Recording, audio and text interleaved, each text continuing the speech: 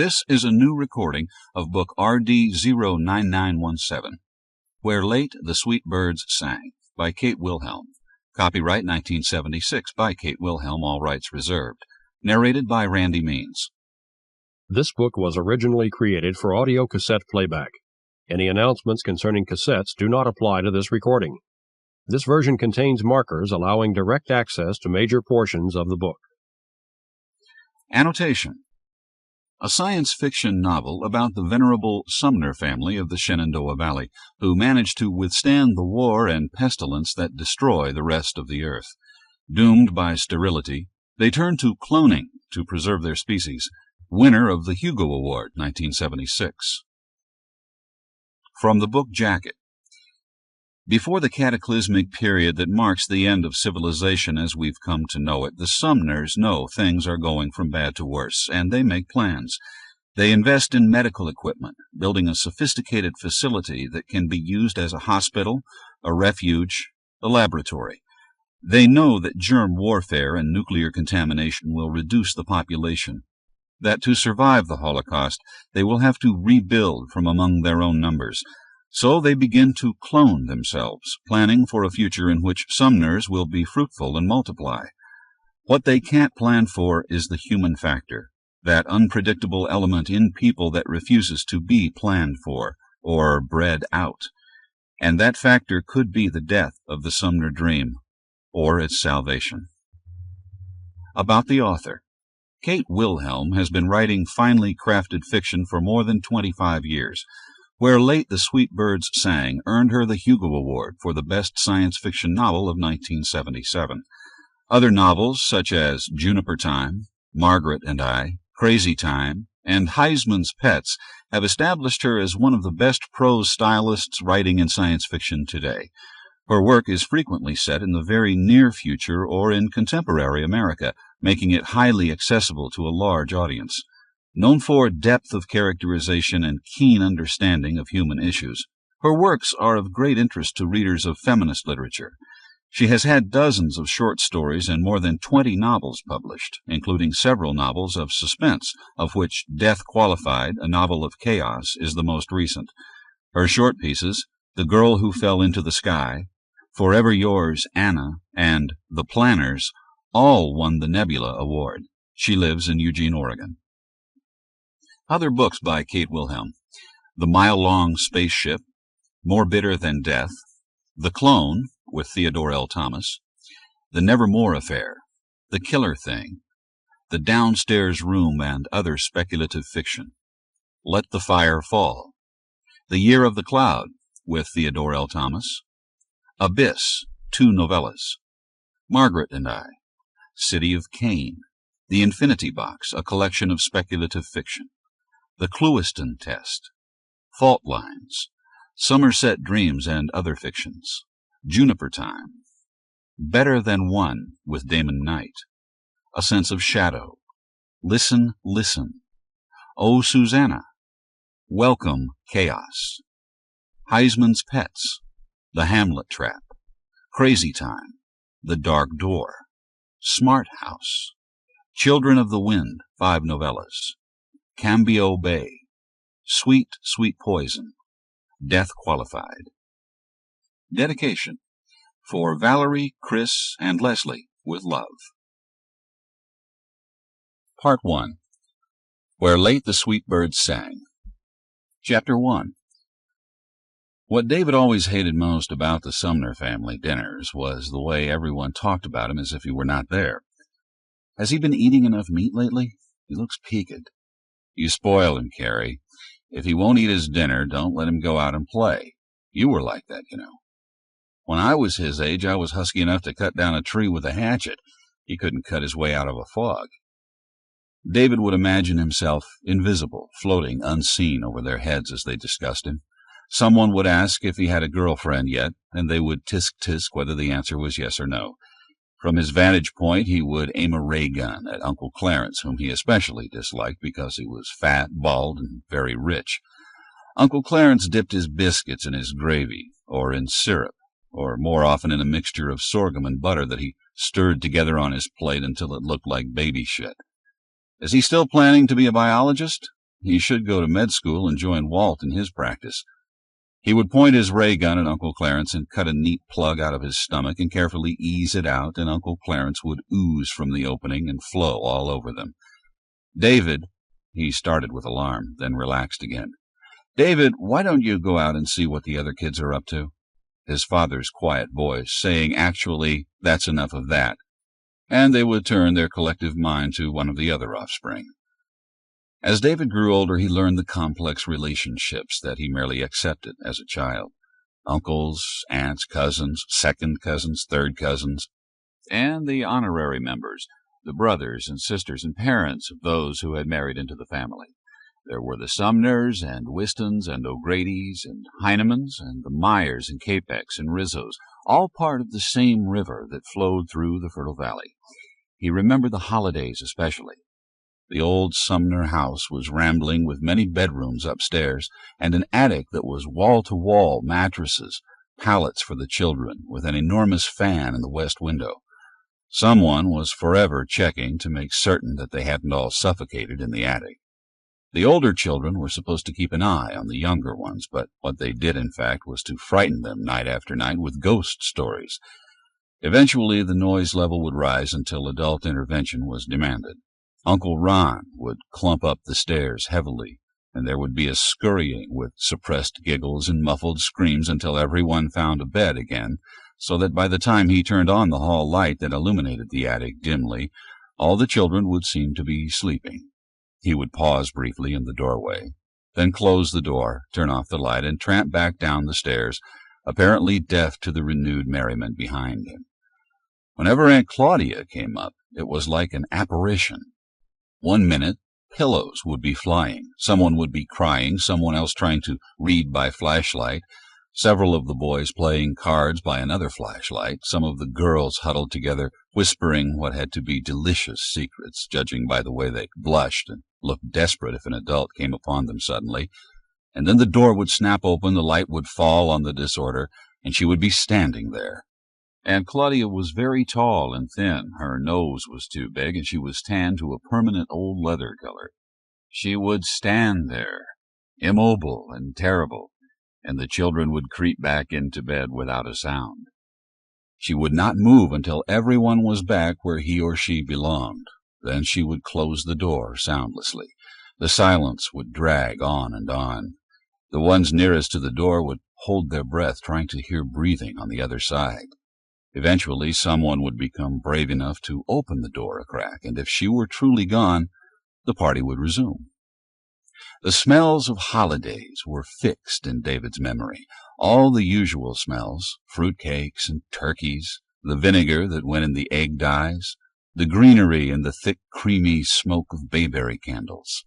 But what he remembered most vividly was the smell of gunpowder that they all carried at the 4th of July gathering.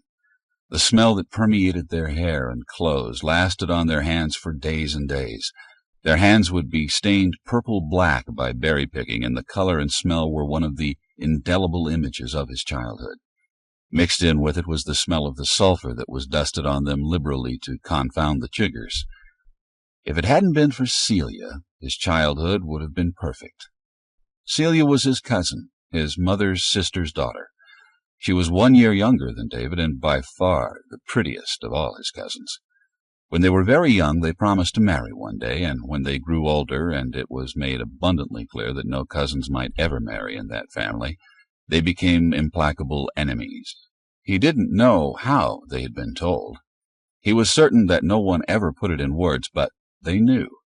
When they could not avoid each other after that, they fought. She pushed him out of the hayloft and broke his arm when he was 15.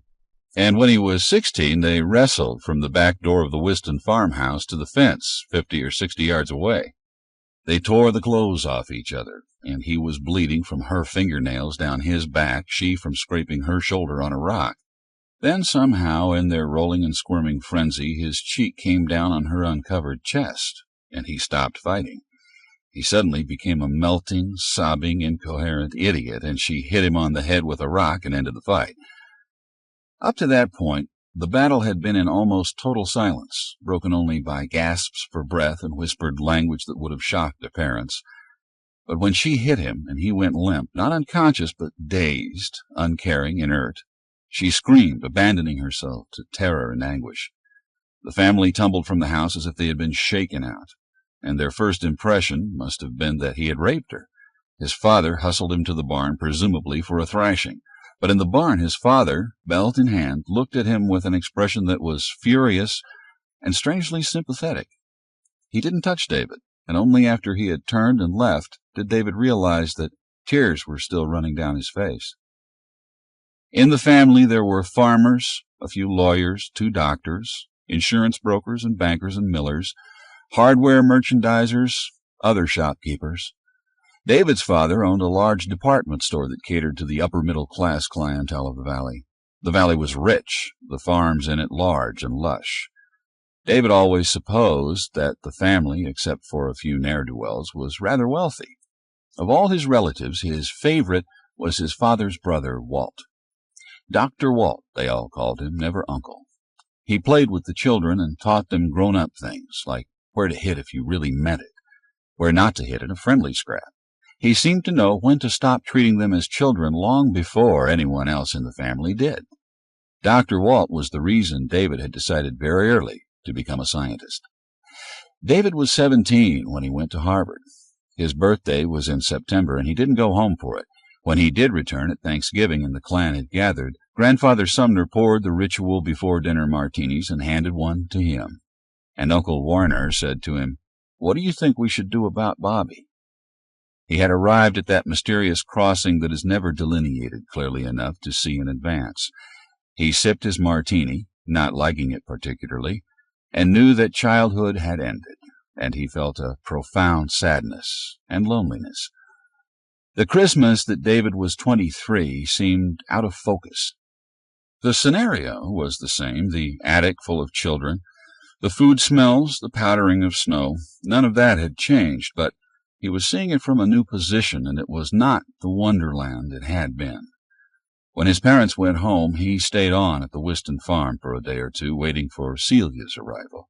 She had missed the Christmas Day celebration, getting ready for her coming trip to Brazil, but she would be there. Her mother had assured Grandmother Whiston, and David was waiting for her. Not happily, not with any expectation of reward, but with a fury that grew and caused him to stalk the old house like a boy being punished for another's sin.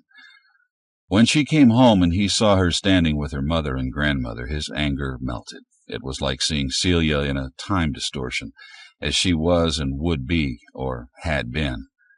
Her pale hair would not change much, but her bones would become more prominent, and the almost emptiness of her face would have written on it a message of concern, of love, of giving, of being decisively herself, of a strength unsuspected in her frail body.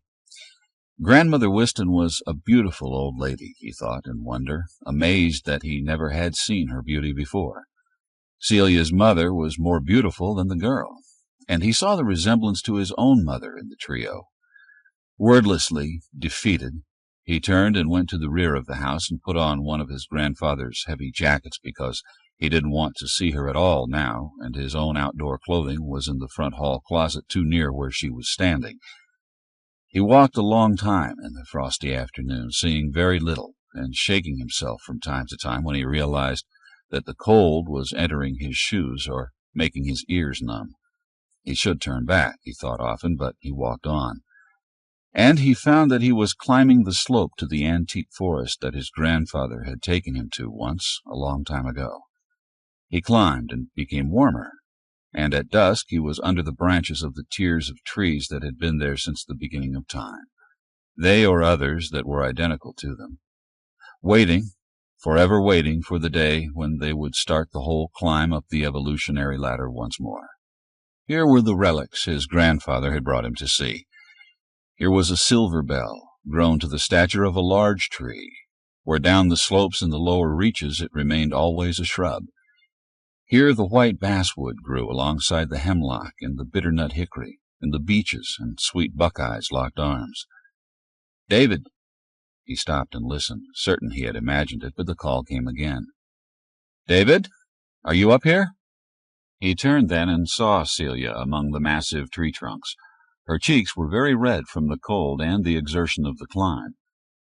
Her eyes were the exact blue of the scarf she wore. She stopped 6 feet from him and opened her mouth to speak again, but didn't. Instead, she drew off a glove and touched the smooth trunk of a beech tree. Grandfather Whiston brought me up here, too, when I was 12. It was very important to him that we understand this place. David nodded. She looked at him then. Why did you leave like that? They all think we're going to fight again. We might, he said. She smiled. I don't think so. Never again. We should start down. It'll be dark in a few minutes. But he didn't move. David, try to make Mother see, will you? You understand that I have to go, that I have to do something, don't you? She thinks you're so clever, she'd listen to you. He laughed. They think I'm clever like a puppy dog. Celia shook her head. You're the one they'd listen to. They treat me like a child, and always will. David shook his head, smiling, but he sobered again very quickly and said, Why are you going, Celia? What are you trying to prove? Damn it, David, if you don't understand, who will? She took a deep breath and said, Look, you do read the newspapers, don't you? People are starving in South America. Most of South America will be in a state of famine before the end of this decade if they aren't helped almost immediately. And no one has done any real research in tropical farming methods, practically no one. That's all lateritic soil, and no one down there understands it. They go in and burn off the trees and underbrush, and in 2 or 3 years they have a sun-baked plain as hard as iron. Okay, they send some of their bright young students here to learn about modern farming, but they go to Iowa or Kansas or Minnesota or some other dumb place like that, and they learn farming methods suited to temperate climates, not tropical. Well, we trained in tropical farming, and we're going to start classes down there in the field. It's what I trained for. This project will get me a doctorate. The Whistons were farmers, had always been farmers. Custodians of the soil, Grandfather Whiston had said once. Not its owners, just custodians. Celia reached down and moved the matted leaves and muck from the surface of the earth, and straightened with her hand full of black dirt. The famines are spreading.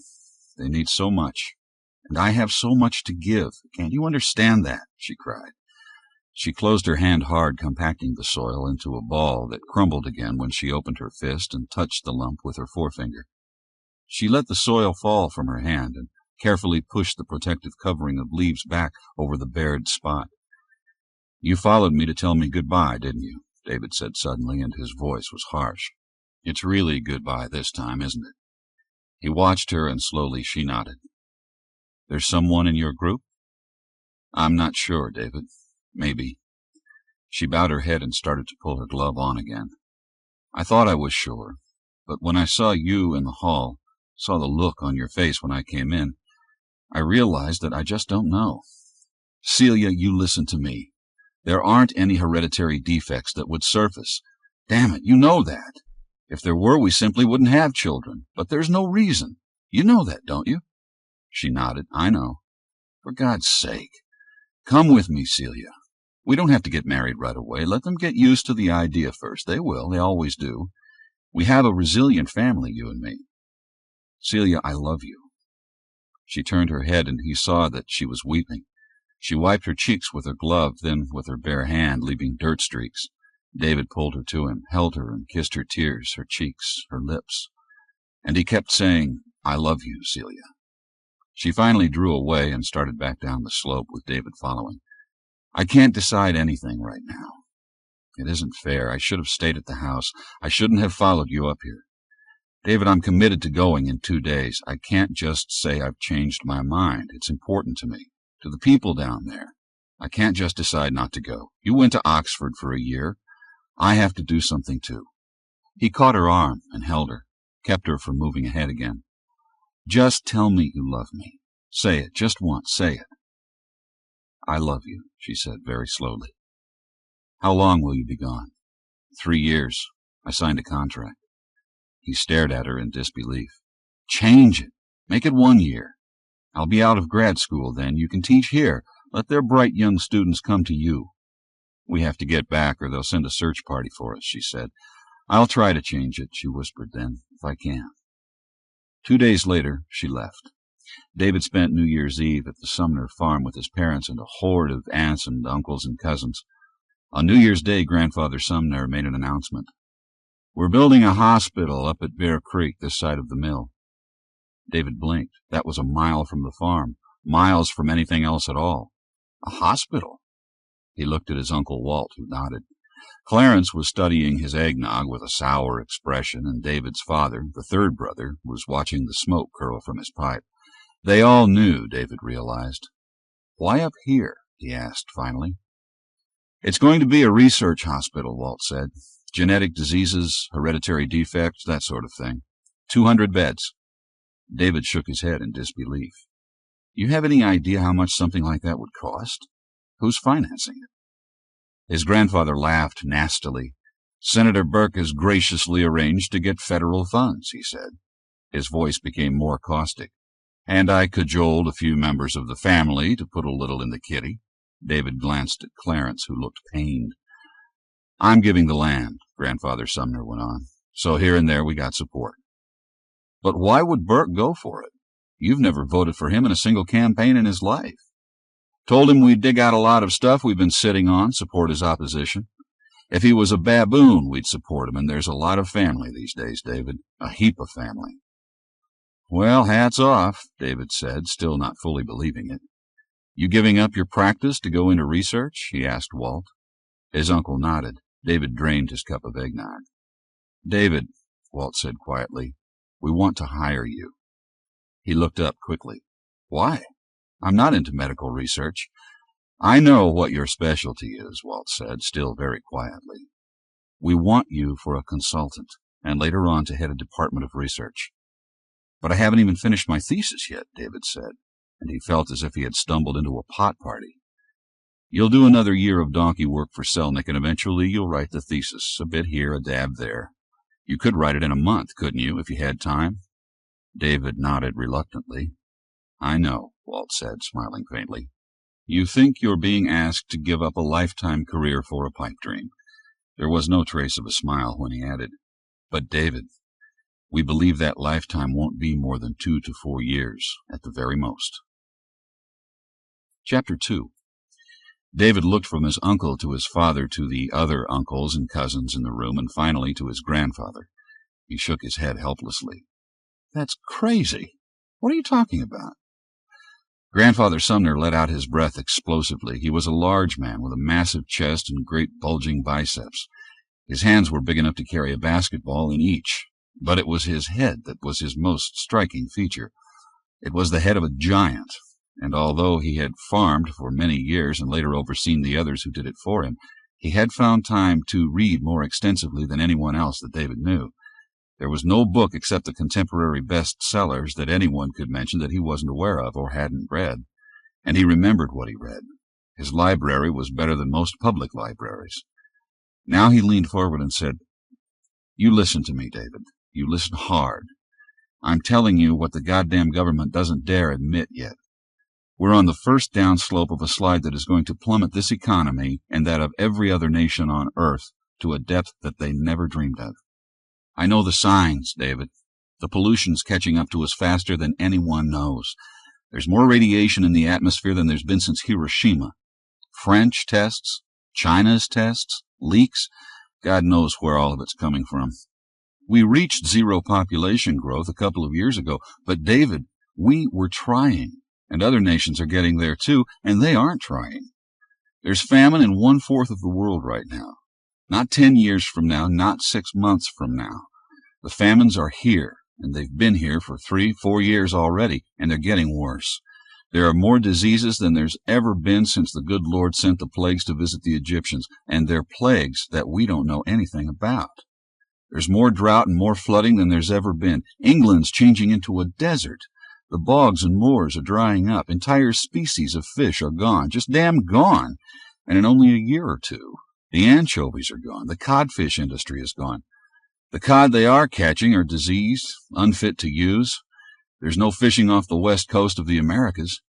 Every damn protein crop on Earth has some sort of blight that gets worse and worse. Corn blight, wheat rust, soybean blight. We're restricting our exports of food now, and next year we'll stop them altogether. We're having shortages no one ever dreamed of. Tin, copper, aluminum, paper, chlorine, by God. And what do you think will happen in the world when we suddenly can't even purify our drinking water? His face was darkening as he spoke, and he was getting angrier and angrier, directing his unanswerable questions to David, who stared at him with nothing at all to say. And they don't know what to do about any of it, his grandfather went on. No more than the dinosaurs knew how to stop their own extinction. We've changed the photochemical reactions of our own atmosphere, and we can't adapt to the new radiations fast enough to survive. There have been hints here and there that this is a major concern, but who listens? The damn fools will lay each and every catastrophe at the foot of a local condition and turn their backs on the fact that this is global until it's too late to do anything. But if it's what you think, what could they do? David asked, looking to Dr. Walt for support and finding none. Turn off the factories, ground the airplanes, stop the mining, junk the cars. But they won't, and even if they did, it would still be a catastrophe. It's going to break wide open. Within the next couple of years, David, it's going to break. He drank his eggnog then and put the crystal cup down hard. David jumped at the noise. There's going to be the biggest bust since man began scratching marks on rocks, that's what. And we're getting ready for it. I'm getting ready for it. We've got the land, and we've got the men to farm it, and we'll get our hospital, and we'll do research in ways to keep our animals and our people alive. And when the world goes into a tailspin, we'll be alive, and when it starves, we'll be eating. Suddenly he stopped and studied David with his eyes narrowed. I said you'd leave here convinced that we've all gone mad. But you'll be back, David, my boy. You'll be back before the dogwoods bloom, because you'll see the signs. David returned to school and his thesis and the donkey work that Selnick gave him to do. Celia didn't write, and he had no address for her. In response to his questions, his mother admitted that no one had heard from her. In February, in retaliation for the food embargo, Japan passed trade restrictions that made further United States trade with her impossible. Japan and China signed a mutual aid treaty. In March, Japan seized the Philippines with their fields of rice, and China resumed its long-dormant trusteeship over the Indochina Peninsula with the rice paddies of Cambodia and Vietnam. Cholera struck in Rome, Los Angeles, Galveston, and Savannah. Saudi Arabia, Kuwait, Jordan, and other Arab bloc nations issued an ultimatum. The United States must guarantee a yearly ration of wheat to the Arab bloc and discontinue all aid to the State of Israel, or there would be no oil for the United States or Europe. They refused to believe the United States could not meet their demands. International travel restrictions were imposed immediately, and the government, by presidential decree, formed a new department with cabinet status, the Bureau of Information. The redbuds were hazy blurs of pink against the clear May-softened sky when David returned home.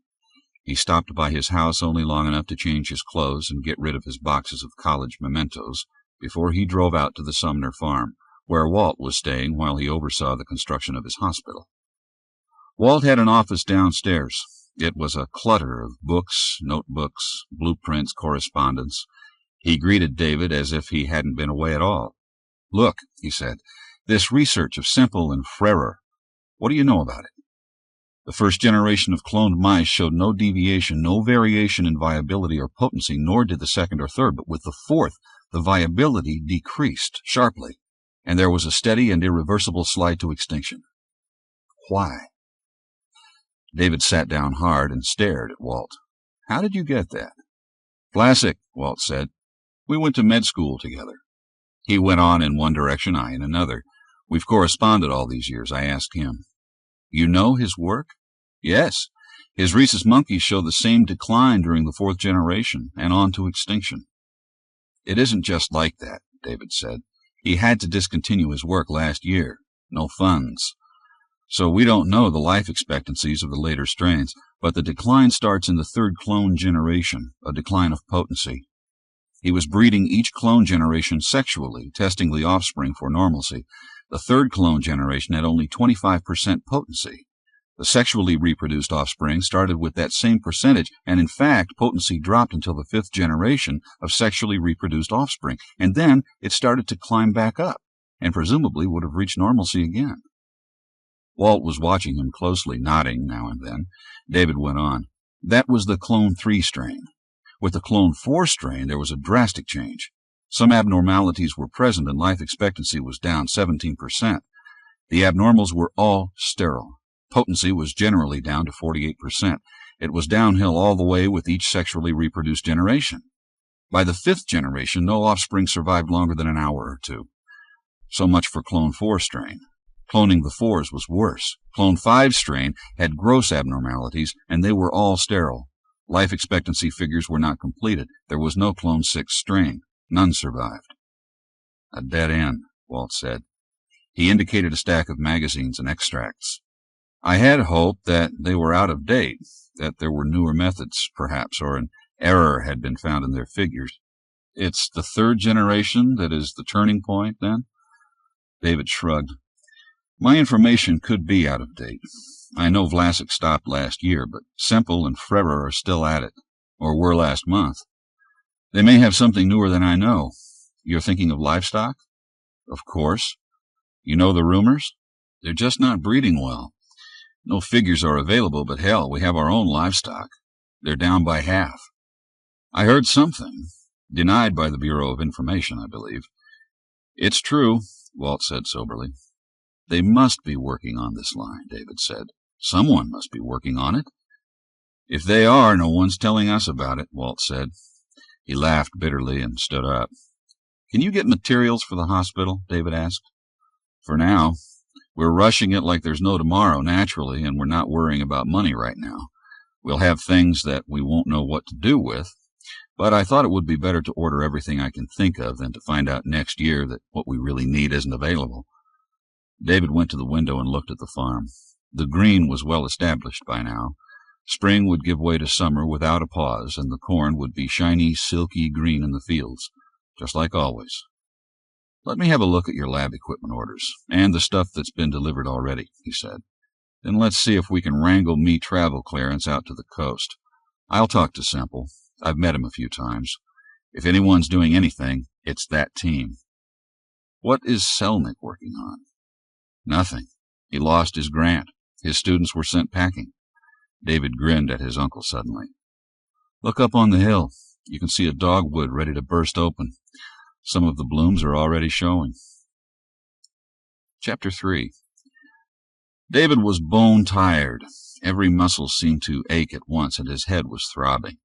For 9 days he had been on the go, to the coast, to Harvard, to Washington, and now he wanted nothing more than to sleep, even if the world ground to a stop while he was unaware.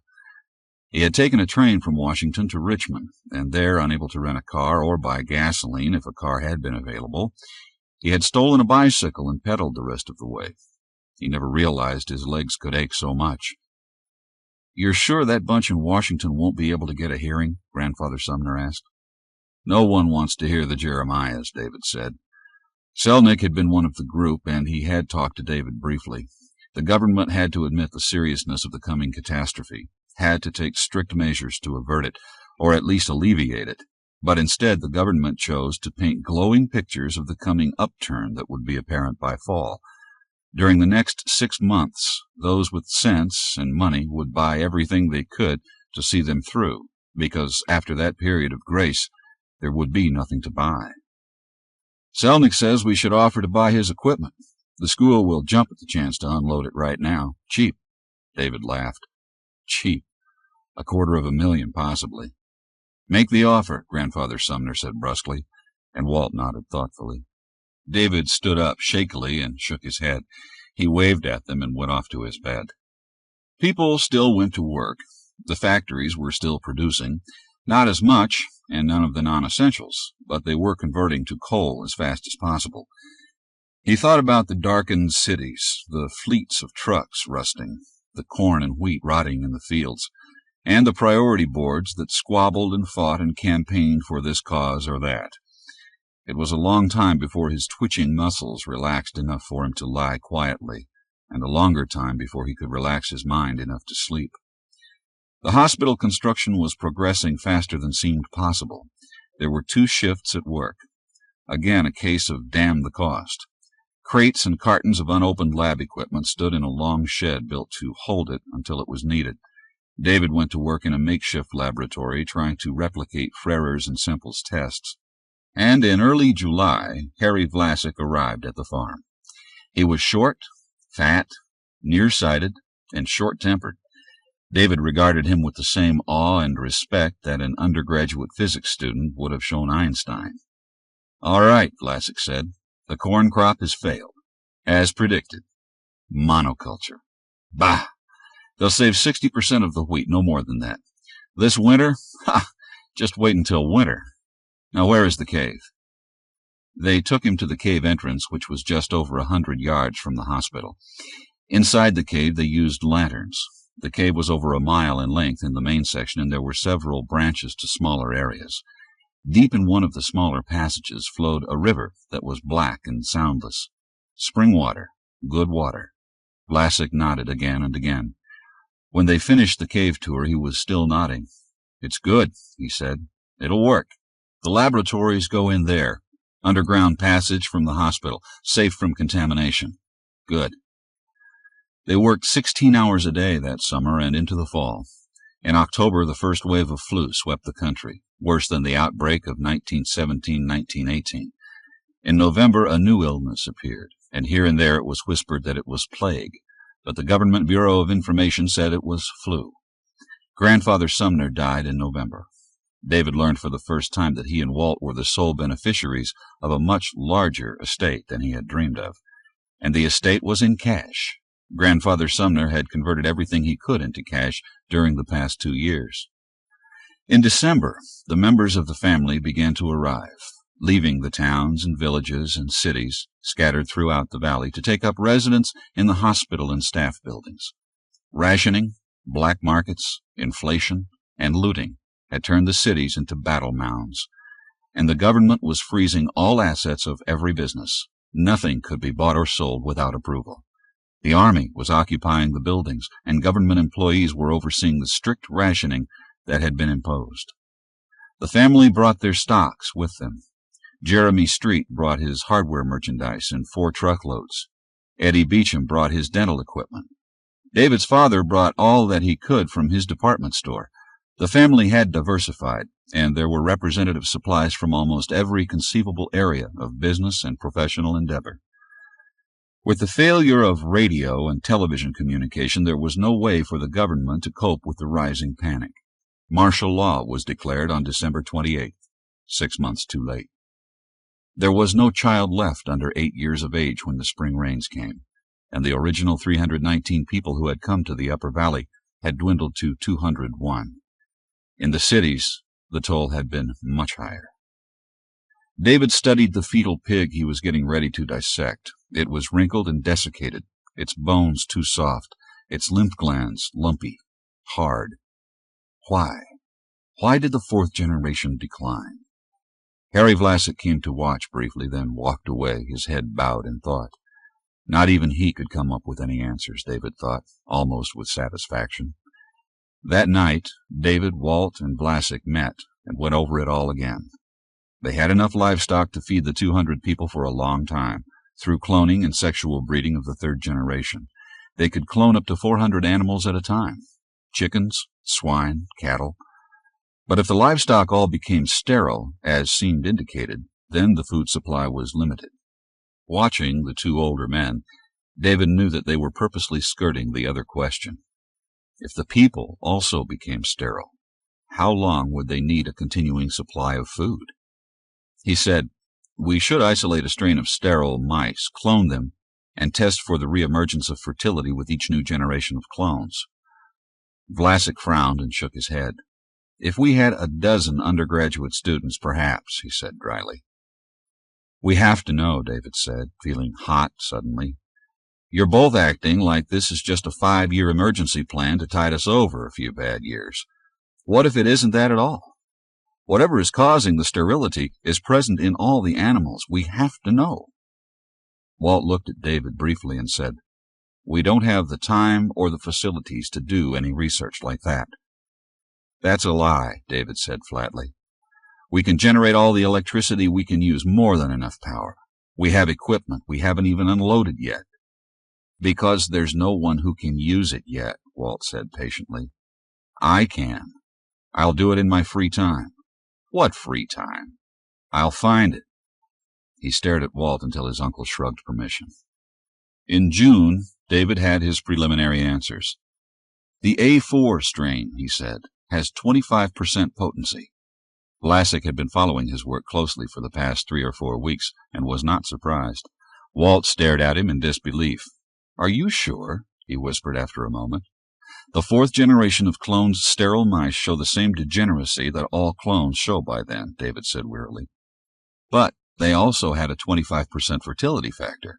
The offspring have shorter lives but more fertile members. This trend continues to the 6th generation, where fertility is up to 94% and life expectancy starts to climb again, and then it's on its way to normalcy steadily. He had it all on the charts that Walt now studied. Uppercase A, A1, A2, A3, A4, and their offspring by sexual reproduction, lowercase a, A1, A2. There were no clone strains after uppercase A4. None had survived to maturity. David leaned back and closed his eyes and thought about bed and blanket up around his neck and black, black sleep. Higher organisms must reproduce sexually or die out, and the ability to do so is there. Something remembers and heals itself, he said dreamily. You'll be a great man when you publish, Vlasic said, his hand on David's shoulder. He then moved to sit next to Walt to point out some of the details that Walt might miss. A marvelous piece of work, he said softly, his eyes glowing as he looked over the pages. Marvelous. Then he glanced back at David. Of course you are aware of the other implications of your work. David opened his eyes and met Vlasic's gaze. He nodded. Puzzled, Walt looked from one to the other of them. David got up and stretched. I have to sleep, he said. But it was a long time before he slept. He had a single room at the hospital, more fortunate than most who were sleeping doubled up. The hospital had more than 200 beds, but few single rooms. The implications, he mused.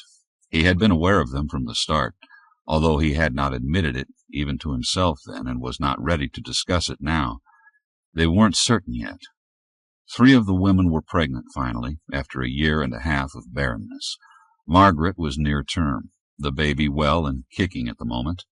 5 more weeks, he thought. 5 more weeks, and perhaps he never would have to discuss the implications of his work. But Margaret didn't wait 5 weeks. In 2 weeks she delivered a stillborn child. Zelda had a miscarriage the following week, and in the next week May lost her child. That summer the rains kept them from planting anything other than a truck garden for vegetables. Walt began testing the men for fertility and reported to David and Vlasic that no man in the valley was fertile. So, Vlasic said softly, we now see the significance of David's work. Chapter 4. Winter came early, in sheets of icy rain that went on day after day after day. The work in the laboratories increased, and David found himself blessing his grandfather for his purchase of Selnick's equipment, which had come with detailed instructions for making artificial placentas, as well as nearly completed work on computer programs for synthetic amniotic fluids. When David had gone to talk to Selnick about the equipment, Selnick had insisted madly, David had thought at the time, that he take everything or nothing. You'll see, he had said wildly, you'll see.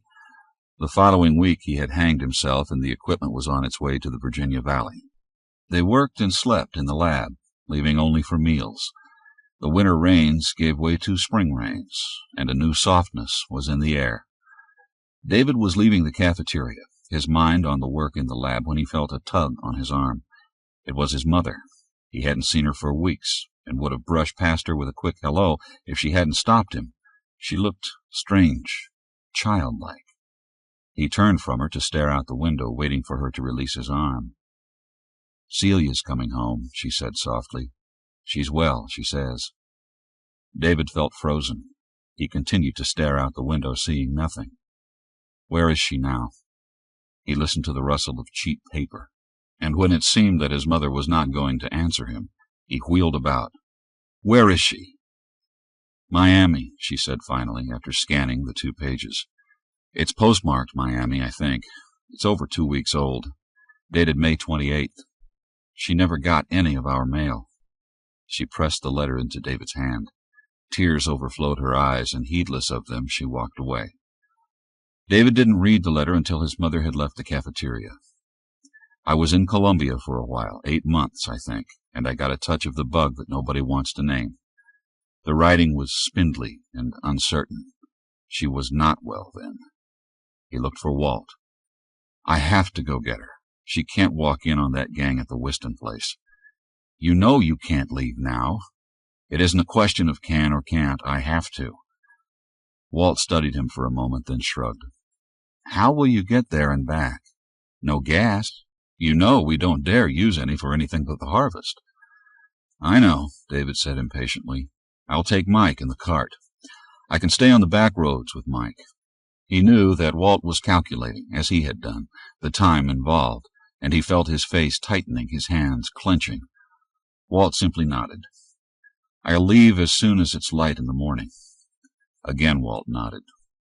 Thanks, David said suddenly. He meant for not arguing with him, for not pointing out what both already knew, that there was no way of knowing how long he would have to wait for Celia, that she might never make it to the farm. 3 miles from the Whiston farm, David unhitched the cart and hid it in thick underbrush. He swept over the tracks where he had left the dirt road and then led Mike into the woods. The air was hot and heavy with threatening rain. To his left he could hear the roar of Crooked Creek as it raged out of bounds. The ground was spongy, and he walked carefully, not wanting to sink to his knees in the treacherous mud here in the lowlands. The Whiston farm always had been flood-prone. It enriched the soil, Grandfather Whiston had claimed, not willing to damn nature for its periodic rampages. God didn't mean for this piece of ground to have to bear year after year after year, he said. Comes a time when the earth needs a rest, same as you and me. We'll let it be this year. Give it some clover when the ground dries out. David started to climb, still leading Mike, who whinnied softly at him now and again. Just to the knob, boy, David said quietly. Then you can rest and eat meadow grass until she gets here. Grandfather Whiston had taken him to the knob once when David was 12. He remembered the day. Hot and still, like this day, he thought, and Grandfather Whiston had been straight and strong. At the knob, his grandfather had paused and touched the massive bole of a white oak tree. This tree saw the Indians in that valley, David, and the first settlers, and my great-grandfather when he came along. It's our friend, David. It knows all the family secrets. Is it still your property up here, Grandfather? Up to and including this tree, son. Other side's national forest land, but this tree, it's on our land. Yours too, David. One day you'll come up here and put your hand on this tree and you'll know it's your friend, just like it's been my friend all my life. God help us all if anyone ever lays an axe to it. They had gone on that day, down the other side of the knob, then up again, farther and steeper this time, until once more his grandfather paused for a few moments, his hand on David's shoulder. This is how this land looked 1,000,000 years ago, David.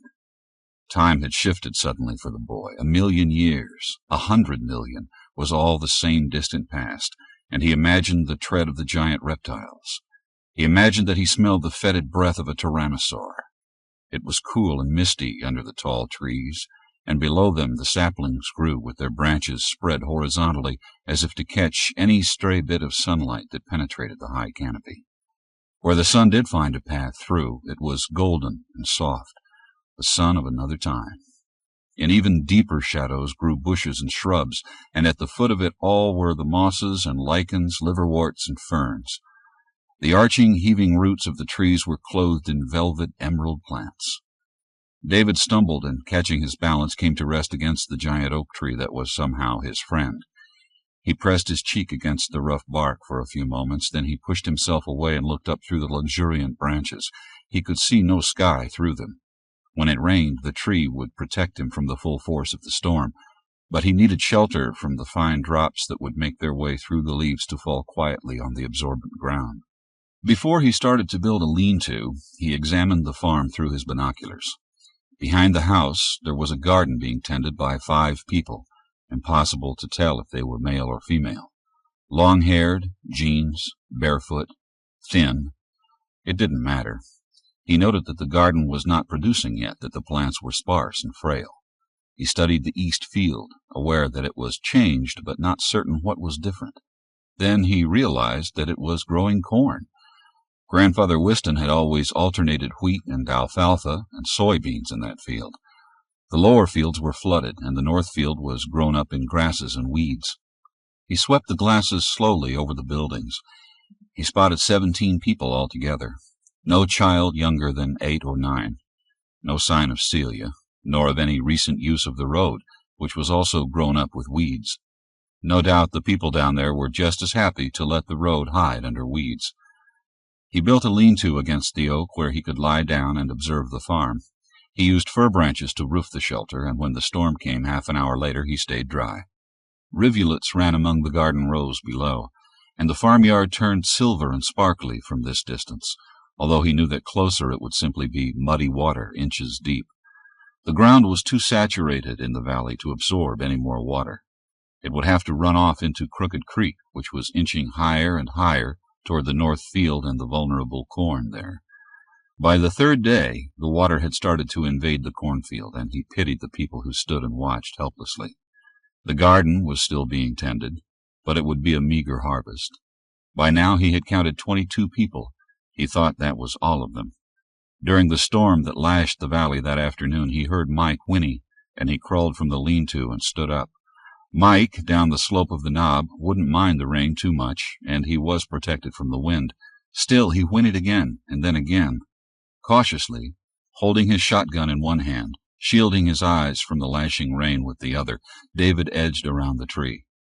A figure stumbled up the knob haltingly, head bowed, stopping often, then moving on again, not looking up, probably blinded by the rain.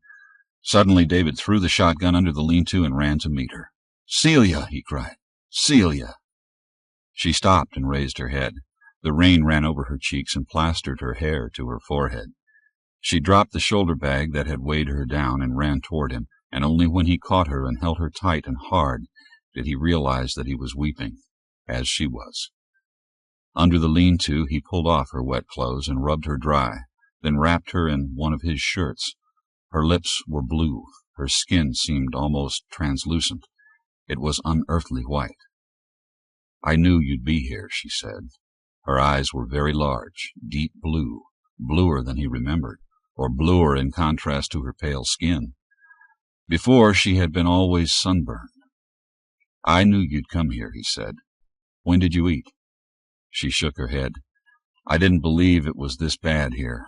I thought it was propaganda. Everyone thinks it's propaganda." He nodded and lighted the sterno. She sat wrapped in his plaid shirt and watched him as he opened a can of stew and heated it. "Who are those people down there?" "Squatters. Grandmother and Grandfather Whiston died last year. That gang showed up. They gave Aunt Hilda and Uncle Eddie a choice, join them or get out. They didn't give Wanda any chance at all. They kept her." She stared down into the valley and nodded slowly. "I didn't know it was this bad. I didn't believe it." Without looking back at him, she asked then, "And Mother? Father?" "They're dead, Celia. Flu, both of them, last winter." "I didn't get any letters," she said. "Almost 2 years. They made us leave Brazil, you know, but there wasn't any transportation home. We went to Colombia. They promised to let us go home in 3 months, and then they came one night late, almost at dawn, and said we had to get out. There were riots, you know." He nodded, although she was still staring down at the farm and couldn't see. He wanted to tell her to weep for her parents, to cry out so that he could take her in his arms and try to comfort her. But she continued to sit motionlessly and speak in a dead voice. "They were coming for us, for the Americans. They blame us for letting them starve. They really believe that everything is still all right here. I did too. No one believed any of the reports, and the mobs were coming for us. We left on a small boat, a skiff, 19 of us. They shot at us when we got too near Cuba." David touched her arm, and she jerked and trembled. "Celia, turn around and eat now. Don't talk any longer. Later. You can tell us about it later." She looked at him and slowly shook her head. "Never again. I'll never mention any of it again, David. I just wanted you to know there was nothing I could do. I wanted to come home, and there wasn't any way." She didn't look quite so blue-cold now, and he watched with relief as she started to eat. She was hungry. He made coffee, the last of his coffee ration. "You want me to fill you in on anything here?" She shook her head. "Not yet. I saw Miami, and the people, all trying to get somewhere else, standing in line for days, standing on the trains. They're evacuating Miami. People are falling dead, and they're just leaving them where they fall." She shivered violently. "Don't tell me anything else yet." The storm was over, and the night air was cool. They huddled under a blanket and sat without talking, drinking hot black coffee. When the cup began to tilt in Celia's hand, David took it from her and gently lowered her to the bed he had prepared. "I love you, Celia," he said softly. "I've always loved you." "I love you too, David. Always." Her eyes were closed and her lashes were very black on her white cheeks. David leaned over and kissed her forehead, pulled the blanket higher about her, and watched her sleep for a long time before he lay down beside her and also slept. During the night she roused once, moaning, twisting about, and he held her until she quieted. She didn't wake up completely, and what words she said were not intelligible. The next morning they left the oak tree and started for the Sumner farm. She rode Mike until they got to the cart. By then she was trembling with exhaustion and her lips were blue again, although the day was already hot. There wasn't room for her to lie down in the cart, so he patted the back of the wooden seat with his bedroll and blanket, where she could at least put her head back and rest, when the road wasn't too bumpy and the cart didn't jounce too hard. She smiled faintly when he covered her legs with another shirt, the one he had been wearing. "It isn't cold, you know," she said matter-of-factly. "That goddamn bug does something to the heart, I think. No one would tell us anything about it. My symptoms all involve the circulatory system." "How bad was it? When did you get it?" 18 months ago, I think, just before they made us leave Brazil. It swept Rio. That's where they took us when we got sick. Not many survived it, hardly any of the later cases. It became more virulent as time went on." He nodded. "Same here. Something like 60% fatal, increasing up to 80% by now, I guess." There was a long silence then, and he thought that perhaps she had drifted off to sleep. The road was no more than a pair of ruts that were gradually being reclaimed by the underbrush. Already grass covered it almost totally, except where the rains had washed the dirt away and left only rocks. Mike walked deliberately, and David didn't hurry him. "David, how many are up at the northern end of the valley?" "About 110 now," he said. He thought 2 out of 3 dead, but he didn't say it. "And the hospital, was it built?" "It's there. Walt is running it. David, while you're driving, now that you can't watch me for reactions or anything, just tell me about it here. What's been happening? Who's alive? Who's dead? Everything." When they stopped for lunch, hours later, she said, "David, will you make love to me now, before the rains start again?" They lay under a stand of yellow poplars, and the leaves rustled incessantly, though no wind could be felt. Under the susurrus trees, their own voices became whispers. She was so thin and so pale, and inside she was so warm and alive. Her body rose to meet his, and her breasts seemed to lift, to seek his touch, his lips. Her fingers were in his hair, on his back, digging into his flanks, strong now, then relaxed and trembling, then clenched into fists that opened spasmodically, and he felt her nails distantly, aware that his back was being clawed, but distantly, distantly. And finally, there were only the susurrant leaves, and now and then a long, heaving sigh. "I've loved you for more than 20 years. Did you realize that?" he said after a long time. She laughed. "Remember when I broke your arm?" Later in the cart again, her voice came from behind him, softly, sadly. "We're finished, aren't we, David? You, I, all of us?" He thought, Walt be damned, promises be damned, secrecy be damned, and he told her about the clones developing under the mountain in the laboratory deep in the cave. Chapter 5. Celia started to work in the laboratory 1 week after her arrival at the farm. "It's the only way I'll ever get to see you at all," she said gently when David protested. "I promised Walt that I would work only 4 hours a day to start, okay?" David took her through the lab the following morning. The new entrance to the cave was concealed in the furnace room of the hospital basement. The door was steel set in the limestone rock that underlay the area. As soon as they stepped through the doorway, the air was cold, and David put a coat about Celia's shoulders. "We keep them here at all times," he said, taking a second coat from a wall hanger. "Twice government inspectors have come here, and it might look suspicious if we put them on to go down the cellar. They won't be back." The passageway was dimly lighted. The floor was smooth. It went 400 feet to another steel door. This one opened into the first cave chamber, a large, high-domed room. It had been left almost as they had found it, with stalactites and stalagmites on all sides, but now there were many cots, picnic tables and benches, and a row of cooking tables and serving tables. "Our emergency room for the hot rains," David said, hurrying her through the echoing room. There was another passage, narrower and tougher than the first.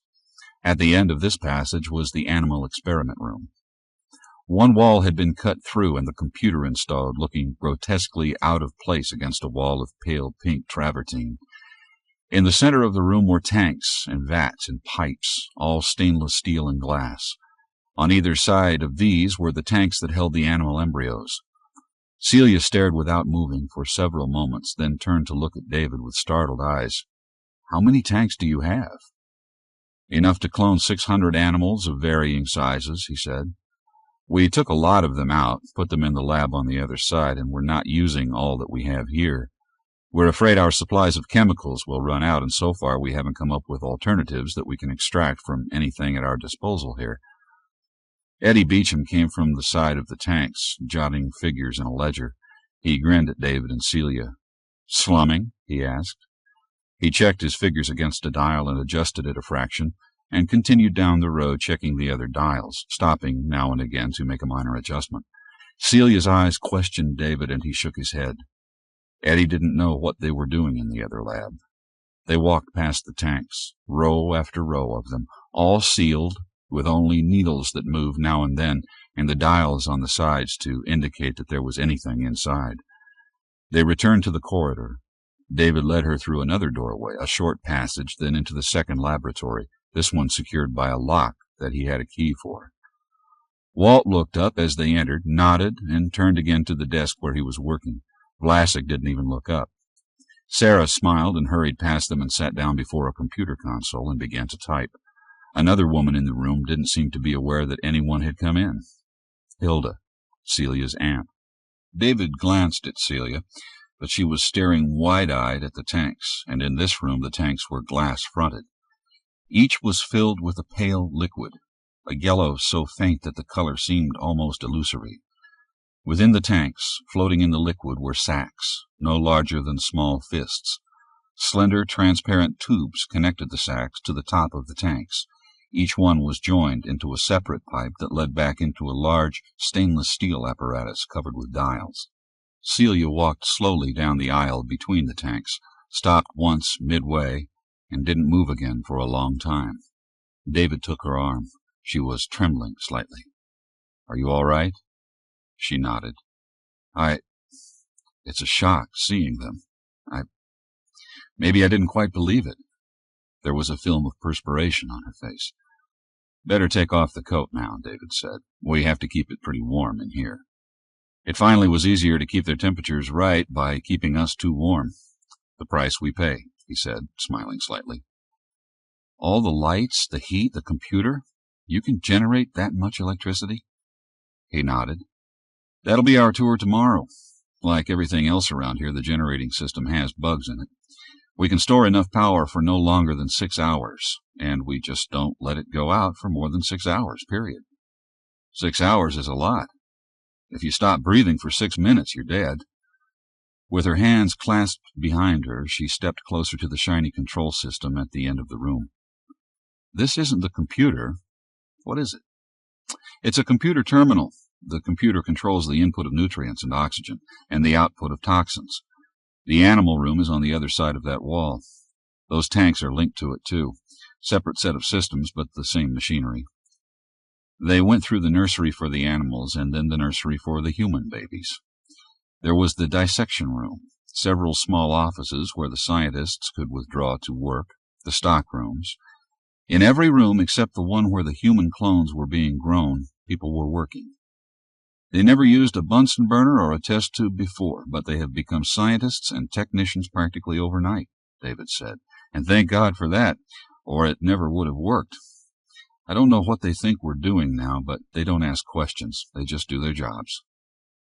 Walt assigned Celia to work under Vlasic. Whenever David looked up to see her in the laboratory, he felt a stab of joy. She increased her workday to 6 hours. When David fell into bed exhausted after 14 or 16 hours, she was there to hold him and love him. In August, Avery Handley reported that his shortwave contact in Richmond warned of a band of marauders who were working their way up the valley. "They're bad," he said gravely. "They took over the Phillips place, ransacked it, and then burned it to the ground."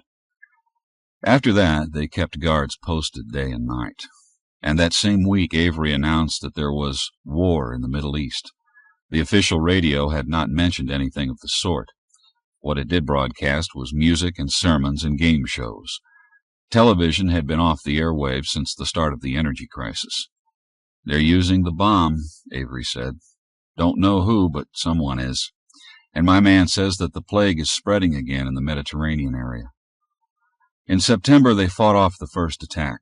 In October, they learned the band was grouping for a second attack, this time with 30 to 40 men.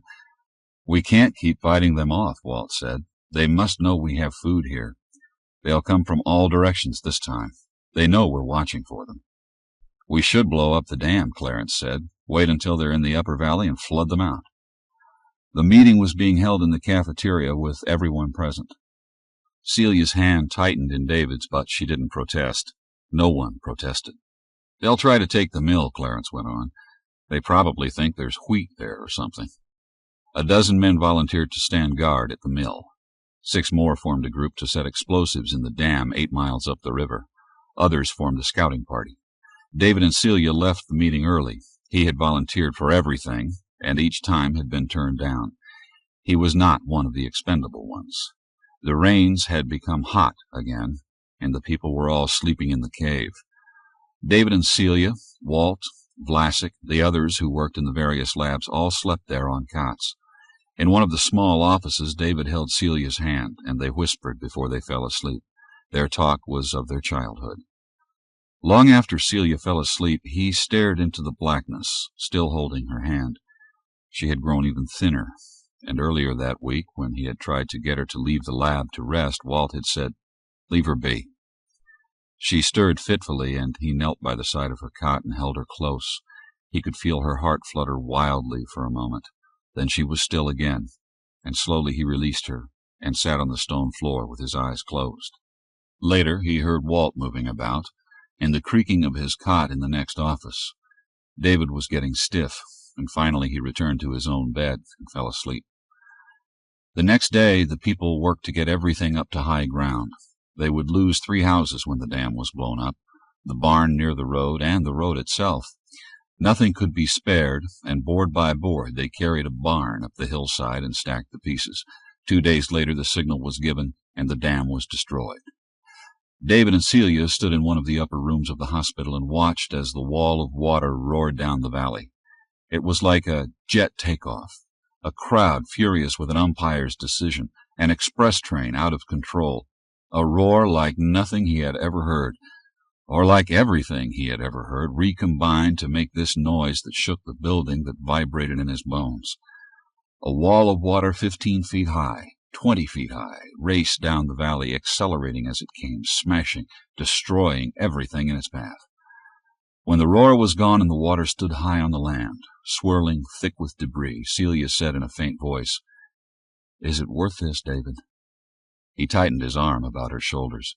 "We had to do it," he said. "I know, but it seems so futile sometimes. We're all dead, fighting right down the line, but dead as those men must be by now. We're making it work, honey. You know that. You've been working right there. 30 new lives." She shook her head. 30 more dead people. "Do you remember Sunday school, David? They took me every week. Did you go?" He nodded. "And Wednesday night Bible school? I keep thinking of it now, and I wonder if this isn't God's doing after all. I can't help it. I keep wondering." and I had become an atheist." She laughed and suddenly spun around. "Let's go to bed now. Here in the hospital, let's pick a fancy room, a suite." He reached for her, but suddenly a violent gust of wind drove a hard blast of rain against the window. It came like that, without preliminary, just a sudden deluge. Celia shuddered. "God's will," she said dully. "We have to get back to the cave, don't we?" They walked through the empty hospital, through the long, dimly lighted passage, through the large chamber where the people were trying to find comfortable positions on the cots and benches, through the smaller passages, and finally into the lab office. "How many people did we kill?" Celia asked, stepping out of her jeans. She turned her back to put her clothes on the foot of her cot. Her buttocks were nearly as flat as an adolescent boy's. When she faced him again, her ribs seemed to be straining against her skin. She looked at him for a moment and then came to him and held his head tight against her chest as he sat on his cot and she stood naked before him. He could feel her tears as they fell onto his cheek. There was a hard freeze in November, and with the valley flooded and the road and bridges gone, they knew they were safe from attack, at least until spring. The people had moved out of the cave again, and work in the lab went on at the same numbing pace. The fetuses were developing, growing, moving now with sudden motions of feet and elbows. David was working on substitutes for the chemicals that already were substituting for amniotic fluids. He worked each day until his vision blurred or his hands refused to obey his directions, or Walt ordered him out of the lab. Celia was working longer hours now, still resting in the middle of the day for several hours, but she returned after that and stayed almost as late as David did. He passed her chair and kissed the top of her head. She looked up at him and smiled, then returned to her figures. Peter started a centrifuge. Vlasic made a last adjustment on the end tank of nutrients that were to be diluted and fed to the embryos, then called out, "Celia, you ready to count chicks?" "1 second," she said. She made a notation, put her pencil in the open book, and stood up. David was aware of her, as he always was, even when totally preoccupied with his own work. He was aware that she stood up, that she didn't move for a moment, and when she said in a tremulous voice that betrayed disbelief, "David? David?" He was already starting to his feet. He caught her as she crumpled. Her eyes were open, her look almost quizzical, asking what he could not answer, expecting no answer. A tremor passed through her, and she closed her eyes, and although her lids fluttered, she did not open them again. Chapter 6. Walt looked David over and shrugged. "You look like hell," he said. David made no response. He knew he looked like hell. He felt like hell. He watched Walt as if from a great distance. "David, are you going to pull yourself together? You just giving up?" He didn't wait for a reply. He sat down on the only chair in the tiny room and leaned forward, cupping his chin in his hands, staring at the floor. "We've got to tell them. Sarah thinks there'll be trouble. So do I." David stood at the window, looking at the bleak landscape, done in grays and blacks and mud colors. It was raining, but the rain had become clean. The river was a gray, swirling monster that he could glimpse from up here, a dull reflection of the dull sky. "They might try to storm the lab," Walt went on. "God knows what they might decide to do." David made no motion but continued to stare at the sullen sky. "God damn it, you turn around here and listen to me, you asshole. You think I'm going to let all this work, all this planning go up in one irrational act? You think I won't kill anyone who tries to stop it now?" Walt had jumped up with his outburst, and he swung David around and yelled into his face, "You think I'm going to let you sit up here and die? Not today, David, not yet. What you decide to do next week, I don't give a damn, but today I need you, and you, by God, are going to be there." "I don't care," David said quietly. "You're going to care, because those babies are going to come busting out of those sacks, and those babies are the only hope we have, and you know it. Our genes, yours, mine, Celia's, those genes are the only thing that stand between us and oblivion, and I won't allow it, David. I refuse it." David felt only a great weariness. "We're all dead. Today or tomorrow. Why prolong it? The price is too high for adding a year or two." "No price is too high." Slowly Walt's face seemed to come into focus. He was white, his lips were pale, his eyes sunken. There was a tick in his cheek that David never had seen before. "Why now?" he asked. "Why change the plan and tell them now, so far ahead of time?" Because it isn't that far ahead of time. Walt rubbed his eyes hard. Something's going wrong, David. I don't know what it is. Something's not working. I think we're going to have our hands full with prematures. In spite of himself, David made rapid calculations. It's 26 weeks, he said. We can't handle that many premature babies. I know that. Walt sat down once more and this time put his head back and closed his eyes. We don't have much choice, he said. We lost one yesterday, 3 today. We have to bring them out and treat them like preemies. Slowly David nodded. Which ones? He asked. But he knew. Walt told him the names, and again he nodded. He had known that they were not his, not Walt's, not Celia's. What are you planning? He asked then, and sat down on the side of his bed. I have to sleep, Walt said. Then a meeting, posted for 7. After that, we prepare the nursery for a hell of a lot of preemies. As soon as we're ready, we begin getting them out. That'll be morning. We need nurses, 6, more if we can get them. Sarah says Margaret would be good. I don't know. David didn't know either. Margaret's 4-year-old son had been one of the first to die of the plague, and she had lost a baby in stillbirth. He trusted Sarah's judgment, however. Think between them they can get enough others, tell them what to do, see that they do it properly? Walt mumbled something, and one of his hands fell off the chair arm. He jerked upright. Okay, Walt, you get in my bed, David said, almost resentfully. I'll go down to the lab, get things rolling there. I'll come up for you at 6:30. Walt didn't protest, but fell onto the bed without bothering to take off his shoes. David pulled them off. Walt's socks were more holes than not, but probably they kept his ankles warm. David left them on, pulled the blanket over him, and went to the lab. At 7, the hospital cafeteria was crowded when Walt stood up to make his announcement. First, he had Avery Handley run down his log of diminishing shortwave contacts with the accompanying grim stories of plague, famine, disease, spontaneous abortions, stillbirths, and sterility. It was the same story worldwide.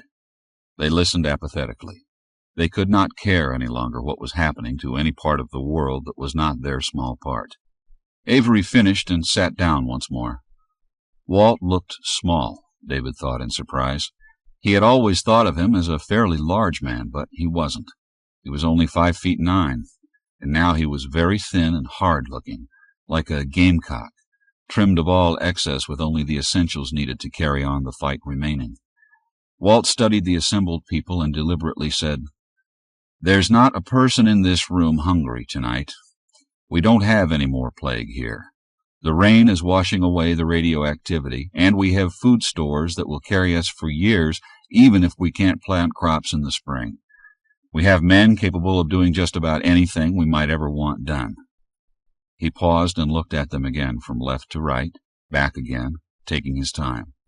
He had their absolute attention. What we don't have, he said, his voice hard and flat now, is a woman who can conceive a child, or a man who could impregnate her if she was able to bear. There was a ripple of movement, like a collective sigh, but no one spoke. Walt said, You know how we are getting our meat. You know the cattle are good, the chickens are good. Tomorrow, ladies and gentlemen, we will have our own babies developed the same way. There was a moment of utter silence, of stillness. Then they broke. Clarence leaped to his feet, shouting at Walt. Vernon fought to get to the front of the room, but there were too many people between him and Walt. One of the women pulled on Walt's arm, almost dragging him over, screaming in his face. Walt yanked free and climbed onto a table. Stop this! I'm going to answer any questions, but I can't hear any one of you this way. For the next 3 hours they questioned, argued, prayed, formed alliances, reformed them as arguments broke out in the smaller groups. At 10, Walt took his place on the table again and called out, We will recess this discussion until tomorrow night at 7. Coffee will be served now, and I understand we have cakes and sandwiches. He jumped from the table and left before any of them could catch up with him, and he and David hurried to the cave entrance, locking the massive door behind them. Clarence was ugly, Walt muttered. Bastard. David's father, Walt, and Clarence were brothers, David reminded himself, but he couldn't help regarding Clarence as an outsider, a stranger with a fat belly and a lot of money who expected instant obedience from the world. They might organize, Walt said after a moment. They might form a committee to protest this act of the devil. We'll have to be ready for them. David nodded. They had counted on delaying this meeting until they had live babies, human babies that laughed and gurgled and took milk from the bottle hungrily. Instead, they would have a room full of not quite finished preemies, certainly not human-looking, with no more human appeal than a calf born too soon. They worked all night preparing the nursery. Sarah had enlisted Margaret, Hilda, Lucy, and half a dozen other women who were all gowned and masked professionally. One of them dropped a basin and 3 others screamed in unison. David cursed, but under his breath. They would be all right when they had the babies, he told himself. The bloodless births started at 5:45, and at 12:30 they had 25 infants. 4 died in the first hour. Another died 3 hours later, and the rest of them thrived. The only baby left in the tanks was the fetus that would be Celia, 9 weeks younger than the others. The first visitor Walt permitted in the nursery was Clarence, and after that there was no further talk of destroying the inhuman monstrosities. There was a celebration party, and names were suggested, and a drawing was held to select 11 female names and 10 male. In the record book, the babies were labeled R1 strain, repopulation 1. But in David's mind, as in Walt's, the babies were W1, D1, and soon C1. For the next months, there was no shortage of nurses, male or female, no shortage of help doing any of the chores that so few had done before. Everyone wanted to become a doctor or a biologist, Walt grumbled. He was sleeping more now, and the fatigue lines on his face were smoothing out. Often he would nudge David and tow him along away from the nursery, propel him toward his own room in the hospital, and see to it that he remained there for a night's sleep. One night, as they walked side by side back to their rooms, Walt said, "Now you understand what I meant when I said this was all that mattered, don't you?" David understood. Every time he looked down at the tiny pink new Celia, he understood more fully. Chapter 7. It had been a mistake, David thought, watching the boys from the window in Walt's office. Living memories, that's what they represented. There was Clarence already looking too pudgy. He'd be fat in another 3 or 4 years. And a young Walt, frowning in concentration over a problem that he wouldn't put on paper until he had a solution to add. Robert, too pretty almost, but determinedly manly, always trying harder than the others to endure, to jump higher, run faster, hit harder. And D4 himself. He turned away and pondered the future of the boys, all of an age. Uncles, fathers, grandfathers, all the same age. He was starting a headache again. "They're inhuman, aren't they?" he said bitterly to Walt. "They come and go, and we know nothing about them. What do they think? Why do they hang so close to each other? Remember that old cliché generation gap? It's here, I reckon." Walt was looking very old. He was tired and seldom tried to hide it any longer. He looked up at David and said quietly, "Maybe they're afraid of us." David nodded. He had thought of that. "I know why Hilda did it," he said. "I didn't at the time, but now I know. Hilda had strangled the small girl who looked more like her every day." "Me too." Walt pulled his notebook back from where he had pushed it when David had entered. "It's a bit spooky to walk into a crowd that's all you, in various stages of growth. They do cling to their own kind." He started to write then, and David left him. Spooky, he thought, and veered from the laboratory where he had been heading originally. Let the damn embryos do their thing without him. He knew he didn't want to enter because D1 or D2 would be there working. The D4 strain would be the one, though, to prove or disprove the experiment. If 4 didn't make it, then chances were that 5 wouldn't either. And then what? A mistake. Oops, wrong, sir. Sorry about that. He climbed the ridge behind the hospital, over the cave, and sat down on an outcrop of limestone that felt cool and smooth. The boys were clearing another field. They worked well together, with little conversation but much laughter that seemed to arise spontaneously. A line of girls came into view from nearer the river. They were carrying baskets of berries, blackberries, and gunpowder, he thought suddenly, and he remembered the ancient celebrations of the 4th of July with blackberry stains and fireworks. and sulphur for the chiggers, and birds, thrushes, meadowlarks, warblers, purple martins. 3 Celias came into view, swinging easily with the weight of the baskets, a stair-step succession of Celias. He shouldn't do that, he reminded himself harshly. They weren't Celias. None of them had that name. They were Mary and Anne and something else. He couldn't remember for a moment the third one's name, and he knew it didn't matter. They were each and every one Celia. The one in the middle might have pushed him from the loft just yesterday. The one on the right might have been the one who rolled in savage combat with him in the mud. Once, 3 years ago, he had had a fantasy in which Celia 3 had come to him shyly and asked that he take her. In the fantasy he had taken her, and in his dreams for weeks to come he had taken her over and over and over again, and he had awakened weeping for his own Celia.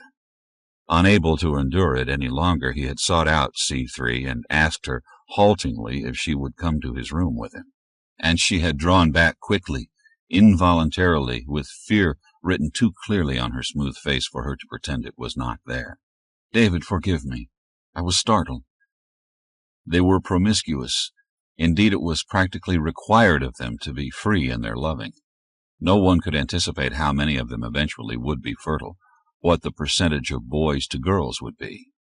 Walt was able to test the males, but since the tests for female fertility required rabbits, which they did not have, he said the best test for fertility was pregnancy. The children lived together, and promiscuity was the norm, but only with one another. They all shunned the elders. David had felt his eyes burning as the girl spoke, still moving away from him. He had turned and left abruptly and had not spoken to her again in the intervening years. Sometimes he thought he saw her watching him warily, and each time he glared at her and hurried away. C1 had been like his own child. He had watched her develop, watched her learn to walk, talk, feed herself. His child. His and Celia's. C2 had been much the same, a twin, somewhat smaller, identical nevertheless. But C3 had been different. No, he corrected. His perceptions of her had been different. When he looked at her, he saw Celia, and he ached. He had grown chilled on the ridge, and he realized that the sun had set long ago, and the lanterns had been lighted below. The scene looked pretty, like a sentimental card titled Rural Life. The large farmhouse with glowing windows, the blackness of the barn. Closer, the hospital and staff building with the cheerful yellow lights in the windows. Stiffly, he descended into the valley again. He had missed dinner, but he was not hungry. "David," one of the youngest boys, of 5, called to him. David didn't know whom he had been cloned from. There were people he hadn't known when they were that young. He stopped, and the boy ran to him, then past him, calling as he went, "Dr. Walt wants you." Walt was in his room at the hospital. On his desk, and spread over a table, were the medical charts of the 4 strain. "I've finished," Walt said. "You'll have to double-check, of course." David scanned the final lines quickly, H4 and D4. "Have you told the 2 boys yet?" "I told them all. They understand." Walt rubbed his eyes. "They have no secrets from each other," he said. "They understand about the girls' ovulation periods, about the necessity of keeping records. If any of those girls can conceive, they'll do it." His voice was almost bitter when he looked up at David. "They're taking it over completely from now on." "What do you mean?" "W1 made a copy of my records for his files. He'll follow it through." David nodded. The elders were being excluded again. The time was coming when the elders wouldn't be needed for anything. Extra mouths to feed, nothing else. He sat down, and for a long time he and Walt sat in companionable silence. In class the following day nothing appeared to be different. No pair bonding, David thought cynically. They accepted being mated as casually as the cattle did. If there was any jealousy of the 2 fertile males, it was well hidden. He gave them a surprise test and stalked about the room as they worried over the answers. They would all pass, he knew. Not only pass, but do exceptionally well. They had motivation. They were learning in their teens what he hadn't grasped in his 20s. There were no educational frills, no distractions. Work in the classroom, in the fields, in the kitchens, in the laboratories. They worked interchangeably, incessantly, the first really classless society. He pulled his thoughts back when he realized that they were finishing already. He had allowed an hour, and they were finishing in 40 minutes, slightly longer for the fives, who, after all, were 2 years younger than the fours. The two oldest D's headed for the laboratory after class, and David followed them. They were talking earnestly until he drew near. He remained in the laboratory for 15 minutes of silent work, then left. Outside the door he paused and once more could hear the murmur of quiet voices. Angrily he tramped down the hallway. In Walt's office he raged. "Damn it, they're up to something. I can smell it." Walt regarded him with a detached thoughtfulness. David felt helpless before him. There was nothing he could point to, nothing he could attach significance to, but there was a feeling, an instinct, that would not be quieted. "All right," David said, almost in desperation. "Look at how they took the test results. Why aren't the boys jealous? Why aren't the girls making passes at the two available studs?" Walt shook his head. "I don't even know what they're doing in the lab anymore," David said, "and Harry has been relegated to caretaker for the livestock." He paced the room in frustration. "They're taking over." "We knew they would one day," Walt reminded him gently. "But there are only 17 fives, 18 fours. Out of the lot, they might get 6 or 7 fertile ones, with a decreased life expectancy, with an increased chance of abnormality. Don't they know that?" "David, relax. They know all that. They're living it. Believe me, they know." Walt stood up and put his arm about David's shoulders. "We've done it, David. We made it happen. Even if there are only 3 fertile girls now, they could have up to 30 babies, David, and the next generation will have more who will be fertile. We have done it, David. Let them carry it now if they want to." By the end of summer, 2 of the 4-strain girls were pregnant. There was a celebration in the valley that was as frenetic as any 4th of July holiday the older people could remember. The apples were turning red on the trees when Walt became too ill to leave his room. 2 more girls were pregnant. One of them was a 5. Every day David spent hours with Walt, no longer wanting to work at all in the laboratory, feeling an outsider in the classrooms, where the ones were gradually taking over the teaching duties. "You might have to deliver those babies come spring," Walt said, grinning. "Might start a class in delivery procedures. Walt 3 is ready, I guess." "We'll manage," David said. "Don't worry about it. I expect you'll be there." Maybe. Walt closed his eyes for a moment and, without opening them, said, "You were right about them, David. They're up to something." David leaned forward and unconsciously lowered his voice. "What do you know?" Walt looked at him and shook his head slightly. "About as much as you did when you first came to me in early summer. No more than that. David, find out what they're doing in the lab, and find out what they think about the pregnant girls. Those 2 things. Soon." Turning away from David, he added, "Harry tells me they have devised a new immersion suspension system that doesn't require the artificial placentas. They're adding them as fast as they can." He sighed. "Harry is cracked, David. Senile or crazy. W1 can't do anything for him." David stood up but hesitated. "Walt, I think it's time you told me. What's wrong with you?" "Get out of here, damn it," Walt said, but the timbre of his voice was gone. The force that should have propelled David from the room was not there.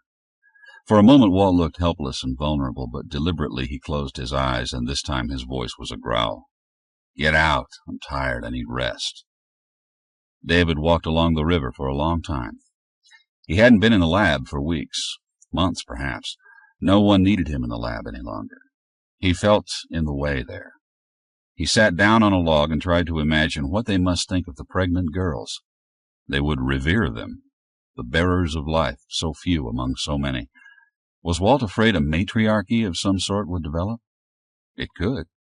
They had discussed that years ago and then dismissed it as one of the things they could not control. A new religion might come about, but even if the elders knew it was happening, what could they do about it? What should they do about it? He threw twigs into the smooth water, which moved without a ripple, all of a piece, on that calm, cold night, and he knew that he didn't care. Wearily, he got up and started to walk again, very cold suddenly. The winters were getting colder, starting earlier, lasting longer, with more snows than he could remember from childhood. As soon as man stopped adding his megatons of filth to the atmosphere each day, he thought the atmosphere had reverted to what it must have been long ago. Moister weather, summer and winter. More stars than he had ever seen before, and more, it seemed, each night than the night before. The sky a clear, endless blue by day, velvet blue-black at night, with blazing stars that modern man had never seen. The hospital wing where W1 and W2 were working now was ablaze with lights, and David turned toward it. As he neared the hospital, he began to hurry. There were too many lights, and he could see people moving behind the windows. Too many people. Elders.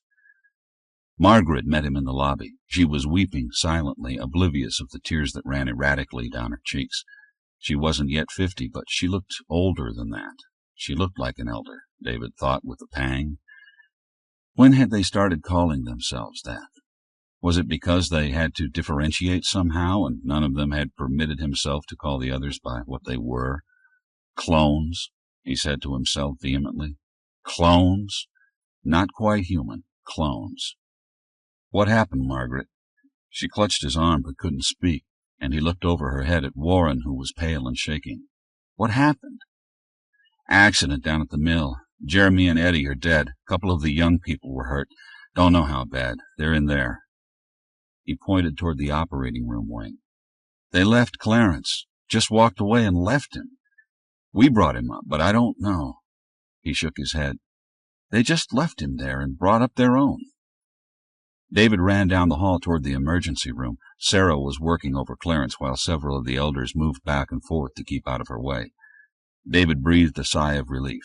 Sarah had worked with Walt for years. She would be the next best thing to a doctor. He flung his coat off and hurried to her.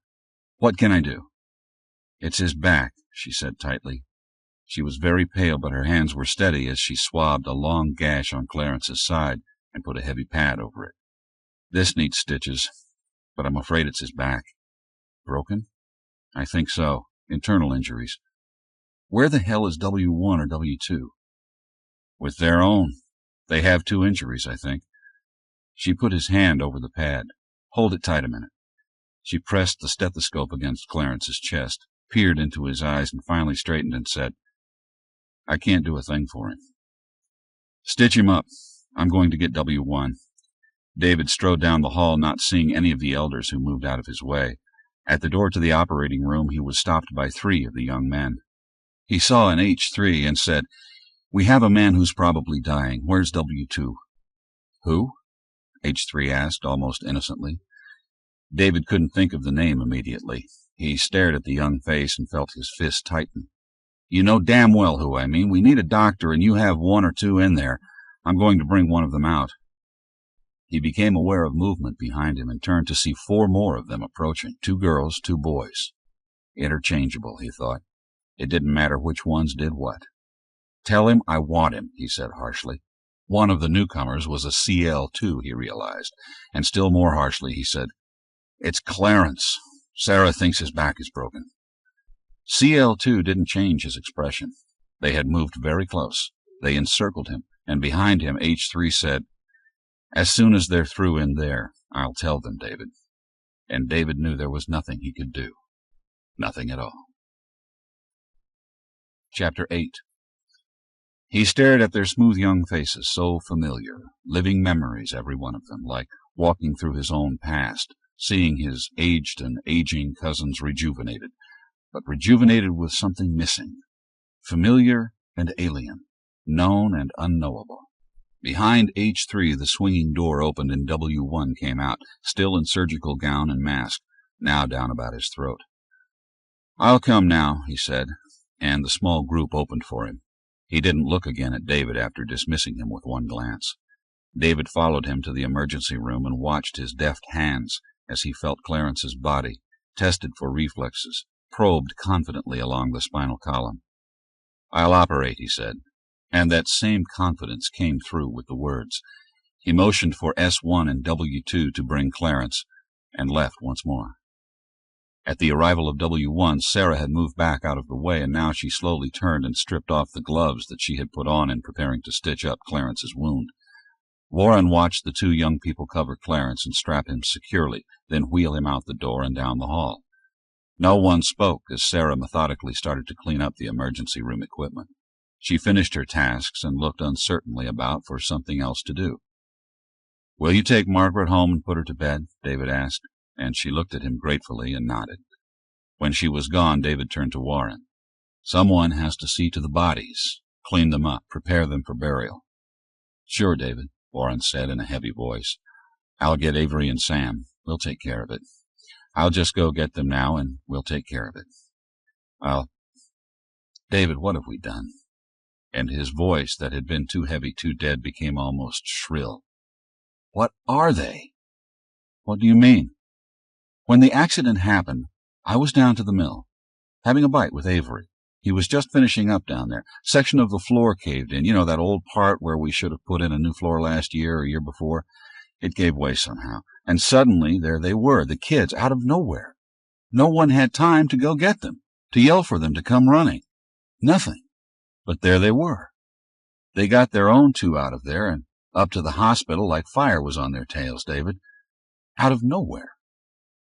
He looked at David with a fearful expression, and when David simply shrugged, he shook his head and left the emergency room, looking down the hall first, a quick, involuntary glance, as if to make sure that they would permit him to leave. Several of the elders were still in the waiting room when David went there. Lucy and Vernon were sitting near the window, staring out at the black night. Since Clarence's wife died, he and Lucy had lived together, not as man and wife, but for companionship, because as children they had been as close as brother and sister, and now each needed someone to cling to. Sometimes sister, sometimes mother, sometimes daughter. Lucy had fussed over him, sewed for him, fetched and carried for him, and now, if he died, what would she do? David went to her and took her cold hand. She was very thin, with dark hair that hadn't started to gray, and deep blue eyes that used to twinkle with merriment a long, long time ago. "Go on home, Lucy. I'll wait, and as soon as there is anything to tell you, I promise I'll come." She continued to stare at him. David turned toward Vernon helplessly. Vernon's brother had been killed in the accident, but there was nothing to say to him, no way to help him. "Let her be," Vernon said. "She has to wait." David sat down, still holding Lucy's hand. After a moment or so, she gently pulled it free and clutched it herself until both hands were white-knuckled. None of the young people came near the waiting room. David wondered where they were waiting to hear about the condition of their own. Or maybe they didn't have to wait anywhere. Maybe they would just know. He pushed the thought aside angrily, not believing it, not able to be rid of it. A long time later, W1 entered and said to no one in particular, "He's resting. He'll sleep until tomorrow afternoon. Go on home now." Lucy stood up. "Let me stay with him, in case he needs something or there's a change." "He won't be left alone," W1 said. He turned toward the door, paused, and glanced back, and said to Vernon, "I'm sorry about your brother." Then he left. Lucy stood undecided until Vernon took her arm. "I'll see you home," he said, and she nodded. David watched them leave together. He turned off the light in the waiting room and walked slowly down the hall, not planning anything, not thinking about going home or anywhere else. He found himself outside the office that W1 used, and he knocked softly. W1 opened the door. He looked tired, David thought, and wasn't sure that his surprise was warranted. Of course, he should be tired. 3 operations. He looked like a young, tired Walt, too keyed up to go to sleep immediately, too fatigued to walk off the tension. "Can I come in?" David asked hesitantly. W1 nodded and moved aside, and David entered. He never had been inside this office. "Clarence will not live," W1 said suddenly, and his voice behind David, because he had not yet moved from the door, was so like Walt's that David felt a thrill of something that might have been fear, or more likely, he told himself, just surprise again. "I did what I could," W1 said. He walked around his desk and sat down. W1 sat quietly, with none of the nervous mannerisms that Walt exhibited, none of the finger-tapping that was as much a part of Walt's conversation as his words, No pulling his ears or rubbing his nose. A Walt with something missing. A dead area. Now, with fatigue drawing his face, W1 sat unmoving, waiting patiently for David to begin, much the same way an adult might wait for a hesitant child to initiate a conversation. "How did your people know about the accident?" David asked. No one else knew. W1 shrugged. A time-consumer question, he seemed to imply. "We just knew." "What are you doing in the lab now?" David asked, and heard a strained note in his voice. Somehow he had been made to feel like an interloper. His question sounded like idle chatter. "Perfecting the methods," W1 said. The usual thing. And something else, David thought, but he didn't press it. "The equipment should be in excellent shape for years," he said, "and the methods, while probably not the best conceivable, are efficient enough. Why tamper now when the experiment seems to be proving itself?" For a moment he thought he saw a flicker of surprise cross W1's face, but it was gone too swiftly, and once more the smooth mask revealed nothing. "Remember when one of your women killed one of us a long time ago, David? Hilda murdered the child of her likeness. We all shared that death, and we realized that each of you is alone. We're not like you, David. I think you know it, but now you must accept it." He stood up. "And we won't go back to what you are." David stood up also, and his legs felt curiously weak. "What exactly do you mean?" "Sexual reproduction isn't the only answer. Just because the higher organisms evolved to it doesn't mean it's the best. Each time a species has died out, there has been another higher one to replace it. Cloning is one of the worst ways for a higher species," David said slowly. "It stifles diversity. You know that." The weakness in his legs seemed to be climbing. His hands began to tremble. He gripped the edge of the desk. "That's assuming diversity is beneficial." "Perhaps it isn't," W1 said. "You pay a high price for individuality." "There is still the decline and extinction," David said. "Have you got around that?" He wanted to end this conversation, to hurry from the sterile office and the smooth, unreadable face with the sharp eyes that seemed to know what he was feeling. "Not yet," W1 said, "but we have the fertile members to fall back on until we do." He moved around the desk and walked toward the door. "I have to check my patients," he said, and held the door open for David. "Before I leave," David said, "will you tell me what is the matter with Walt?" "Don't you know?" W1 shook his head. "I keep forgetting. You don't tell each other things, do you? He has cancer. Inoperable. It metastasized. He's dying, David. I thought you knew that." David walked blankly for an hour or more, and finally found himself in his room, exhausted, unwilling yet to go to bed. He sat at his window until it was dawn, and then he went to Walt's room. When Walt woke up, he reported what W1 had told him. "They'll use the fertile ones only to replenish their supply of clones," he said. "The humans among them will be pariahs. They'll destroy what we worked so hard to create." "Don't let them do it, David. For God's sake, don't let them do it." Walt's color was bad, and he was too weak to sit up. "Vlasik's mad, so he'll be of no help. You have to stop them somehow." Bitterly, he said, "They want to take the easy way out, give up now when we know everything will work." David didn't know whether he was sorry or glad that he had told Walt. No more secrets, he thought. Never again. "I'll stop them somehow," he said. "I don't know how or when, but soon." A 4 brought Walt's breakfast, and David returned to his room. He rested and slept fitfully for a few hours, then showered and went to the cave entrance, where he was stopped by a 2. "I'm sorry, David," he said. "Jonathan says that you need a rest, that you are not to work now." Wordlessly, David turned and left. Jonathan. W1. If they had decided to bar him from the lab, they could do it. He and Walt had planned it that way. The cave was impregnable. He thought of the elders, 44 of them now, and 2 of that number terminally ill. 1 of the remaining elders insane. 41, then. 29 women. 11 able-bodied men. 94 clones. He waited for days for Harry Vlasik to appear, but no one had seen him in weeks, and Vernon thought he was living in the lab. He had all his meals there. David gave that up and found D1 in the dining room and offered his help in the lab. "I'm too bored doing nothing," he said. "I'm used to working 12 hours a day or more."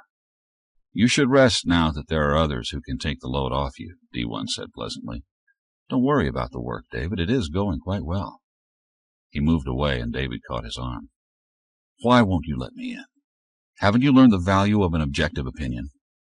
D1 pulled away and, still smiling easily, said, "You want to destroy everything, David. In the name of mankind, of course, but still, we can't let you do that." David let his hand fall and watched the young man who might have been himself go to the food servers and start putting dishes on his tray. "I'm working on a plan," he lied to Walt, as he would again and again in the weeks that followed. Daily Walt grew feebler, and now he was in great pain.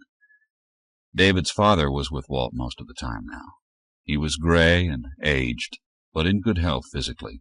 He talked of their boyhood, of the coming hunting season, of the recession he feared might reduce his profits, of his wife, who had been dead for 15 years. He was cheerful and happy, and Walt seemed to want him there. In March, W1 sent for David. He was in his office. "It's about Walt," he said. "We should not let him continue to suffer. He has done nothing to deserve this." "He is trying to last until the girls have their babies," David said. "He wants to know." "But it doesn't matter any longer," W1 said patiently, "and meanwhile he suffers." David stared at him with hatred and knew that he couldn't make that choice. W1 continued to watch him for several more moments, then said, "We will decide." The next morning, Walt was found to have died in his sleep. Chapter 9. It was greening time. The willows were the first to show nebulous traceries of green along the graceful branches. Forsythias and flaming bushes were in bloom, brilliant yellows and scarlets against the gray background. The river was high with spring runoffs up north and heavy March rains, but it was an expected high, not dangerous, not threatening this year. The days had a balminess that had been missing since September. The air was soft and smelled of wet woods and fertile earth. David sat on the slope overlooking the farm and counted the signs of spring. There were calves in the field, and they looked the way spring calves always had looked, thin legs, awkward, slightly stupid. No fields had been worked yet, but the garden was green. Pale lettuce, blue-green kale, green spears of onions, dark green cabbage. The newest wing of the hospital, not yet painted crude compared to the finished brick buildings, was being used already, and he could even see some of the young people at the windows studying. They had the best teachers, themselves, and the best students. They learned amazingly well from one another, better than they had in the early days.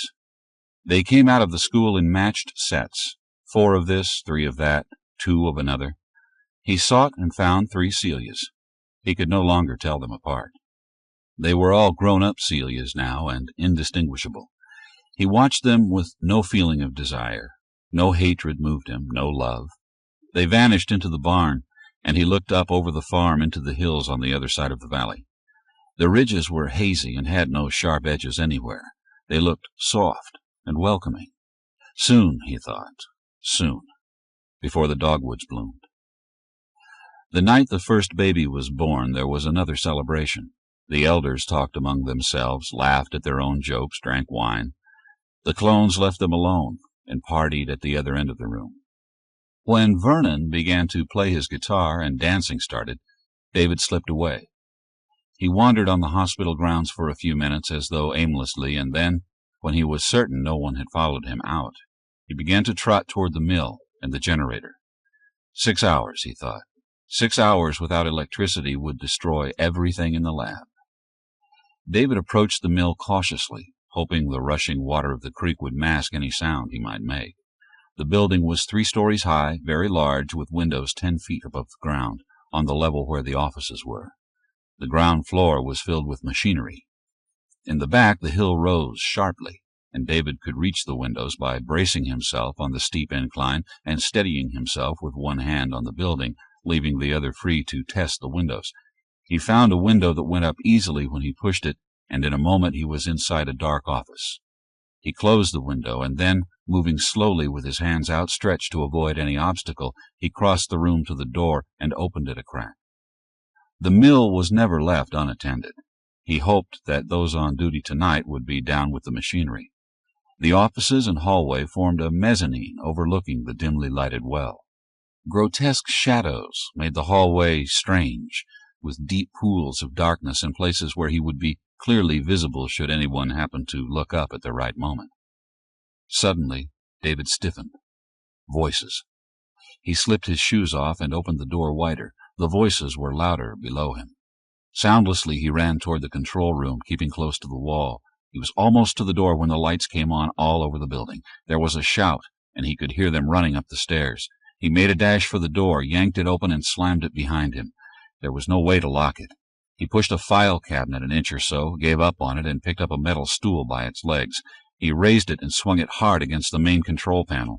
At the same moment he felt a crushing pain against his shoulders, and he stumbled and fell forward as the lights went out. He opened his eyes painfully. For a moment he could see nothing but a glare. Then he made out the features of a young girl. She was reading a book, concentrating on it. Dorothy?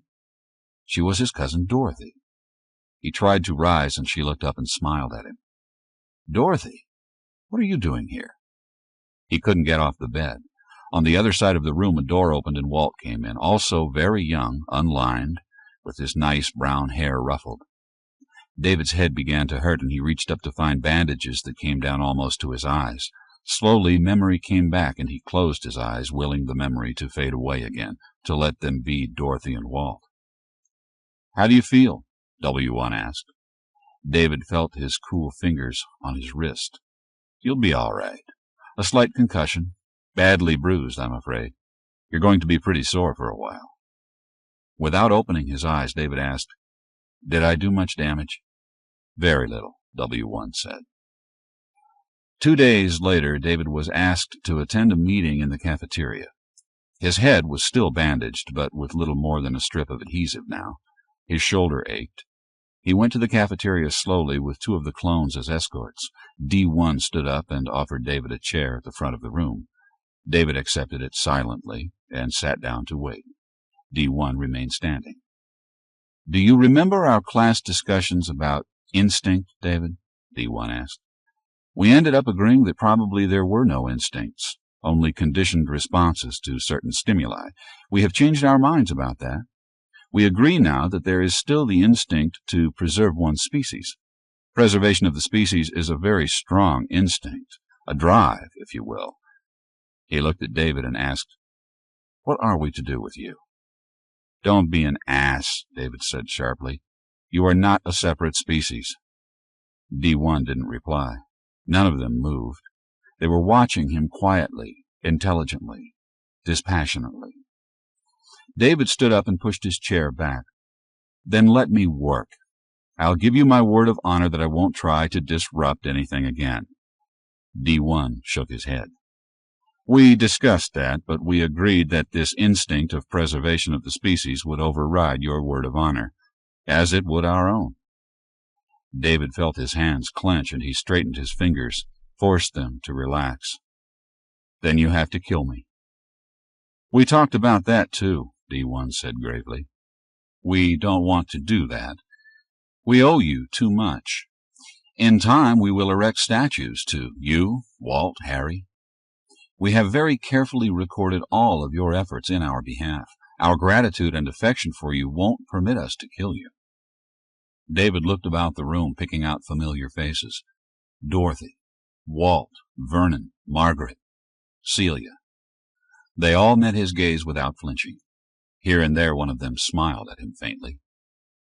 You tell me then, he said finally. You have to go away, D1 said. You will be escorted for 3 days downriver. There is a cart loaded with food, seeds, a few tools. The valley is fertile. The seeds will do well. It is a good time of year for starting a garden. W2 was one of the 3 to accompany him. They didn't speak. The boys took turns pulling the cart of supplies. David didn't offer to pull it. At the end of the 3rd day, on the other side of the river from the Sumner farm, they left him. Before he joined the other 2 boys who left first, W2 said, They wanted me to tell you, David. One of the girls you call Celia has conceived. One of the boys you call David impregnated her. They wanted you to know." Then he turned and followed the others. They quickly vanished among the trees. David slept where they had left him, and in the morning he continued south, leaving the cart behind, taking only enough food for the next few days. He stopped once to look at a maple seedling sheltered among the pines. He touched the soft green leaves gently. On the 6th day he reached the Whiston farm, and alive in his memory was the day he had waited there for Celia. The white oak tree that was his friend was the same, perhaps larger. He couldn't tell. He could not see the sky through its branches covered with new, vivid green leaves. He made a lean-to and slept under the tree that night, and the next morning he solemnly told it good-bye and began to climb the slopes overlooking the farm. The house was still there, but the barn was gone, and the other outbuildings, swept away by the flood they had started so long ago. He reached the antique forest, where he watched a flying insect beat its wings almost lazily, and remembered his grandfather telling him that even the insects here were primitive, slower than their more advanced cousins, less adaptable to hot weather or dry spells. It was misty and very cool under the trees. The insect had settled on a leaf, and in the golden sunlight it too seemed golden. For a brief moment David thought he heard a bird's trill, a thrush. It was gone too fast to be certain, and he shook his head. Wishful thinking, no more than wishful thinking. In the antique forest, a cove forest, the trees waited, keeping their genes intact, ready to move down the slopes when the conditions were right for them again. David stretched out on the ground under the great trees and slept, and in the cool, misty milieu of his dreams saurians walked, and a bird sang. Part 2. Shenandoah. Chapter 10. A July haze hung over the valley, dimming outlines. Heat shimmered the air above the fields. It was a day without hard edges. The breeze that moved through the valley was soft and warm. The corn was luxuriant, higher than a man's head. The wheat was golden brown, responsive to any change in the wind. The entire field moved at once, as if it were a single organism rippling a muscle, relieving tension perhaps. Beyond the corn the land broke and tumbled down to meet the river, which looked smooth and unmoving. The river was crystal clear, but from the second floor of the hospital, by a trick of the haze-filtered light, the water became rust-colored and solid, metal dulled by neglect. Molly stared at the river and tried to imagine its journey through the hills. She let her gaze drift back toward the dock and the boat there, but trees concealed it from the upper floor of the hospital. There was a film of sweat on her face and neck. She lifted her hair from the back of her neck, where some of it clung, plastered to her skin. "Nervous?" Miriam slipped her arm about Molly's waist. Molly rested her head against Miriam's cheek for a second, then straightened again. "I might be." "I am," Miriam said. "Me too," Martha said, and she moved to the window also and put her arm through Molly's. "I wish they hadn't chosen us." Molly nodded. "But it won't be for so long." Martha's body was hot against her, and she turned from the window. The apartment had been made from 3 adjoining hospital rooms with the partitions removed. It was long and narrow, with 6 windows, and not one of them was admitting any breeze that late afternoon. 6 cots lined the walls. They were narrow, white, austere. "Let me do your hair now," Melissa called from the far end of the room. She had been combing and braiding her own hair for the past half hour, and she turned with a flourish. Dressed in a short white tunic with a red sash, cornstraw sandals on her feet, she looked cool and lovely. Her hair was high on her head.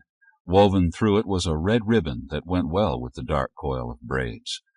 The Miriam sisters were inventive and artistic, the style-setters, and this was Melissa's newest creation, which would be copied by the other sisters before the end of the week.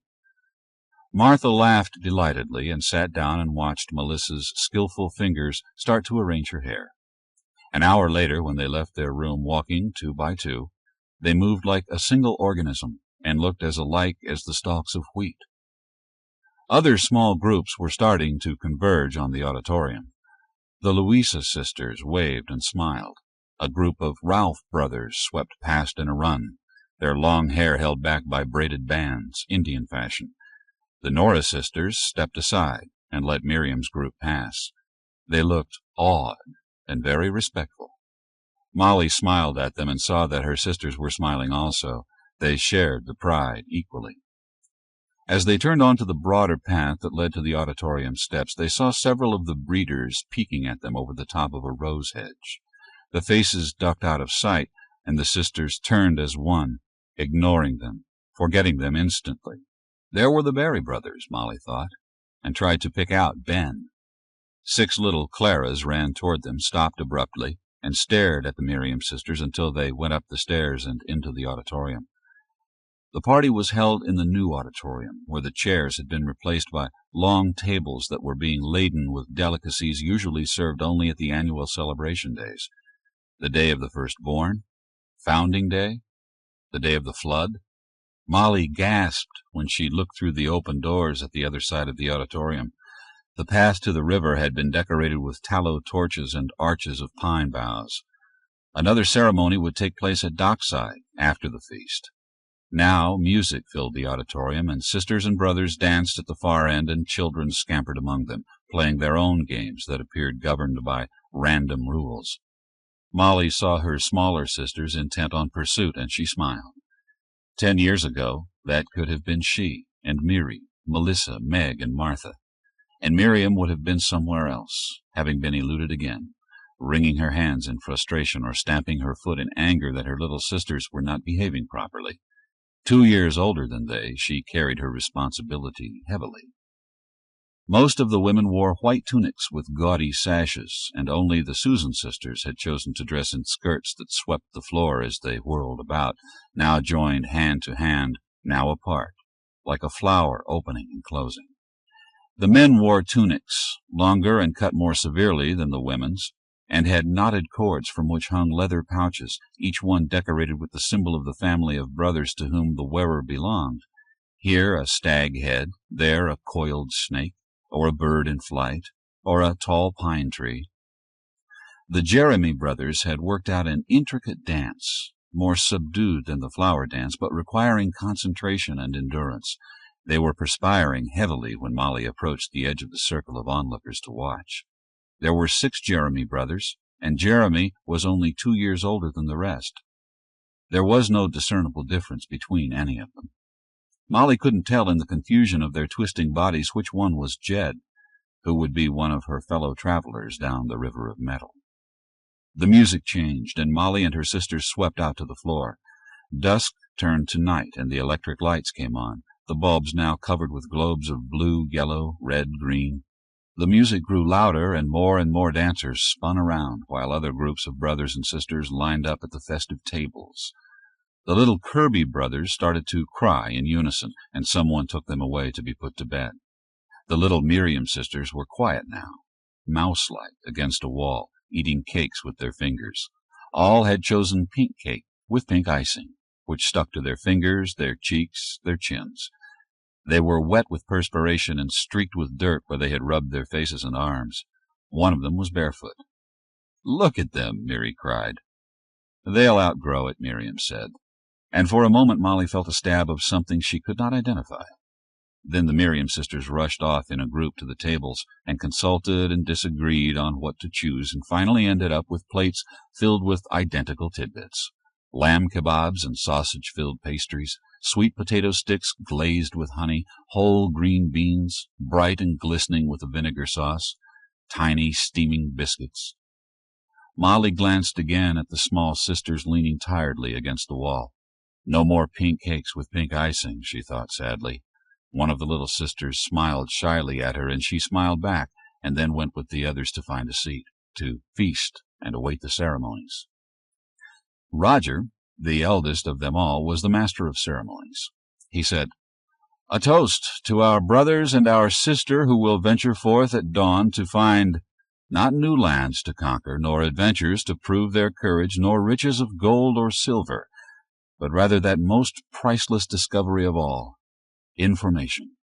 Information we all need, information that will make it possible for us to erupt into 1,000 blooms, 1,000,000. Tomorrow they leave as our brothers and our sister, and in 1 month they will return our teachers.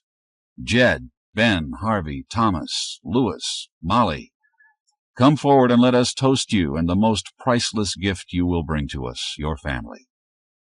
Molly felt her cheeks burn with pleasure as she made her way through the crowd, now standing and applauding wildly. At the front of the room she joined the others on stage and waited for the cheering and applause to die, and she saw her little sisters standing on chairs, clapping with abandon, their faces red, smeary.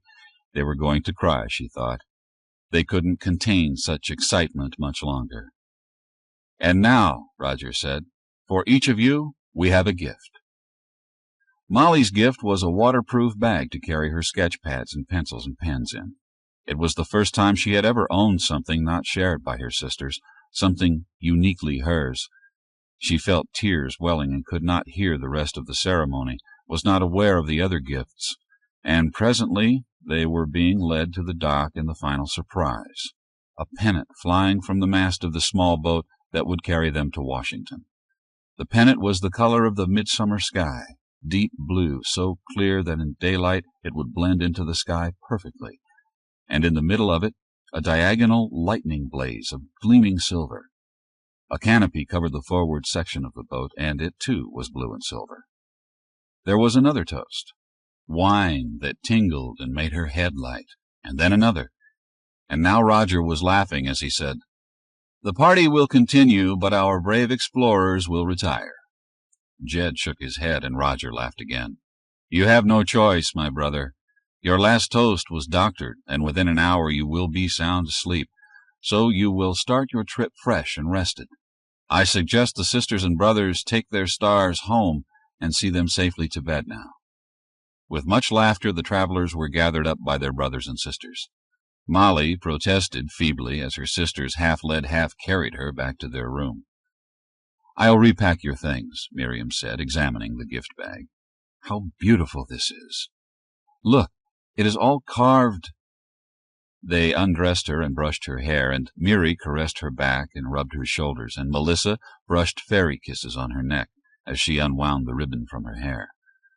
Molly felt a pleasant inertia envelop her, and she could only smile and sigh as her sisters prepared her for bed, and then 2 of them unrolled the floor mat and waited there as the others guided her to it, all of them laughing at her unsteady walk, the way she almost buckled at the knees, and her attempts to keep her eyes open.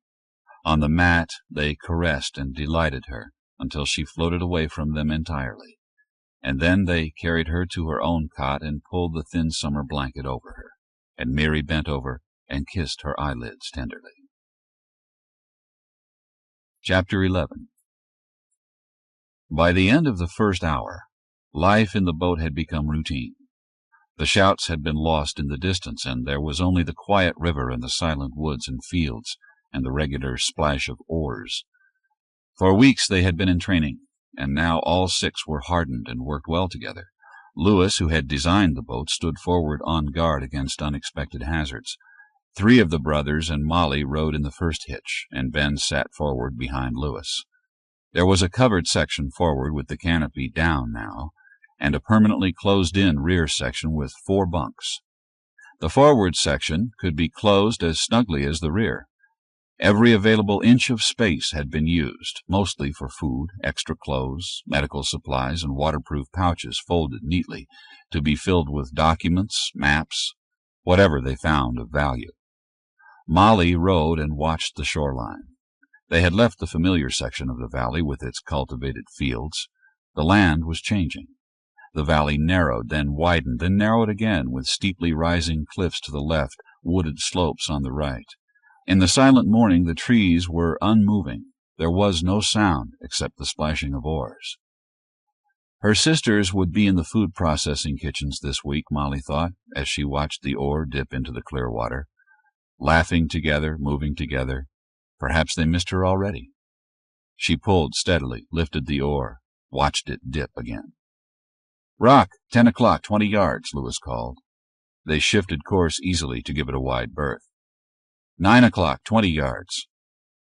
Thomas, in front of Molly, was wide-shouldered, his hair the color of straw, and as straight as straw. A slight breeze lifted it and let it fall over and over. His muscles moved fluidly, and perspiration glazed him.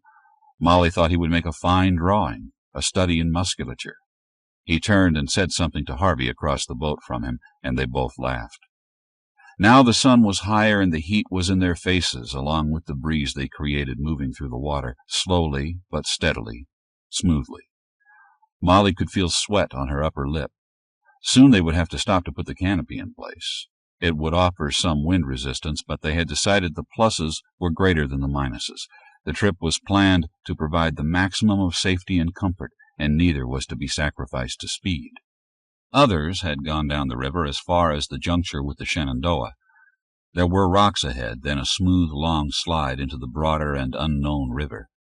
And that afternoon Molly would relinquish her place at the oars and start her real mission, a pictorial diary of the trip, including whatever changes in the maps were necessary. They tried to use the sail, but the wind in the valley was capricious, and they decided to wait until later, perhaps on the Potomac, and try it there. They stopped and set up the canopy and rested, then returned to the oars, and now Molly sat alone, her sketch pad and the river maps on the seat beside her. Her hands felt stiff, and she was content to sit quietly. Finally, she started to sketch. They came to the first rapids later that afternoon and navigated them without difficulty. They joined the Shenandoah and turned north, and when they rested they were all subdued, and even Jed had nothing to laugh about, no jokes to make. They slept in the boat, riding gently on the water. Molly thought of her sisters, now in their narrow white beds, the mat rolled up and put away. She fought down tears of loneliness. A high breeze stirred the treetops, and she imagined they were whispering. She longed to reach out and touch one of the brothers. It mattered little which one of them. She sighed and heard someone whisper her name. It was Jed. He slipped into her narrow bunk, and with their arms wrapped tightly about each other, they fell asleep. On the second night they all paired off and comforted one another before they were able to sleep.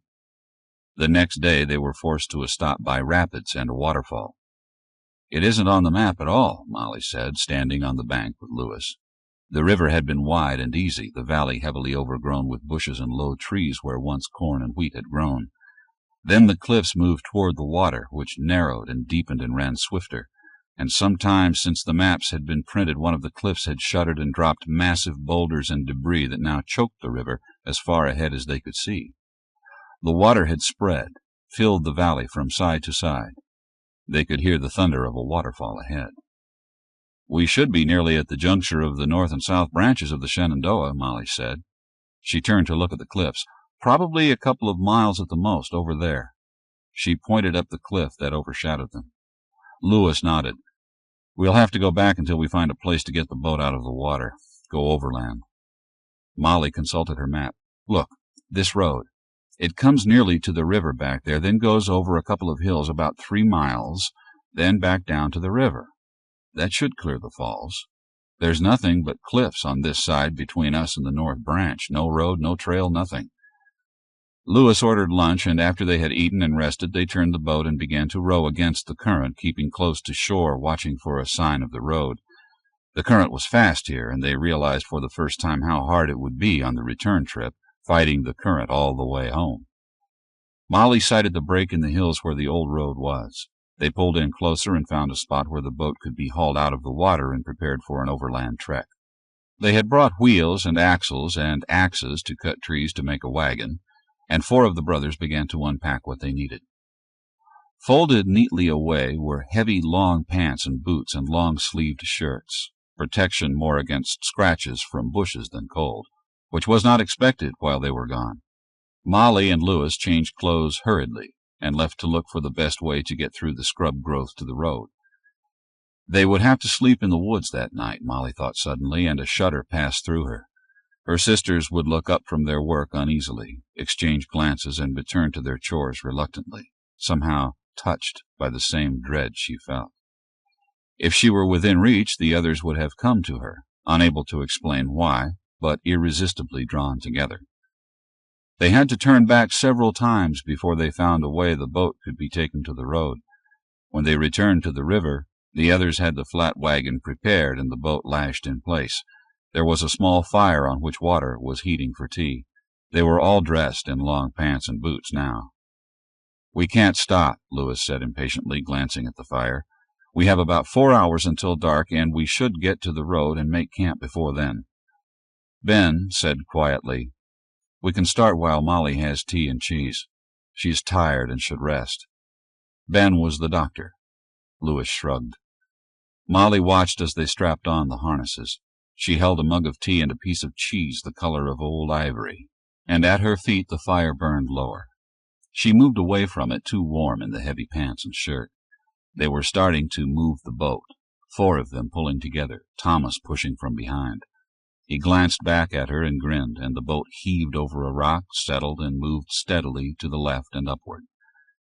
Molly took her tea and cheese to the edge of the river, pulled off her boots, and sat with her feet in the tepid water. Each of them had a reason for being on this trip, she knew, and felt not at all superfluous. The Miriam sisters were the only ones who could remember and reproduce exactly what they saw. From earliest childhood they had been trained to develop this gift. It was regrettable that the Miriam sisters were slightly built. She had been chosen for this one skill alone, not for strength and other abilities, as the brothers had been, but that she was as necessary as any of the others was not doubted by anyone. The water felt cooler to her feet now, and she began to strip off her clothing. She waded out and swam, letting the water flow through her hair, cleanse her skin, soothe her. When she finished, the fire was almost out, and using her mug she doused it thoroughly, dressed again, and then began to follow the trail left by the brothers in the heavy boat. Suddenly, and without any warning, she felt she was being watched. She stopped, listening, trying to see into the woods, but there was no sound in the forest except the high, soft rustling of leaves. She whirled about. Nothing. She drew in her breath sharply and started to walk again. It was not fear, she told herself firmly, and hurried. There wasn't anything to be afraid of. No animals, nothing. Only burrowing insects had survived. Ants, termites. She tried to keep her mind on ants. They were the pollinators now. And she found herself looking upward again and again at the swaying trees. The heat was oppressive, and it seemed the trees were closing in, always closing in, yet never getting any closer. It was being alone for the first time in her life, she told herself. Really alone, out of reach, out of touch. It was loneliness that made her hurry through the undergrowth, now crushed down, hacked out of the way, and she thought, this was why men went mad in the centuries gone by. They went mad from loneliness, from never knowing the comfort of brothers and sisters who were as one, with the same thoughts, the same longings, desires, joys. She was running, her breath coming in gasps, and she forced herself to stop and breathe deeply a few minutes. She stood leaning against a tree and waited until her pulse was quieter. Then she began to walk again, briskly, not letting herself run. But not until she saw the brothers ahead did the fear subside. That night they made camp in the middle of the rotten roadway deep in the forest. The trees closed over them, blotting out the sky, and their small fire seemed feeble and pale in the immensity of the darkness that pressed in from all sides and above. Molly lay rigidly still, listening for something, anything, for a sound that said they were not alone in the world, that she wasn't alone in the world. But there was no sound. The next afternoon Molly sketched the brothers. She was sitting alone, enjoying the sun and the water, which had become smooth and deep. She thought of the brothers, how different they were one from another, and her fingers began to draw them in a way she never had drawn before, never had seen before. She liked the way Thomas looked. His muscles were long and smooth, his cheekbones high and prominent, neatly dividing his face. She drew his face, using only straight lines that suggested the planes of his cheeks, the narrow, sharp nose, the pointed chin. He looked young, younger than the Miriam sisters, although they were 19 and he was 21. She closed her eyes and visualized Lewis, very big, over 6 feet, very broad. She drew a rock-like form, a long head and a face that seemed to flow, rounded, fleshy, with no bony framework except for his large nose. The nose didn't satisfy her. She closed her eyes and after a moment rubbed out the nose she had drawn and put one back that was slightly off-center, a bit crooked. Everything was too exaggerated, she knew, but somehow in overdoing it she had caught him. Harvey was tall and rather thin, and great long feet, she thought, smiling at the figure emerging on her pad. Big hands, round eyes like rings. You just knew, she thought, he would be awkward, stumble over things, knock things down. Jed was easy, rotund, every line a curve. Small, almost delicate hands, small bones, small features centered in his face, all too close together. Ben was the hardest, well proportioned. Except for his head, which was larger than the others, he was not so beautifully muscled as Thomas, and his face was merely a face, nothing outstanding about it. She drew his eyebrows heavier than they should have been and made him squint the way he did when he listened closely. She narrowed her eyes, studying it. It wasn't right. Too hard, too firm, too much character, she thought. In 10 years he might look more like the sketch than he did now. "Rocks, 12 o'clock, 30 yards, Lewis called. Guiltily, Molly flipped the sketch pad to a clean page and began to draw the river and its hazards. Chapter 12. Ben was bringing his medical notes up to date. Lewis was finishing his daily log. Thomas sat in the rear of the boat and stared back the way they had come. Ben had been watching him closely for the past 3 days, uncertain what to expect, not liking the change in attitude that Thomas wasn't even trying to hide any longer. He wrote, "Separation from our brothers and sisters has been harder on all of us than we expected. Suggest future parties send pairs of likes whenever possible." If Thomas became ill, he thought, then what? Even back in the hospital, they had no provisions for caring for the mentally ill. Insanity was a community threat, a threat to the brothers and sisters who suffered as much as the affected one. Early on, the family had decided that no community threat could be allowed to survive. If any brother or sister became mentally ill, his or her presence was not to be tolerated. And that, Ben told himself sharply, was the law. Their small group could not afford to lose a pair of hands, though, and that was the reality. And when reality and law clashed, then what? After a glance at Molly, Ben added another note.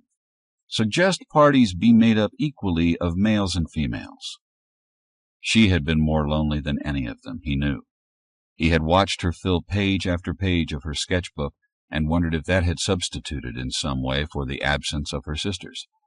Perhaps when Thomas was confronted with his real work, he would no longer stare for long periods and start when anyone touched him or called his name. "We'll have to change our food rationing schedule," Lewis said. "We counted on 5 days only for this leg of the trip, and it's been 8. You want to do the food count, Ben?" Ben nodded. "Tomorrow, when we tie up, I'll make an inventory. We might have to cut down." They shouldn't, he knew.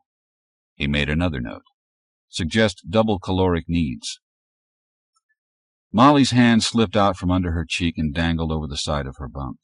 Ben had intended to lie with her that night, but it didn't matter. They were all too tired even for the comfort of sex. Ben sighed and put his notebook down. The last light was fading from the sky. There was only the soft slap of wavelets against the side of the boat and the sound of deep breathing from the rear section. There was a touch of chill in the air. Ben waited until Thomas was asleep. Then he lay down. Molly dreamed of turning over in the boat, of being unable to get out from under it, of searching for a place to surface where the boat would not cut her off from the air above. The water was pale gold. It was turning her skin golden, and she knew that if she let herself remain still for even one moment, she would become a golden statue on the bottom of the river forever. She swam harder, desperate to breathe, aching, flailing, yielding to terror. Then hands reached for her own hands, as white as snow, and she tried to grasp them. The hands, dozens of them now, closed on nothing, opened, closed. They missed her again and again, and finally she screamed, "Here I am!" and the water rushed to fill her. She started to sink, frozen, only her mind churning with fear, forming over and over the scream of protest Her lips were unable to utter. "Molly, hush. It's all right." A quiet voice in her ear penetrated finally, and she jerked awake from the dream. "It's all right, Molly, you're all right." It was very dark. "Ben?" Molly whispered. "Yes, you were dreaming." She shuddered and moved over so he could lie beside her. She was shivering. The night air had become very cool since they had turned into the Potomac. Ben was warm, his arm tight about her, and his other hand warm and gentle as he caressed her cold body. They made no sound to awaken the others as their bodies united in the sexual embrace, and afterward Molly slept again, hard and tight against him. All the next day the signs of great devastation grew. Houses had burned. Others had been toppled by storms. The suburbs were being overgrown with shrubs and trees. Debris made the trip harder. Sunken boats and collapsed bridges turned the river into a maze where their progress was measured in feet and inches. Again they had found it impossible to use the sail. Lewis and Molly were together in the prow of the boat, alert for submerged dangers, sometimes calling out in unison, sometimes singly, warning against hazards, neither of them silent for more than a minute or two at a time. Suddenly Molly pointed and cried, "Fish! There are fish!" They stared at the school of fish in wonder, and the boat drifted until Lewis shouted, "Obstacle, 11 o'clock, 10 yards." They pulled the oars hard, and the school of fish vanished, but the gloom had lifted. While they rowed, they talked of ways of netting fish for dinner, of drying fish for the return trip, of the excitement in the valley when they learned that fish had survived after all. None of the ruins they had seen from the river prepared them for the scene of desolation they came upon on the outskirts of Washington. Molly had seen photographs in books of bombed-out cities, Dresden, Hiroshima, and the destruction here seemed every bit as total. The streets were buried under rubble. Here and there vines covered the heaps of concrete, and trees had taken root high above the ground, binding the piles of bricks and blocks and marble together. They stayed on the river until it became impassable, and this time the rapids were created by man-made obstacles, old rusting automobiles, a demolished bridge, a graveyard of buses. "It was worthless," Thomas muttered. "All of this. Worthless." "Maybe not," Lewis said. "There have to be vaults, basements, fireproof storage rooms. Maybe not." "Worthless," Thomas said again. "Let's tie up and try to figure out just where we are," Ben said. It was nearly dusk. They couldn't do anything until morning. "I'll start dinner. Molly, can you make out anything from the maps?" She shook her head, her eyes fixed, staring at the nightmare scene before them. Who had done this? Why? It was as if the people had converged here to destroy this place that had failed them in the end so completely. "Molly," Ben's voice sharpened, "there are still a few landmarks, aren't there?" She stirred and abruptly turned away from the city. Ben looked at Thomas, and from him to Harvey, who was studying the river ahead. "They did it on purpose," Harvey said. "In the end, they must have all been mad, obsessed with the idea of destruction." Lewis said, "If we can locate ourselves, we'll find the vaults. All this," he waved his hand, "was done by savages. It's all surface damage. The vaults will be intact." Molly was turning slowly, examining the landscape in a panoramic survey. She said, "There should be 2 more bridges, and that will put us at the foot of Capitol Hill, I think. Another 2 or 3 miles. "Good," Ben said quietly. "Good. Maybe it isn't this bad in the center. Thomas, give me a hand, will you?" Throughout the night the boat moved this way and that as different people, tired but unable to sleep, crept about restlessly, seeking solace from one another. Before dawn they were all up. They ate quickly, and by the first light were on their way over the rubble toward the center of Washington. It appeared the destruction of the inner city was in fact less than on the fringes. Then they realized that here the buildings had been spaced farther apart. Open land gave the illusion of less complete ruin. Also, it was obvious that someone had tried to clear away some of the debris. "Let's split into pairs here," Lewis said, taking command once more. "Meet back here at noon. Molly and Jet over there, Ben and Thomas that way. Harvey and I will start over there." He pointed as he spoke, and the others nodded. Molly had identified the locations for them. The Senate office building was up there, the post office building, the General Services building. We were naive, Thomas said suddenly as he and Ben approached the ruined post office building. We thought there would be a few buildings standing with open doors. All we had to do was walk in, pull out a drawer or two, and get everything we wanted. Be heroes when we got home. Stupid, wasn't it? We've already found out a lot, Ben said quietly. What we've learned is that this isn't the way, Thomas said sharply. We aren't going to accomplish anything. They circled the building. The front of it was blocked. Around the side, one wall was down almost completely. The insides were charred and gutted. The fourth building they tried to enter had burned also, but only parts of it had been destroyed. Here they found offices, desks, files. Small business records, Thomas said suddenly, whirling away from the files to look at Ben excitedly. Ben shook his head. So? We came through a room with telephone directories. Where was it? Again Ben looked mystified, and Thomas laughed. Telephone directories? They list warehouses, factories, storage depots. They found the room where several directories lay in a pile on the floor, and Thomas began to examine one intently. Ben picked up another of the books and started to open it. Careful, Thomas said sharply. That paper's brittle. Let's get out of here. Will that help? Ben asked, pointing to the directory Thomas carried. Yes, but we need the central office of the telephone company. Maybe Molly can find it. That afternoon, the next day, and the next, the search for useful information continued. Molly updated her Washington map, locating the buildings that contained anything of use, noting the dangerous buildings, the flooded sections. Many of the basements were filled with evil-smelling water. She drew many of the skeletons they kept stumbling over. She sketched them as dispassionately as she did the buildings and streets. On the fourth day they found the central telephone offices, and Thomas stationed himself in one of the rooms and began to go through the directories of the eastern cities, carefully lifting out pages they could use. Ben stopped worrying about him. On the fifth and sixth days it rained, a steady gray rain that flooded the low-lying areas and brought water above the basement level in some of the buildings. If the rain kept up very long, the whole city would flood, as it evidently had done over and over in the past.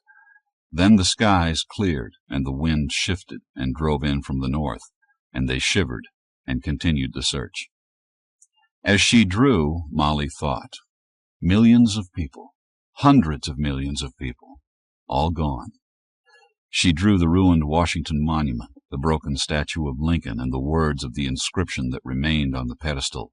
One nation, She drew the skeletal frame of the Supreme Court building. They didn't move camp to the city, but slept aboard the boat every night. They were amassing too much material to take back with them. Every evening when they left the city, they took back loads of records, books, maps, charts, and after the evening meal, each of them went over his own stack of material and tried to sort it. They made extensive notes about the condition of the buildings they explored, the contents, the usefulness of the material in them. The next expedition would be able to go straight to work. There were the skeletons, some of them on top of the rubble, some half buried, others in the buildings. How easily they could ignore them, Ben mused. Another species, extinct now. A pity. Pass on. On the ninth evening they made the final choices of what to pack in the boat. They found an intact room in a partially destroyed building and stored the surplus material there for the next group. On the 10th day they started for home, this time rowing against the current, with a fresh breeze blowing from the northeast, puffing the large single sail they had not been able to use until now. Lewis attached the tiller, and the wind drove them up the river. Fly, fly. Molly silently urged the boat. She stood in the prow and sang out the hazard, some of them almost before they came into sight. There was a tree stump there, she remembered, and again a train engine, a sandbar. In the afternoon the wind shifted and blew in from due north, and they had to take down the sail or risk being driven onto shore. Gradually the excitement they had all felt earlier gave way to dogged determination, and finally to mindless patience, and when they stopped for the night, they all knew they had traveled little more than half the distance they had traveled on this leg of their journey toward the city. That night, Molly dreamed of dancing figures. Joyously she ran toward them, arms outstretched, her feet not touching the ground at all as she raced to join them. Then the air thickened and shimmered, and the figures were distorted, and when one of them looked at her, the outline of her face was all wrong, her features wrong, one eye too high, her mouth bent out of shape. Molly stopped, staring at the grotesque face. She was drawn toward it relentlessly through the thick air that changed everything. She struggled and tried to hang back, but her feet moved, her body followed, and she could feel the resisting air close about her suffocatingly. The caricature of her own face grimaced, and the figure raised snake-like arms toward her. Molly came wide awake suddenly, and for several moments didn't know where she was. Someone was shouting. It was Thomas, she realized, and Ben and Lewis were struggling with him, getting him out of his bunk toward the bow of the boat, the canopied section. Harvey moved to the rear, and gradually quiet returned, but it was a long time before Molly could go back to sleep. By the third day, the return trip had turned into a nightmare. The wind became gusty, more dangerous than helpful, and they no longer tried to use the sail. The current was swifter, the water muddy. It must have rained much more inland than it had in Washington. Also, the air had a chill that persisted until midday, when the sun became too hot for the warm clothing they had put on earlier. By sundown, it was too cool for the lighter garments they had changed into at the lunch break. They were always too hot or too cold. Ben and Lewis withdrew from the others and watched the sunset from a rise over the river. "They're hungry. That's part of the trouble," Ben said. Lewis nodded. "Also, Molly has started her menstrual period, and she won't let anyone near her. She nearly bit poor Harvey's head off last night." "I'm not worried about Harvey," Lewis said. "I know. I don't know if Thomas is going to make it or not. I tranquilized him at dinner. I don't know from one day to the next what to expect from him." "We can't carry a dead weight home with us," Lewis said grimly. "Even with strict rationing, food's going to be a problem. If he's tranquilized, he'll still need to eat. Someone else will have to row for him." "We'll take him back with us," Ben said. And suddenly he was in command. "We'll need to study him, even if he goes home in restraints." For a moment they were both silent. "It's the separation, isn't it?" Lewis looked south toward home. "No one predicted anything like this. We're not like them. We have to scrap the past, the history books, everything. No one predicted this," he said again quietly. "If we get back, we have to make them understand what happens to us away from our own kind." "We'll get back," Ben said, "and that's why I need Thomas." Who could have foreseen this? Now that we're aware of how different we are from them, we'll be looking harder. I wonder where else differences will show up when we're not expecting them to. Lewis stood up. "Coming back?" "In a minute." He watched Lewis slip down the embankment and board the boat. Then he looked at the sky once more. Men had gone out there, he thought in wonder, and he couldn't think why.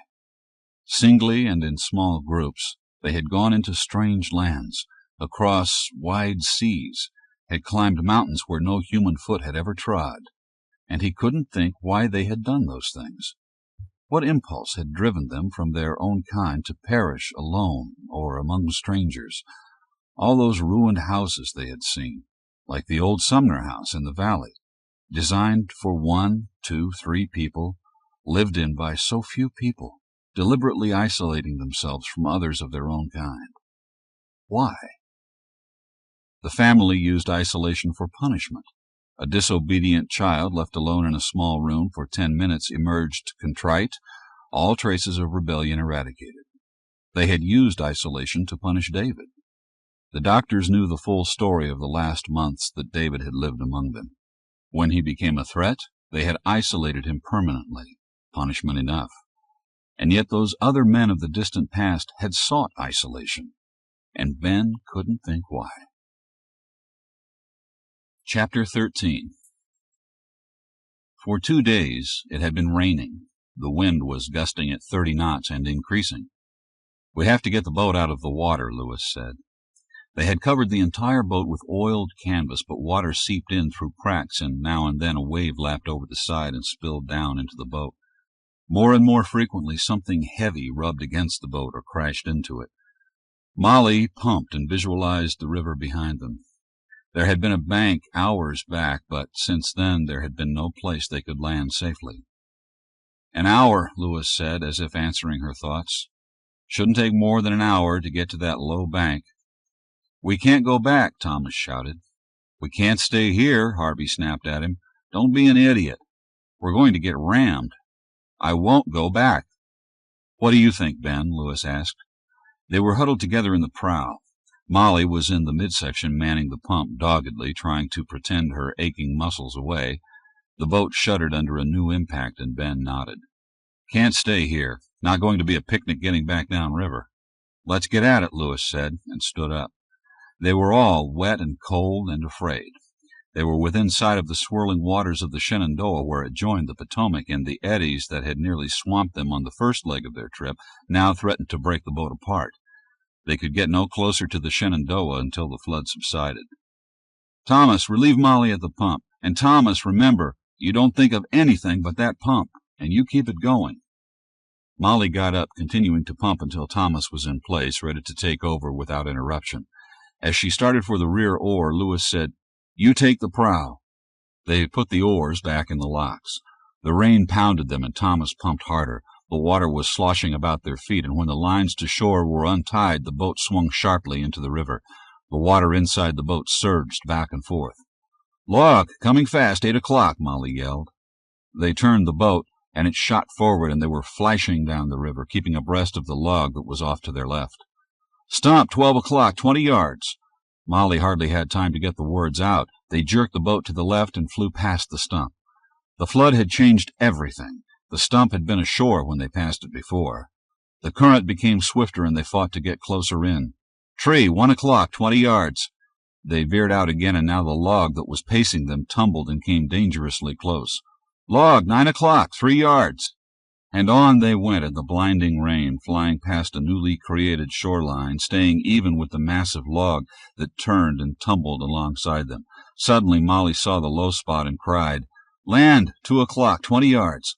They drove in sharply to shore. The boat dragged on something hidden in the muddy water, and the front half swung out toward the river. It rocked violently, and water sloshed in over the side. Lewis and Ben quickly jumped out, and with the brown water swirling about their chests, waded toward shore, dragging the boat in after them. The boat grated over mud and stones, and now the others jumped into the water and dragged the boat higher until it was beached, tilted but for the moment safe. Molly lay in the mud, panting, until Lewis said, "We've got to get it higher. The river's rising fast." It rained throughout the night, and they had to move the boat a second time. Then the rain stopped and the sun shone, and that night there was a frost. Ben cut the rations again. The storm had cost them 5 more days, and the river was swifter when they returned to it, their progress slower than ever. Thomas was in the worst shape, Ben thought. He was withdrawn, sunken in depression, from which no one could rouse him. Jed was next hardest hit. In time, no doubt, his symptoms would match Thomas's. Harvey was irritable. He had turned sullen and suspicious of everyone. He suspected that Ben and Lewis were stealing his food, and he watched them intently at mealtime. Molly was haggard, and she looked haunted. Her eyes kept turning toward the south and home, and she seemed to be listening, always listening. Lewis was intent on maintaining the boat, but when he stopped working, that same look was on his big face, listening, watching, waiting. Ben couldn't assess the changes in himself. He knew they were there. Often he would look up suddenly, certain someone had spoken his name softly, only to find no one nearby, no one paying any attention to him. Sometimes he had the feeling that there was a danger he couldn't see, something hanging over him that made him look to the sky, search the trees, but there was never anything to see. He wondered suddenly when all sexual activity had stopped. In Washington, or immediately after they left. He had decided it wasn't working for him. It was too hard to pretend the other men were his brothers. Finally, it had been too unsatisfactory, too frustrating. Somehow it had been better with Molly, if only because no pretense had been necessary. But even that had failed. 2 people trying to become one, neither quite knowing what the other needed or wanted. Or maybe it was hunger that killed the sexual appetite. He wrote in his notebooks. Molly, watching him, felt as if a thick, clear wall separated her from every living thing on earth. Nothing could get through the wall. Nothing could touch her in any way. And where the feeling had aroused terror, never fully dormant any longer, now it simply bemused her to think of it. Every day they got closer to home, and curiously it seemed less from their own efforts than from an irresistible pull. They were powerless not to return home. The pull was steady, dragging them back just as they had dragged the boat up the bank to save it from the flood. Their every act was instinctive, and the terror? She didn't know its source, only that waves of terror coursed through her unexpectedly, and when they did she felt weak and cold. She could feel her facial muscles tighten during those times, and she was aware of the way her heart leaped, then paused, then raced. And often when she had been at the oars for a long time, something else happened, and she felt a release. At those times, strange visions came to her, strange thoughts that seemed untranslatable into words. She looked about in wonder, and the world she saw was unfamiliar, the words she would have used to describe it useless, and only color would do, color and line and light. The terror was stilled, and a gentle peace filled her. Gradually the peace would give way to fatigue and hunger and fear, and then she could mock herself in the visions, and even while mocking, yearn for it all to happen again.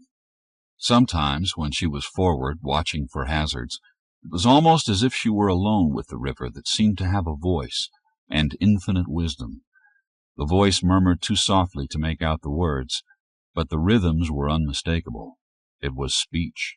One day she wept because she could not understand what it was saying to her. Ben's hand on her shoulder roused her, and she stared at him blankly. "Did you hear it too?" she asked, keeping her voice as soft as the river's. "What?" He sounded too brusque, too harsh, and she pulled away. "What do you mean?" "Nothing, nothing. I'm just tired." "Molly, I heard nothing. And you heard nothing." "We're pulling in to rest, stretch our legs. You get some tea." "All right," she said, and started around him, but then she paused. "What was it we heard, Ben? It isn't the river, is it?" "I told you I heard nothing."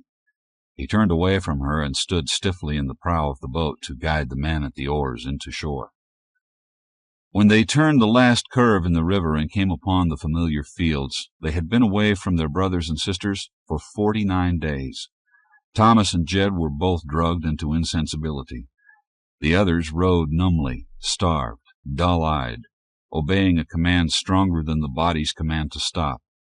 When small boats approached and hands took the lines and towed them to the dock, they continued to stare ahead, not believing yet, still in a recurring dream where this had happened repeatedly. Molly was pulled to her feet and led ashore. She stared at her sisters, who were strangers to her. And this, too, was a recurring dream, a nightmare. She swayed and was grateful for the blackness that descended on her. The sunshine was soft in the room when Molly opened her eyes. It was very early morning, and the air was cool and fresh. There were flowers everywhere, asters and chrysanthemums, purples, yellows, creamy whites. There were dahlias the size of dinner plates, shocking pink, scarlet. The bed was absolutely still, no water lapping about it, no rocking motions, no odors of sweat and moldy clothing. She felt clean and warm and dry. "I thought I heard you," someone said. Molly looked at the other side of the bed. Mary, or Meg, or she couldn't tell which one. "Martha has gone for your breakfast," the girl said. Miriam joined them and sat on the edge of Molly's bed. "How are you now?" "I'm all right. I'll get up." "No, of course you won't get up. Breakfast first, then a rub-down and a manicure, and anything else we can think of that will make you more comfortable. And then if you don't fall asleep again, and if you still want to get up, then you may." Miriam laughed gently at her as Molly started to rise and sank back down again. "You've been sleeping for 2 days," said Mary, or Meg, or whoever it was. "Barry's been here 4 times to check on you. He said you need to sleep all you can and eat all you can."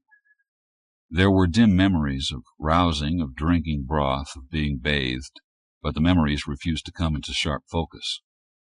"Are the others all right?" she asked. "They're all fine," Miriam said soothingly. "Thomas?" "He's in the hospital, but he'll be fine too."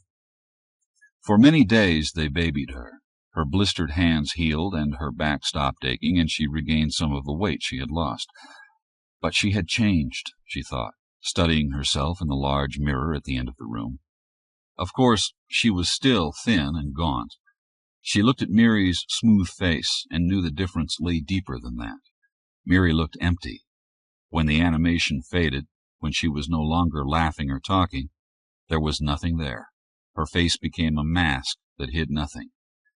"We'll never let you out of sight again," Martha whispered, coming up behind her. The others echoed it vehemently. "I thought of you every day, almost every minute," Mary said. "And we all thought of you together each evening after dinner. We just sat here in a circle on the mat and thought of you," Melissa said. "Especially when it got so long," Mary said in a whisper. "We were so afraid. We kept calling you, silently, but all of us together, calling you home over and over." "I heard you," Molly said. Her voice sounded almost harsh. She saw Miriam shake her head at the sisters, and they fell silent.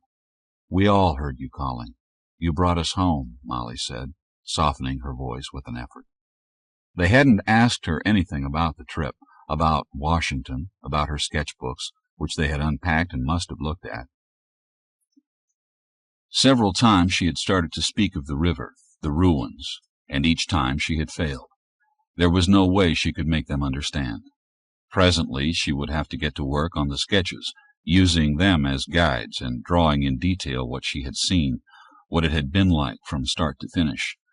But she didn't want to speak of it. Instead, they talked of the valley and what had happened in the 7 weeks of Molly's absence. Nothing, she thought. Nothing at all. Everything was exactly as it always had been. The sisters had been excused from work in order to speed Molly's recovery.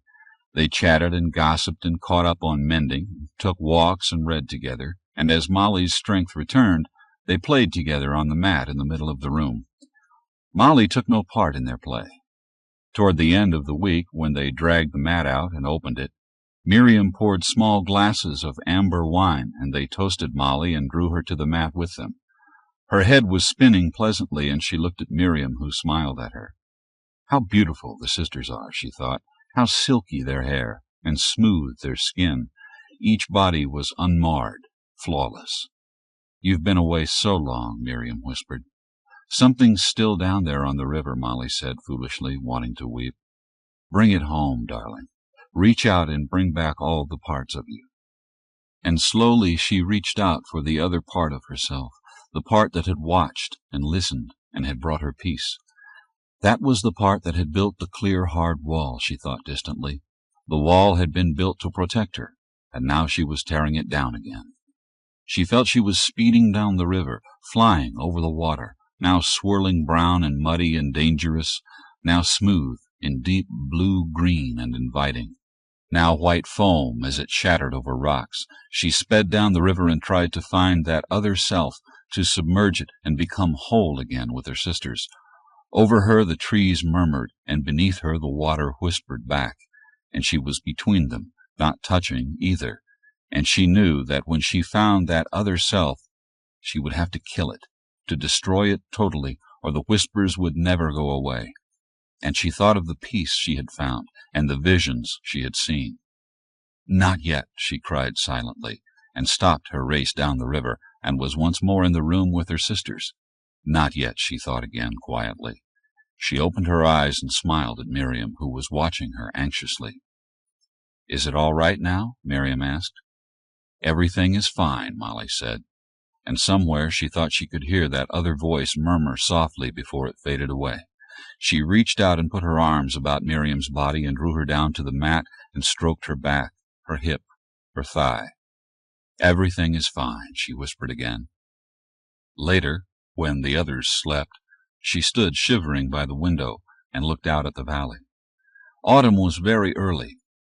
Each year it came a little earlier than the previous year. But it was warm in the large room. Her chill was not caused by the season or the night air. She thought of the mat play, and tears stood in her eyes. The sisters hadn't changed. The valley was unchanged. And yet everything was different. She knew something had died. Something else had come alive, and it frightened her and isolated her in a way that distance and the river had not been able to do. She looked at the dim forms on the beds and wondered if Miriam suspected. Molly's body had responded. She had laughed and wept with the others, and if there had been one part of her not involved, one part alive and watchful, it had not interfered. She could have done it, she thought. She could have destroyed that other part with Miriam's help, and the help of the sisters. She should have, she thought, and shivered again. Her thoughts were chaotic. There was something that had come to live within her, something that was vaguely threatening, and yet could give her peace as nothing else could. The beginnings of insanity, she thought wildly.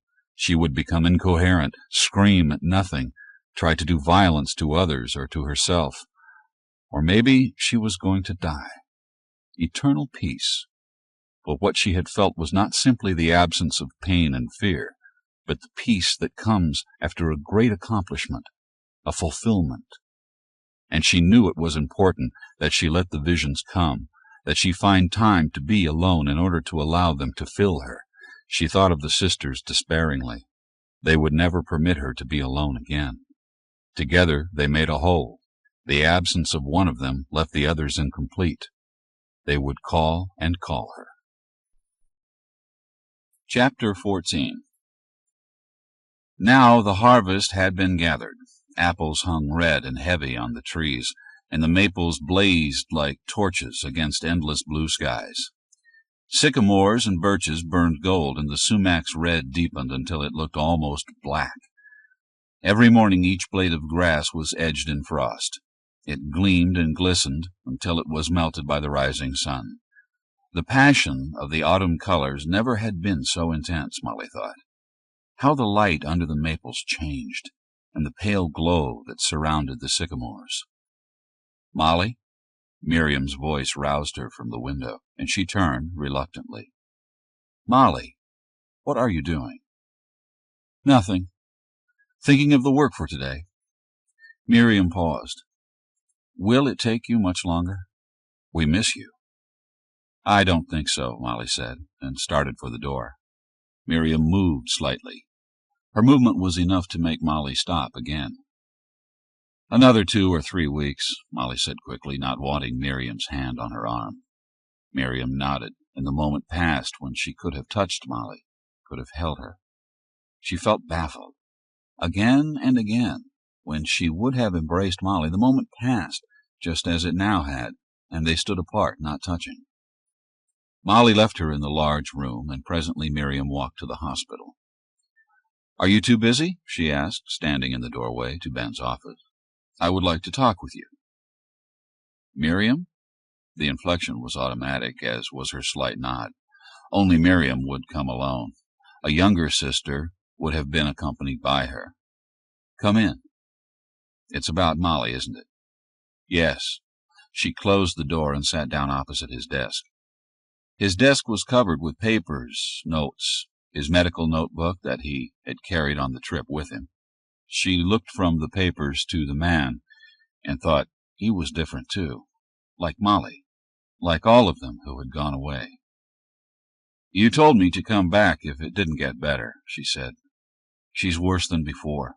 She's bringing unhappiness to all the sisters. Can't you do something for her?" Ben sighed and leaned back in his chair and looked at the ceiling. "It's going to take time." Miriam shook her head. "You said that before. How is Thomas? And Jed? How are you?"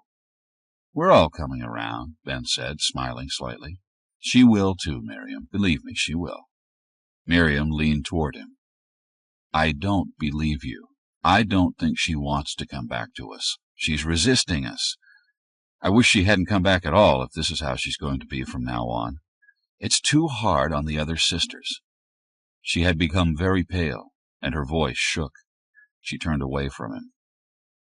"I'll speak to her," Ben said.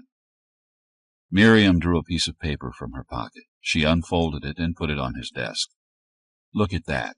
What does it mean?" They were the caricatures Molly had sketched of the brothers early in the trip.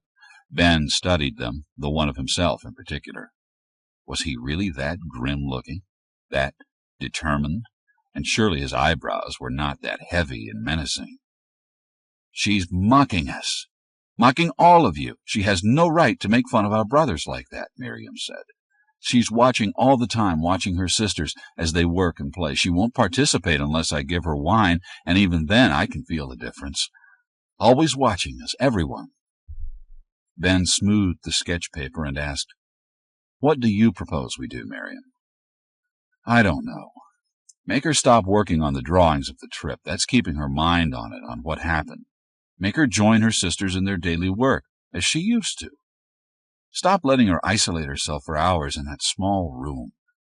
She has to be alone to do the drawings," Ben said, "just as I have to be alone to write my report, and Lewis has to be alone to assess the capabilities of the boat and the changes needed in it.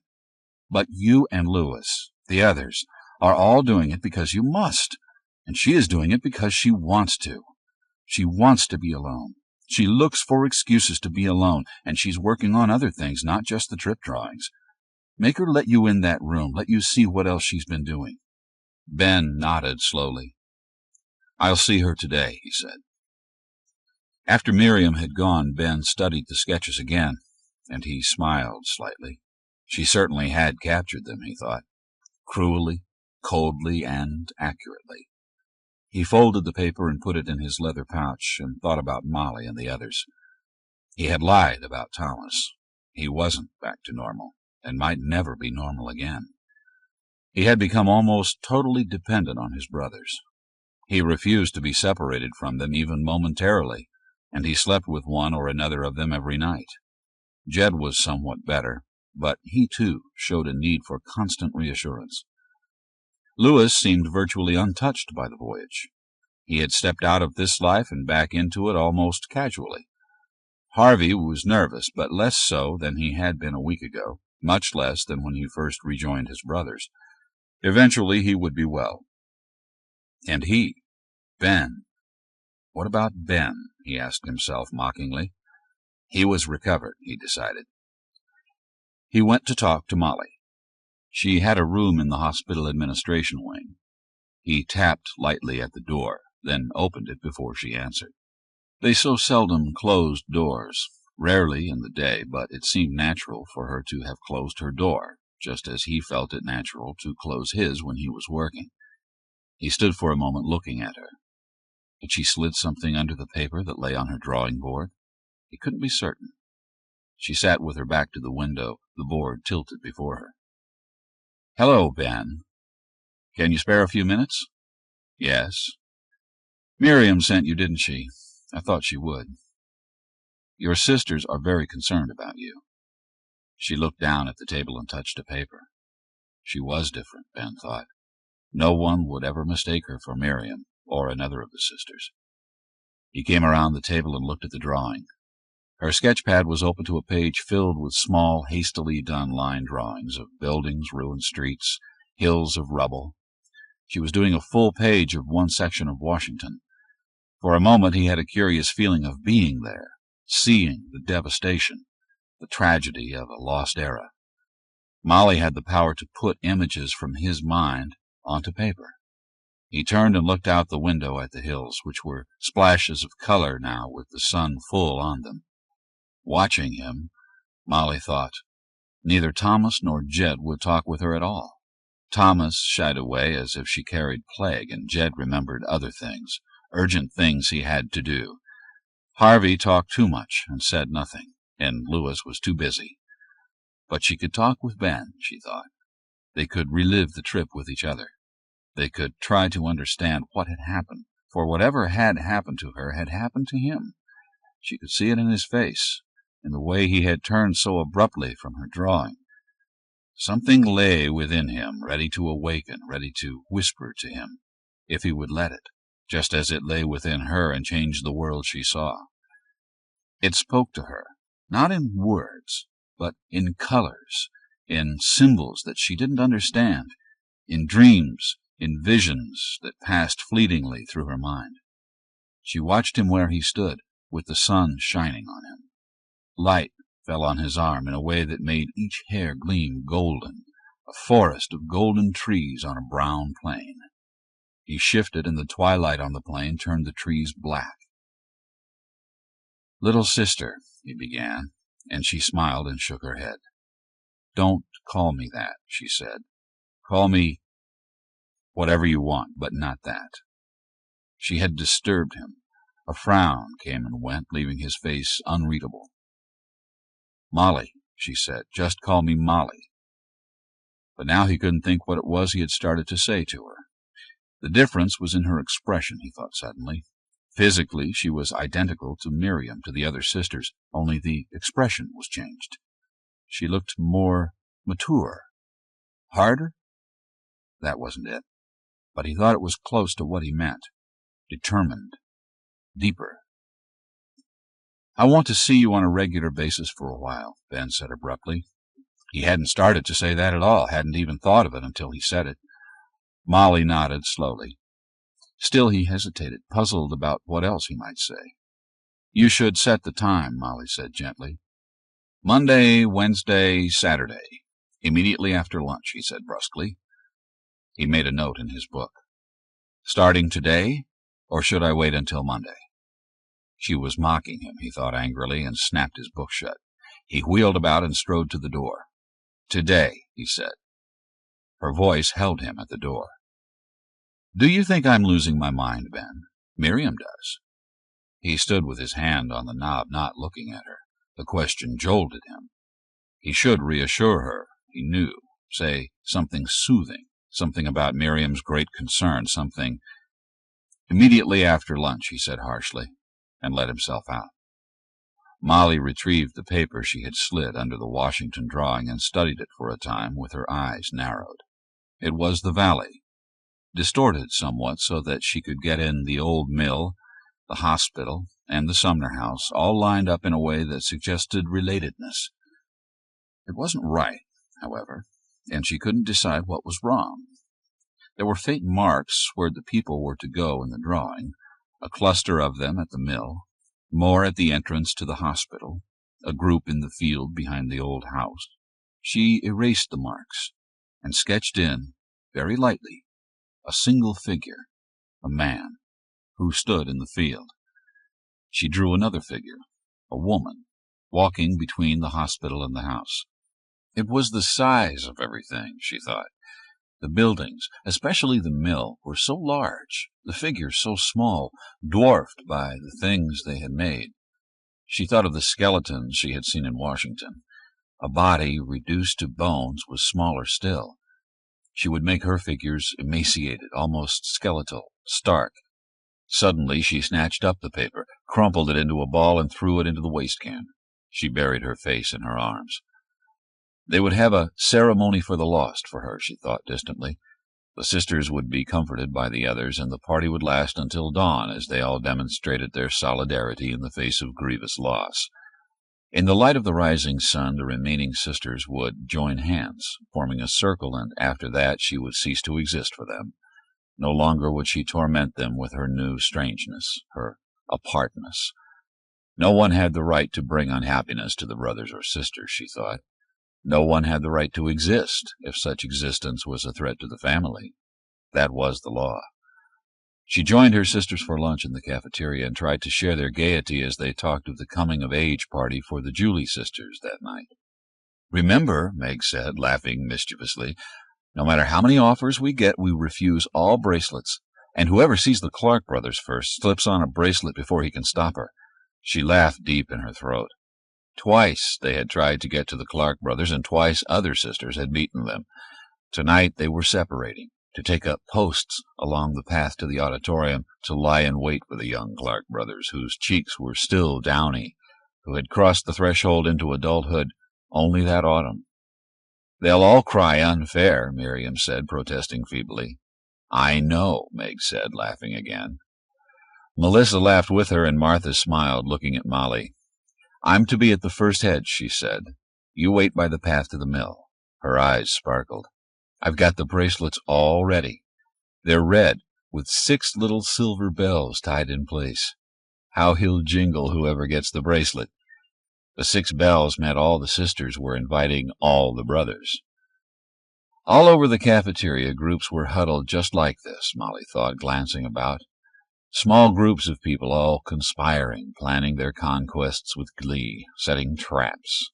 Look-alikes, she thought, like dolls. The Julie sisters had blonde hair, hanging loose and held back with tiaras made of deep red flowers. They had chosen long tunics that dipped down low in the back, high in the front, in drapes that emphasized their breasts charmingly. They were shy, smiling, saying little, eating nothing. They were 14. Molly looked away from them suddenly, and her eyes burned. 6 years ago she had stood there just like that, blushing, afraid, and proud, wearing the bracelet of the Henry brothers. The Henry brothers, she thought suddenly. Her first man had been Henry, and she had forgotten that. She looked at the bracelet on her left wrist and looked away again. One of the sisters had gotten to Clark first, and later Molly and her sisters would play with the Clark brothers on the mat. So smooth still. Their faces were as smooth as the Julie faces. People were trying to match up the bracelets now, and there was much laughter as everyone milled about the long tables and made excuses to examine each other's bracelets. "Why didn't you come to my office this afternoon?" Molly whirled about to find Ben at her elbow. "I forgot," she said. "You didn't forget." She looked down and saw that he still wore his own bracelet. It was plain, grass-braided, without adornment, without the brothers' symbol. Slowly, without looking at him, she began to pluck the silver bells from her own bracelet, and when there was only one left on it, she slipped the bracelet off her wrist and reached out to put it on his. For a moment he resisted. Then he held out his hand, and the bracelet slid over his knuckles, over the jutting wrist bone. Only then did Molly look into his face. It was a mask. Hard, unfamiliar, forbidding. If she could peel off the mask, she thought, there would be something different.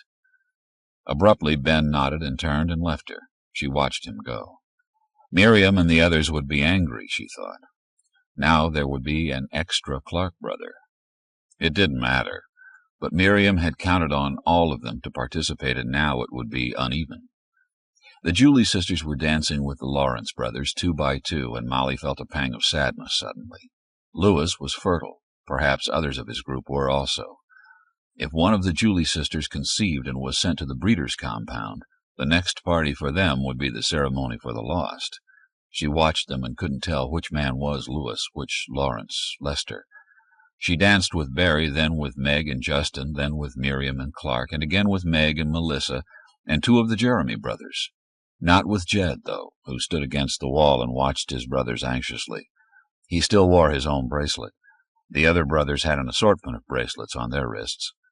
Poor Jed, Molly thought, and almost wished she had given hers to him. She sat with Martha and Curtis and ate a minced beef sandwich and drank more of the amber wine that made her head swim delightfully. Then she danced with one of the Julie sisters, who was looking solemn now as the hour grew late. Presently the Lawrence brothers would claim them for the rest of the night. The music changed. One of the Lawrence brothers claimed the girl Molly had danced with. The girl looked at him with a timid smile that appeared, vanished, appeared again.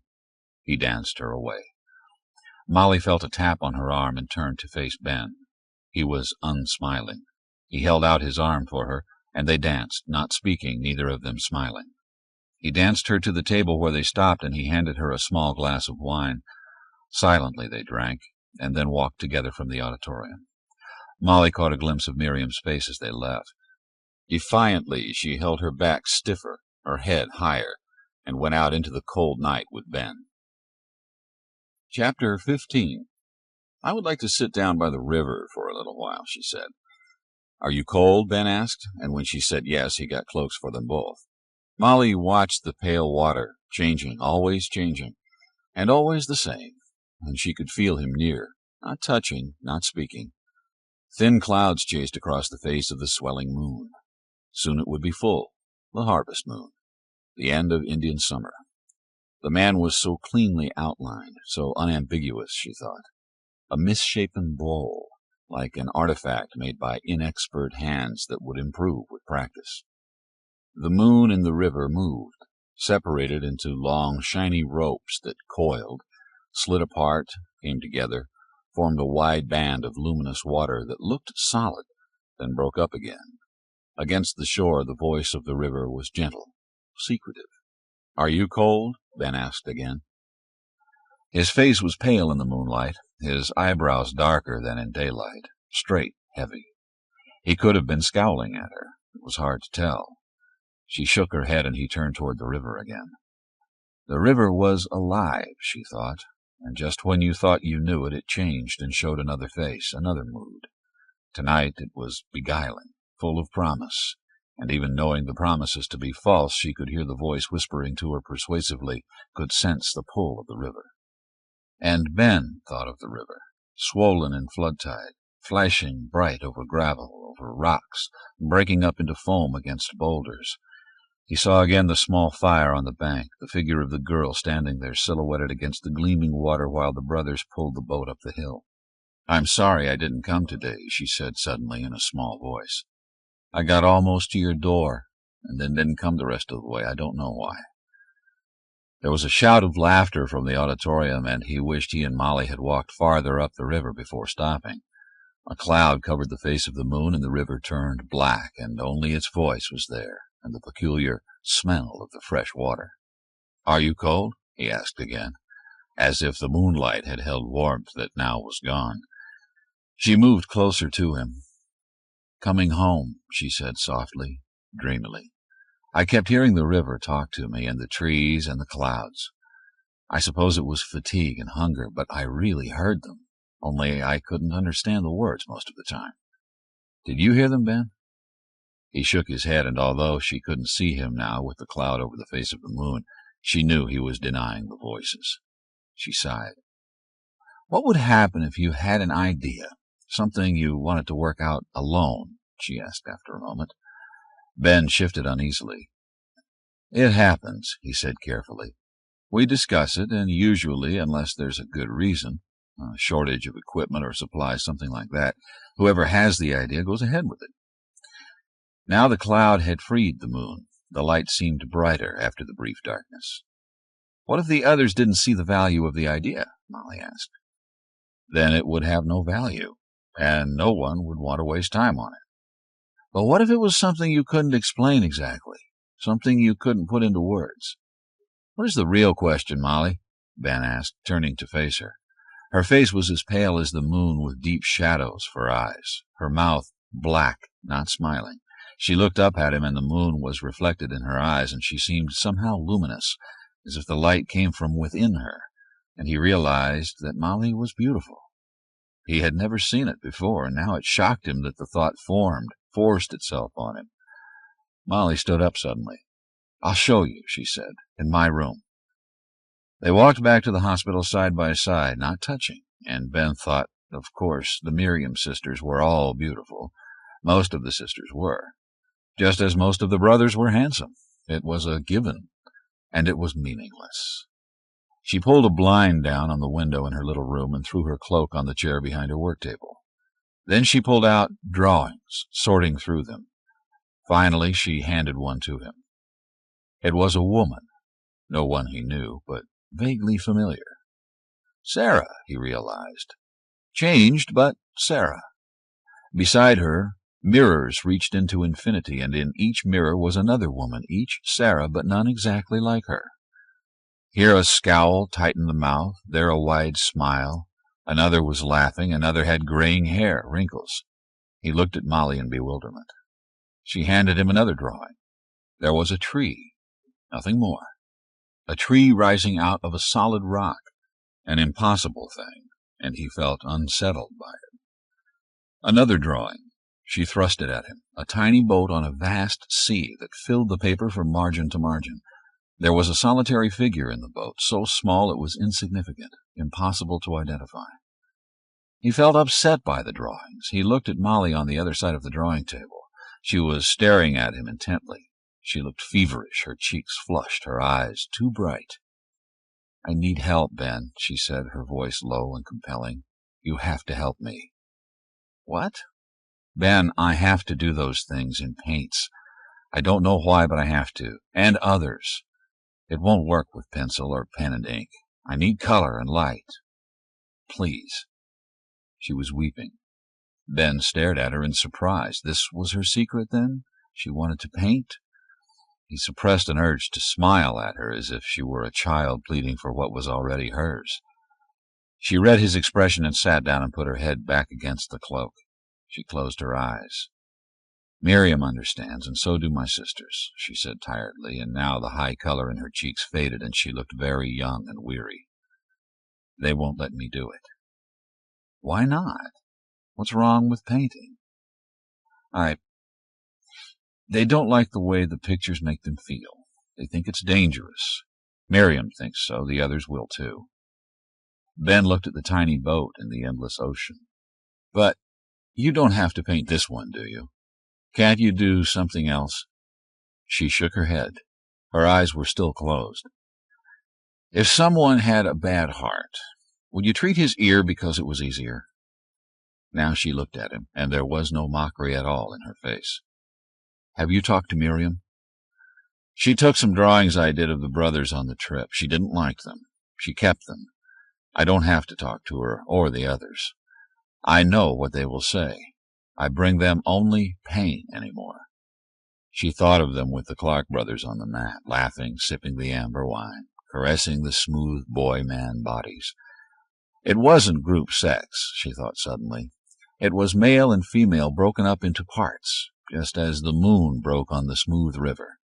The sisters made one organism, female.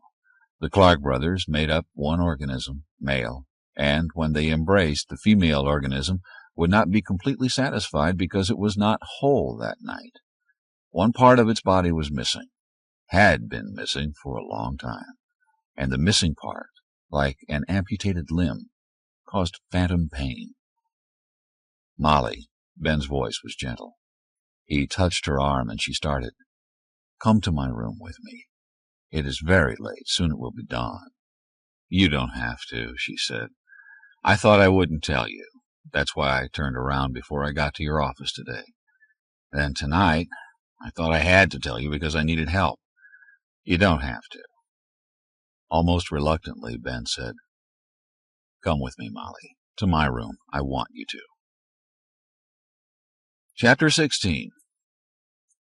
Snow fell lazily, silently. No wind blew, and the sky seemed low enough to touch. The snow built up on level surfaces, on tree branches, on the needles of the pines and spruces.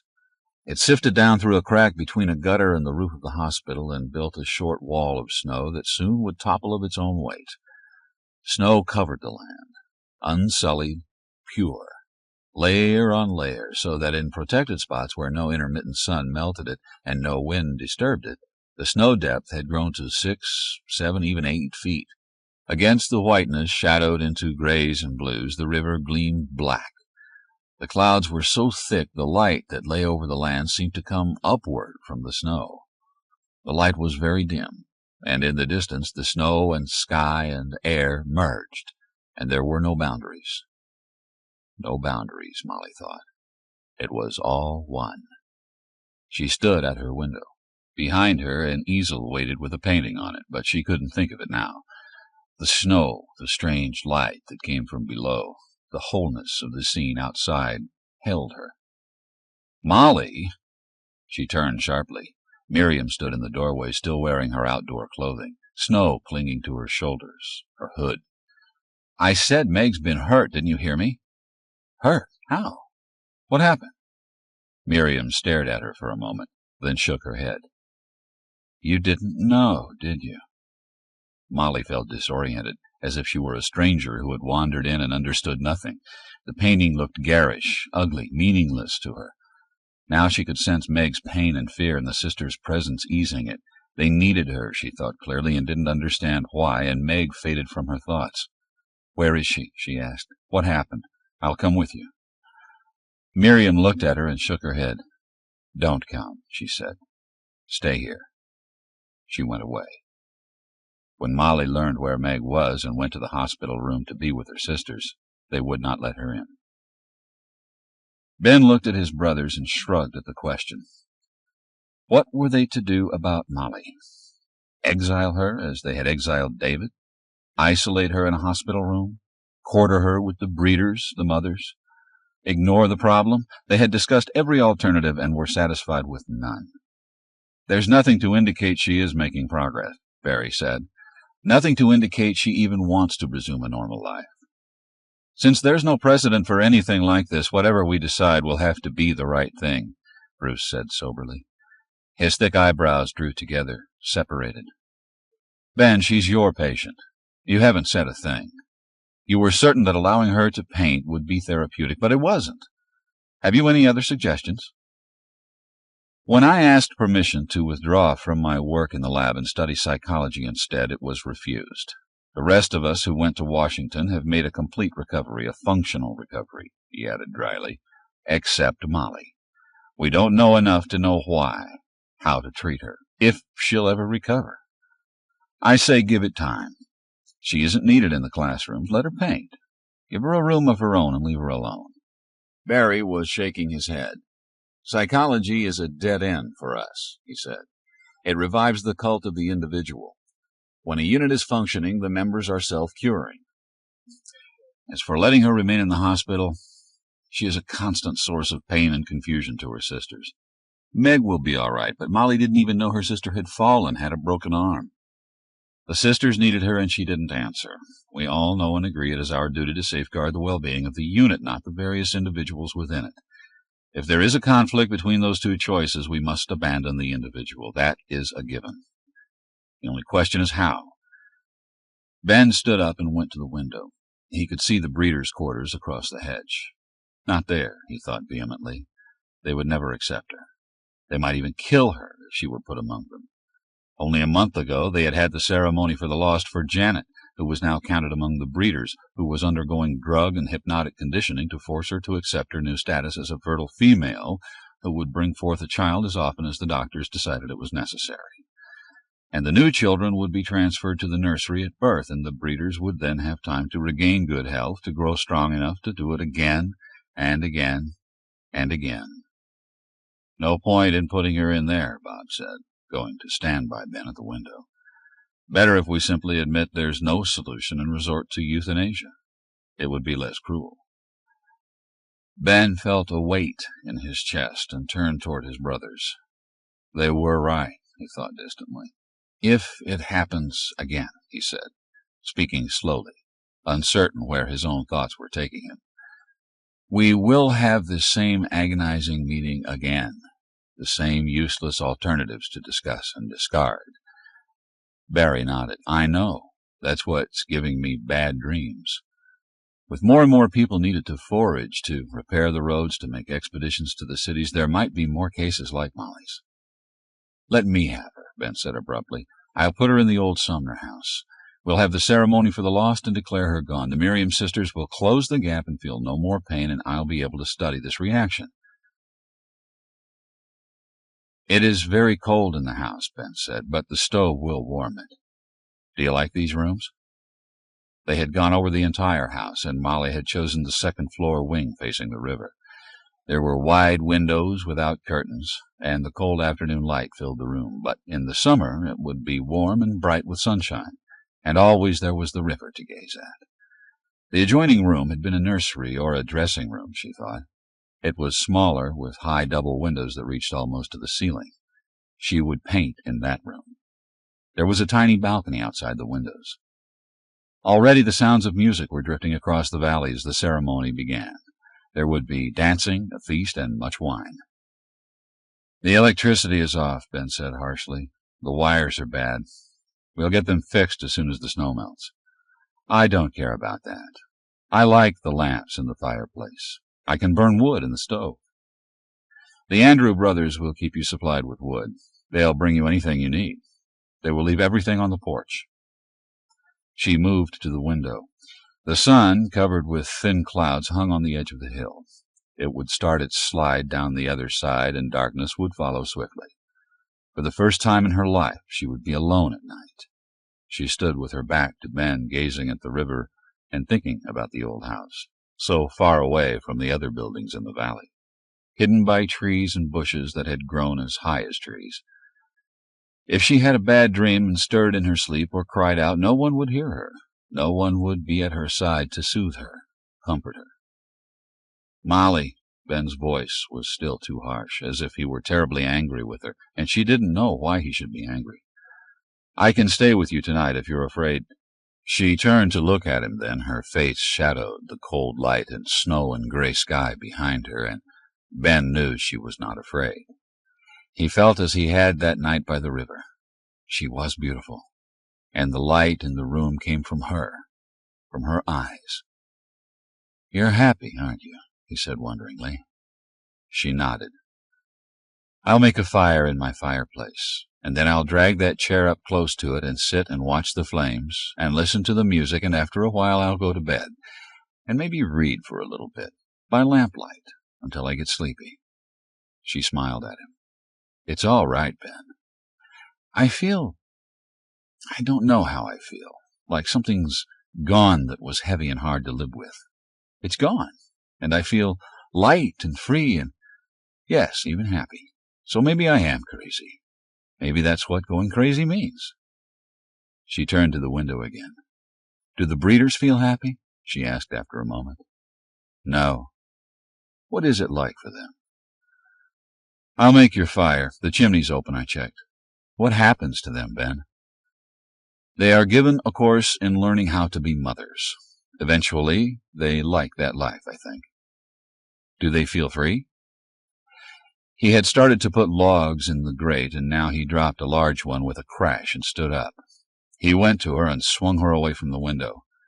"They never stop suffering from the separation," he said. "They cry themselves to sleep night after night, and they are on drugs all the time, and they have sessions of conditioning to make them accept it, but every night they cry themselves to sleep. Is that what you wanted to hear?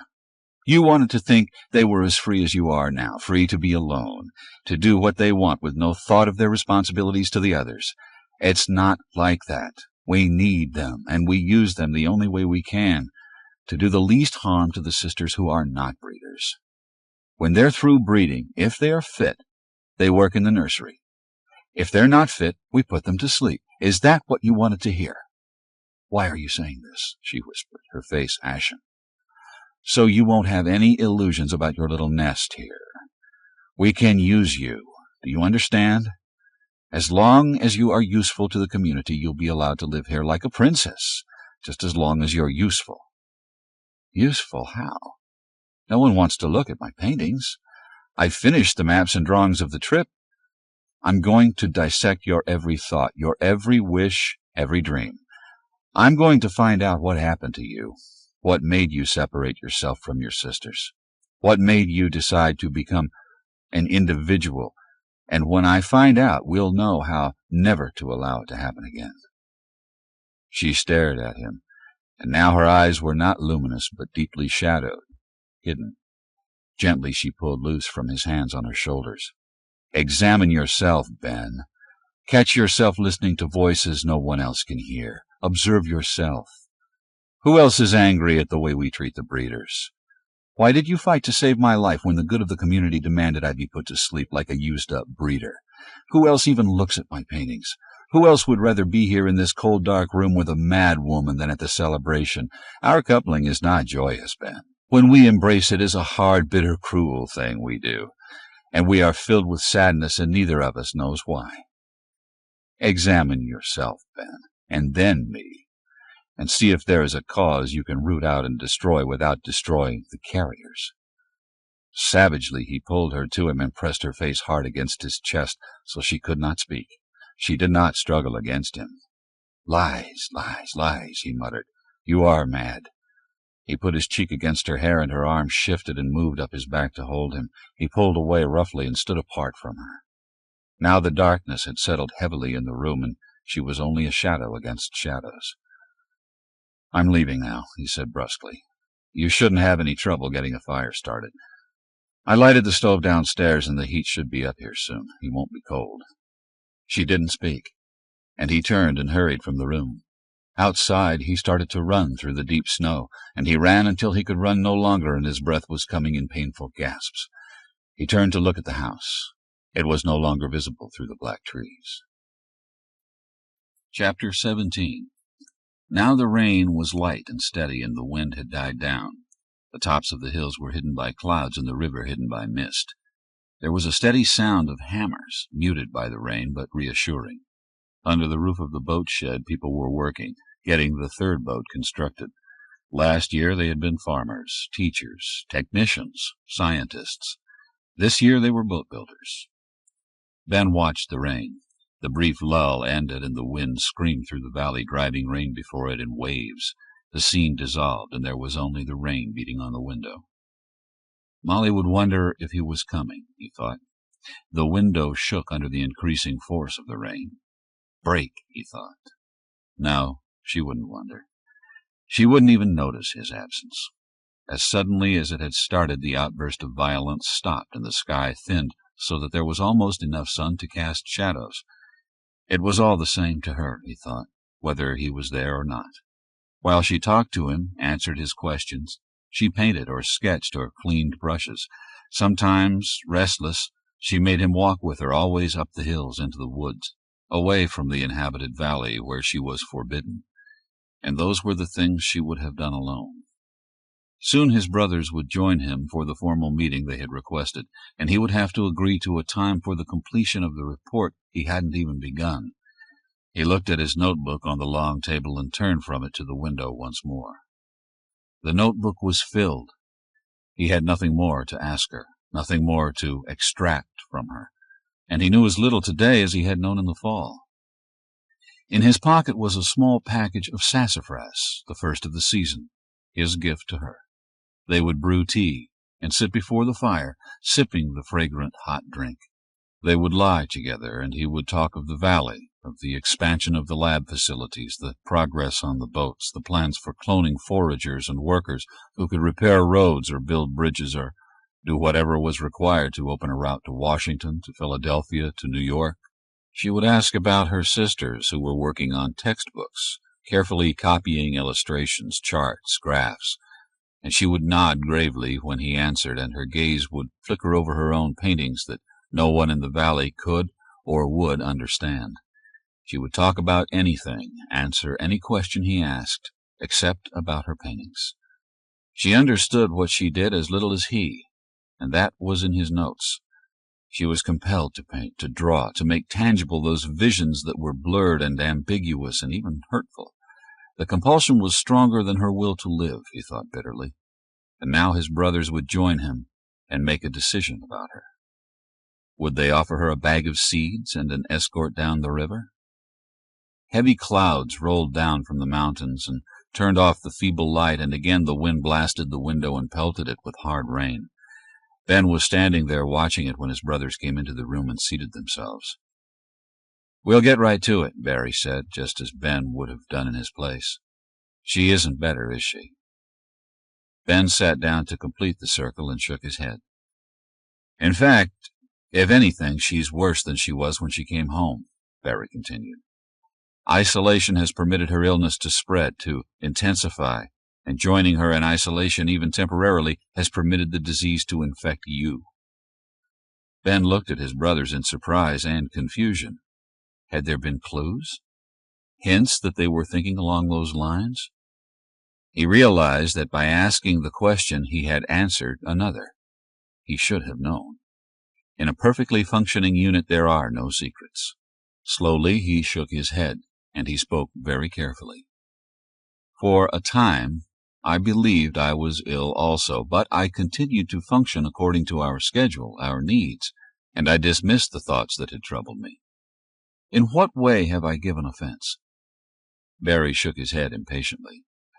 For a moment Ben could sense their unhappiness. "I have a theory about Molly that perhaps applies also to me." They waited.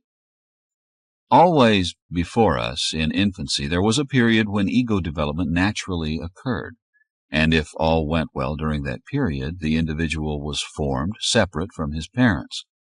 With us, such a development is not necessary, or even possible, because our brothers or sisters obviate the need for separate existence, and instead a unit consciousness is formed. There are very old studies of identical twins that recognized this unit or group consciousness, but the researchers were not prepared to understand the mechanism. Very little attention was paid to it and little further study." He stood up and moved again to the window. The rain was steady and hard now. "I suggest that we all still have the capability for individual ego development latent within us. It becomes dormant when the physiological time passes for its spontaneous emergence, but with Molly and perhaps with others, if there is enough stimulus under the proper conditions, this development is activated. The proper conditions being separation from the brothers or sisters under stressful circumstances? Barry asked thoughtfully. I think so. But the important thing now, Ben said urgently, is to let it develop and see what happens.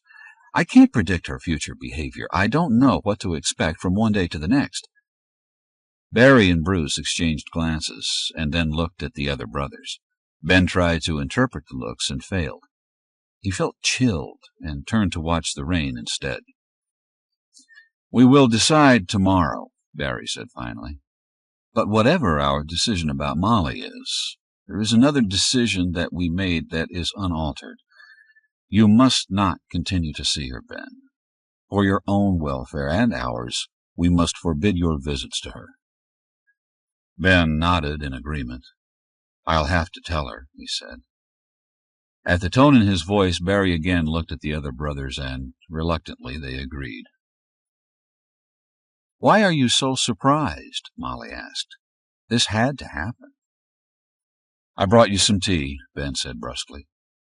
Molly took his package and looked down at it for a long time. I have a present for you, she said softly.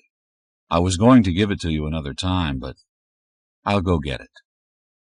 She left and returned quickly with a small packet no more than 5 inches square. It was a folded paper, and when opened, it had several faces, all of them variations of Ben's. In the center was a man's massive head with fierce eyebrows and penetrating eyes, surrounded by 4 others, all resembling one another enough to show relationship. Who are they? In the middle is the old man who owned this house. I found photographs in the attic. That is his son, David's father, and that one is David. That's you. Or Barry or Bruce or any of the others before us, Ben said curtly. He didn't like the composite picture. He didn't like looking at the faces of men who had lived such different, inexplicable lives and who looked so much like him. I don't think so, Molly said, squinting her eyes at the picture, then studying him.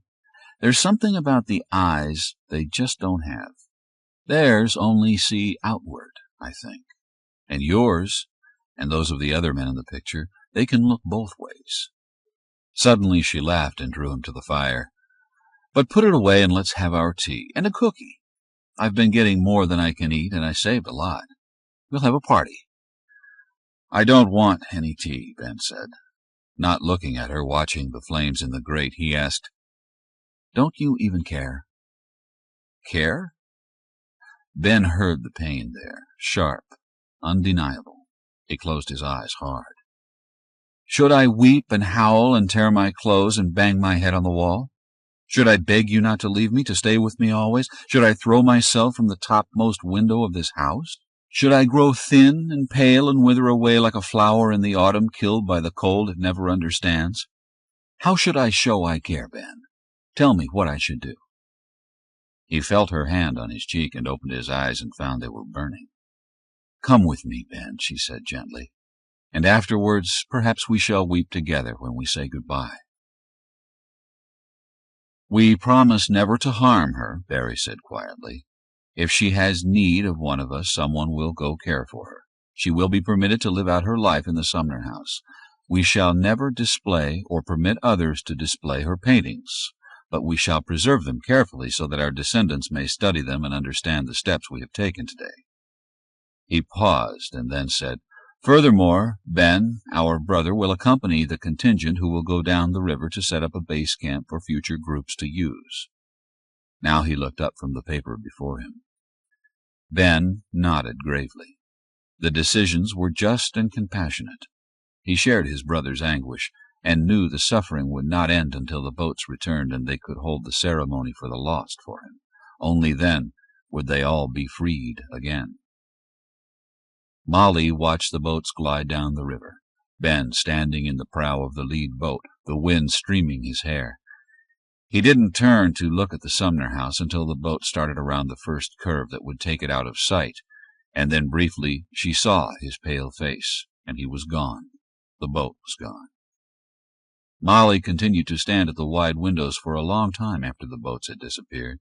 She remembered the voice of the river, the answering voices from the high treetops, the way the wind moved the upper levels without stirring a blade of grass. She remembered the silence and darkness that had pressed in on them at night, touching them, testing them, tasting them, the intruders. And her hand moved to her stomach and pressed against the flesh there, against the new life that was growing within her. The summer heat gave way to early September frosts, and the boats returned, and this time another stood in the prow. The trees burned red and gold, and snows fell, and in January Molly gave birth to her son, alone, unaided, and lay looking at the infant in the crook of her arm and smiled at him. "I love you," she whispered tenderly, "and your name shall be Mark." All through the latter stages of her pregnancy, Molly had told herself almost daily that tomorrow she would send a message to Barry, that she would submit to his authority and allow herself to be placed in the breeder's quarters. Now, looking at the red infant with his eyes screwed so tightly closed he seemed without eyes, she knew she would never give him up. Each morning the Andrew brothers brought firewood, her basket of supplies, whatever she asked for, deposited it all on her porch, and left again, and she saw no one, except at a distance. As soon as Mark could understand her words, she began to impress upon him the need for silence, while the Andrew brothers were near the house. When he grew older and started to ask why about everything, she had to tell him the Andrew brothers would take him away from her and put him in a school, and they would never see each other again.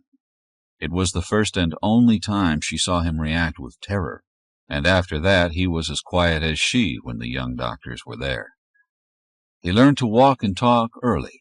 He began to read when he was 4, and for long periods he would curl up near the fireplace with one of the brittle books from the downstairs library. Some of them were children's books, others were not. He didn't seem to mind. They played hide-and-seek throughout the house, and when the weather was pleasant, up and down the hillside behind the house, out of sight of the others in the valley, who would never, under any circumstances, enter the woods unless ordered to do so. Molly sang to him and told him stories from the books, and made up other stories when they exhausted the books. One day Mark told her a story, and she laughed delightedly, and after that sometimes she was the storyteller and sometimes he was. While she painted, he drew pictures, or painted also, and more often played with the river clay she brought him, and made shapes that they dried in the sun on the balcony. They wandered farther up the hillside as he became sturdier. One day in the summer, when he was 5, they remained in the woods for several hours, Molly pointing out the ferns and liverworts to him, drawing his attention to the way the sunlight changed the colors of the delicate green leaves, deepened the rich greens to nearly black. "Time," she said finally. He shook his head. "Let's climb to the top and look at the whole world." "Next time," she said. "We'll bring our lunch and climb all the way up." "Next time. Promise?" "Promise." They walked back down slowly, stopping often to examine a rock, a new plant, the bark of an ancient tree, whatever caught his interest. At the edge of the woods they paused and looked about carefully before leaving the shelter of the trees. Then they ran to the kitchen door hand in hand and, laughing, tried to get through together. "You're getting too big," Molly cried, and allowed him to enter first. Mark stopped abruptly, yanked on her hand, and turned to run. One of the Barry brothers stepped from the dining room into the kitchen, and another closed the door to the outside and stood behind them. The other 3 entered the kitchen silently and stared in disbelief at the boy. Finally, one of them spoke. "Ben's?" Molly nodded. Her hand clutched Mark's in a grip that must have hurt him. He stood close to her and looked at the brothers fearfully. "When?" the brother asked. 5 years ago, in January. The spokesman sighed heavily. "You'll have to come with us, Molly, the boy, too." She shook her head and felt weak with terror. "No! Leave us alone. We're not hurting anyone. Leave us alone." "It's the law," the brother said harshly. "You know it as well as we do." "You promised." "The agreement we made didn't cover this." He took a step closer to her. Mark tore his hand free from her grasp and flew at the doctor. "Leave my mother alone. Go away. Don't you hurt my mother." Someone caught Molly's arms and held her, and another of them caught Mark and lifted him as he kicked and lashed out furiously, screaming all the while. "Don't hurt him!" Molly cried, and struggled to free herself. She hardly felt the pinprick of the injection. Dimly she heard one last scream of anguish from Mark, and then there was nothing. Chapter 18. Molly blinked and shut her eyes against the glare of a silver frost that covered everything. She stood still and tried to remember where she was, who she was, anything. When she opened her eyes again, the blinding glare still dazzled her. She felt as if she had awakened after a long, nightmare-haunted dream that was becoming more and more dim as she tried to recapture it. Someone nudged her. "You'll freeze out here," someone said close by. Molly turned to look at the woman, a stranger. "Come on, get inside," the woman said louder. Then she leaned forward and looked at Molly closely. "Oh, you're back, aren't you?" She took Molly by the arm and guided her inside a warm building. Other women looked up idly and then bent down over their sewing again. Some of them were obviously pregnant. Some of them were dull-eyed, vacant-looking, doing nothing. The woman helping Molly took her to a chair and stood by her side long enough to say, "Just sit still for a while. You'll start remembering in a little bit." Then she left and took her place at one of the machines and began stitching. Molly looked at the floor and waited for memories to return, and for a long time there was nothing but the terror of nightmare remembered in emotions, not in details. They had strapped her to a table many times, she thought, and they had done things to her that she could not recall. There had been another time when some of the women had held her down and done things to her. She shuddered violently and closed her eyes. The memory receded. Mark, she thought suddenly, very clearly. Mark! She jumped up and looked about wildly. The woman who had befriended her hurried over and caught her arm. "Look, Molly, they'll put you under again if you make trouble, understand? Just sit still until our break, and I'll talk to you then." "Where is Mark?" Molly whispered. The woman glanced about and said in an undertone, "He's all right. Now sit down. Here comes a nurse." Molly sat down again and stared at the floor until the nurse glanced about the room and left once more. Mark was all right. There was ice on the ground. Winter. He was 6 then. She remembered nothing of the late summer, the fall. What had they done to her? The hours until the break passed painfully slowly. Occasionally one or another of the women would look at her, and there was awareness, not the incurious glances that had been given her before. The word was spreading that she was back, and they were watching her, perhaps to see what she would do now, perhaps to welcome her, perhaps for some reason she couldn't guess. She looked at the floor. Her hands were clenched, her nails digging into her palms. She relaxed them. They had taken her to a hospital room, but not the usual hospital, one in the breeders' quarters. They had examined her thoroughly. She remembered injections, answering questions, pills. It was too blurred. Her hands had clenched again. "Molly, come on. We'll have tea and I'll tell you what I can." "Who are you?" "Sandra. Come on." She should have known, Molly thought, following Sandra. She remembered suddenly the ceremony given for Sandra, who was only 3 or 4 years older than she. She had been 9 or 10, she thought. The tea was a pale yellow drink she couldn't identify. After one sip, she put it down and looked across the lounge toward the uncovered window. "What month is this?" "January." Sandra finished her tea and leaned forward and said in a low voice, "Listen, Molly, they've taken you off the drugs and they'll be watching you for the next few weeks to see how you behave. If you cause trouble, they'll put you on something again. You've been conditioned. Just don't fight it and you'll be all right." Molly felt she could understand only half of what Sandra was saying to her. Again she looked about the lounge. In here the chairs were comfortable, and there were tables at convenient intervals. Women were in clusters of 3s and 4s, chatting, now and then glancing at her. Some of them smiled. One winked. There were 30 women in the room, she thought in disbelief. 30 breeders. "Am I pregnant?" she asked suddenly, and pressed her hands against her stomach. I don't think so. If you are, it's still awfully early, but I doubt it. They tried every month since you've been here, and it didn't take before. I doubt it took the last time either. Molly sagged against her chair and closed her eyes hard. That's what they had done to her on the table. She felt tears form and roll down her cheeks and was not able to stop them. Then Sandra's arm was about her shoulders, and she held her tightly. It hits all of us like that, Molly. It's the separation, the being alone for the first time. You don't get used to it, but you learn to live with it, and it doesn't hurt so much after a while. Molly shook her head, unable as yet to speak. No, she thought distinctly. It was not the separation. It was the humiliation of being treated like an object, of being drugged and then used, forced to cooperate in that procedure unquestioningly.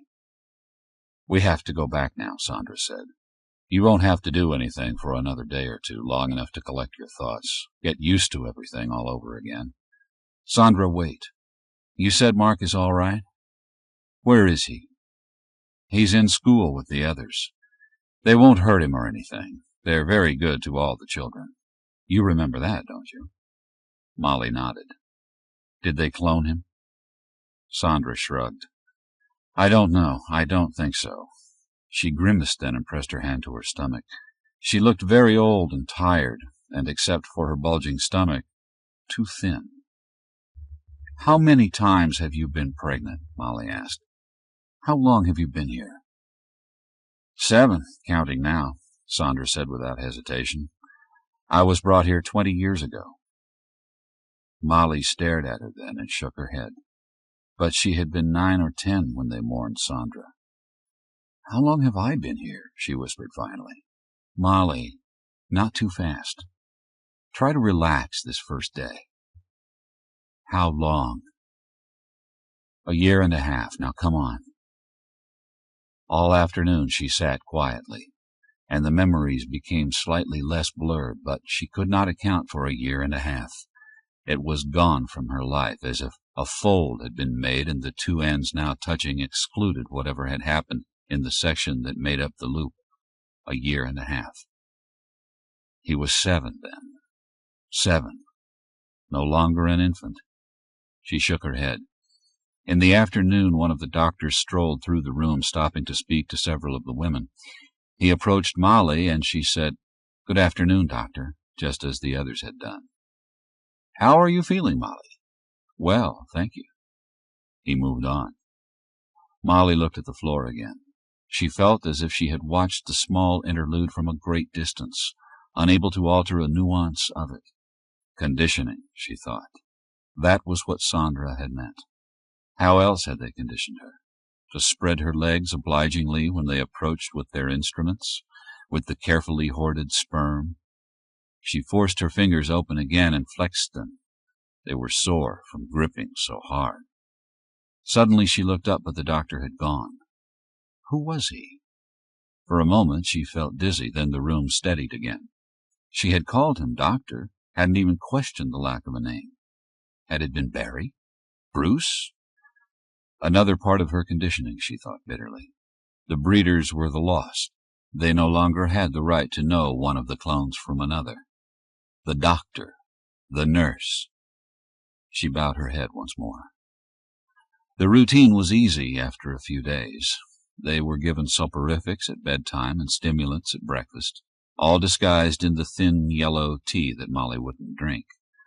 Some of the women wept at night. Others succumbed rapidly to the drugged tea and slept heavily. There was a lot of sexual activity. They had their mats just as everyone else. Through the day they worked in the various departments of the clothing section.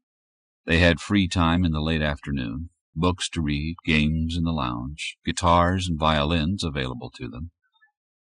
It really isn't bad, Sandra said a few days after Molly's awakening. They take good care of us, the very best. If you prick your finger, they come running and watch over you like a baby. It's not bad. Molly didn't respond. Sandra was tall and heavy, in her 6th month. Her eyes varied from brightly alert to dull and unseeing. They watched Sandra, Molly thought, and at the least sign of depression or emotional upset, They changed the dosage and kept her operating on an even level. "They don't keep most of the new ones under as long as they did you," Sandra said another time. "I guess that's because most of us were only 14 or 15 when we came here, and you were older." Molly nodded. They had been children, easy to condition into breeding machines who thought it really wasn't that bad alive, except at night, when many of them wept for their sisters. "Why do they want so many babies?" Molly asked. "We thought they were reducing the human babies, not increasing the number." "For workers and road builders, dam builders. They're herding for materials from the cities, chemicals mostly, I think. They're making more clones of the babies, too, we hear. They'll have an army to send out to build their roads and keep the rivers open." "How do you know so much about what's going on? We always thought you were kept more isolated than that." "No secrets in this whole valley," Sandra said complacently. "Some of the girls work in the nursery, some in the kitchens, and they hear things." "And what about Mark? Do you ever hear anything about him?" Sandra shrugged. "I don't know anything about him," she said. "He's a boy, like the other boys, I guess. Only he doesn't have any brothers. They say he wanders off alone a lot." She would watch for him, she thought. Sooner or later she would see him over the rose hedge. Before that time arrived, she was summoned to the doctor's office. She followed the nurse docilely and entered the office. The doctor was behind his desk. "Good afternoon, Molly." "Good afternoon, doctor," she said, and wondered was he Barry or Bruce or Bob. "Are the other women treating you all right?" "Yes, doctor." A series of such questions followed by "yes, doctor" or "no, doctor." Where was it supposed to go, she wondered, and became more wary. "Is there anything you want or need?" "May I have a sketch pad?" Something changed, and she knew this was the reason for her visit. She had made a mistake. Perhaps they had conditioned her not to think of sketching again, never to think again of painting. She tried to remember what they had said to her, had done to her. Nothing came. She should not have asked for it, she thought again. A mistake. The doctor opened his desk drawer and took out her sketch pad and charcoal pencil. He pushed them across the desk toward her. Desperately, Molly tried to remember. What was he watching for? What was she supposed to do? Slowly, she reached for the pad and pencil, and for a moment she felt a tremor in her hand and her stomach churned as a wave of nausea rose. The sensations passed, but she had stopped the forward movement of her hand, and she stared at it. Now she knew. She moistened her lips and started to move her hand again. The sensations returned for a scant moment, long enough to register, then they faded away. She didn't look up at the doctor, who was watching her closely. Again she moistened her lips. She was almost touching the pad now. Abruptly she jerked her hand back and jumped up from her chair and looked wildly about the room, one hand clutching her stomach, the other pressed against her mouth. She started to run to the door, but his voice held her. "Come, sit down, Molly. You'll be all right now." When she looked again at his desk, the pad and pencil were gone. Reluctantly, she sat down, afraid of what new tricks he might have prepared for her, afraid of the inevitable mistake she was certain to make. And then another 1.5 years in limbo? A whole lifetime in limbo? She didn't look at the doctor. There were a few more inane questions, and she was dismissed. As she walked back to her room, she understood why the breeders didn't try to leave the area, why they never spoke to a clone, although they were separated only by a hedge. All of March was wind-blown and water-soaked, with icy rains that did not let up for days at a time. April's rains were softer, but the river continued to rise through most of the month as the snow water cascaded down from the hills. May started cold and wet, but by mid-month the sun was warm and the farm workers were busy in the fields. Soon, Molly thought, standing at the rear of the breeders' area, looking up the hillside. The dogwoods were blooming, and over them the redbud trees glowed. The trees were all clothed in new greenery, and the ground was fast losing its feel of a wet sponge. Soon, she repeated, and went inside to her sewing table. 3 times she had traversed the inhabited area of the valley. The first time she had vomited violently. The next time, worn, she had struggled against nausea and terror and when she passed the Clone Hospital, she had almost fainted. The third time, her reaction had been less powerful, and the same feelings had passed through her quickly, as if a memory had been stimulated momentarily. She might have other, even more drastic reactions to the Sumner house, she thought, but now she knew she did not have to yield to the conditioned responses. Soon, she thought again, bending over her sewing. 4 times they had put her in the breeder's hospital ward and installed a constant temperature gauge, and when the temperature was right, Nurse had come in with her tray and said cheerfully, "Let's try again, shall we, Molly?" And obediently Molly had opened her legs and lain still while the sperm were inserted with the shiny, cold instrument. "Now remember, don't move for a while," Nurse then said, still cheerful, brisk, and had left her lying unmoving on the narrow cot. And 2 hours later she was allowed to dress and leave again. 4 times, she thought bitterly. A thing, an object. Press this button and this is what comes out, all predictable, on cue. She left the breeder's compound on a dark, moonless night. She carried a large laundry bag that she had been filling slowly, secretly, for almost 3 months. There was no one awake. There was nothing of danger in the valley, perhaps in the entire world, but she hurried, avoiding the path, keeping to the sound-muffling grass. The thick growth surrounding the Sumner house created a darkness that was like a hole in space, a blackness that would swallow up anything that chanced too close. She hesitated, then felt her way between the trees and bushes until she came to the house. She still had 2 hours before dawn, another hour or so before her absence was discovered.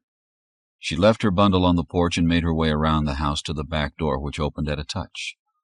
Nothing happened to her as she entered, and she breathed a sigh of relief.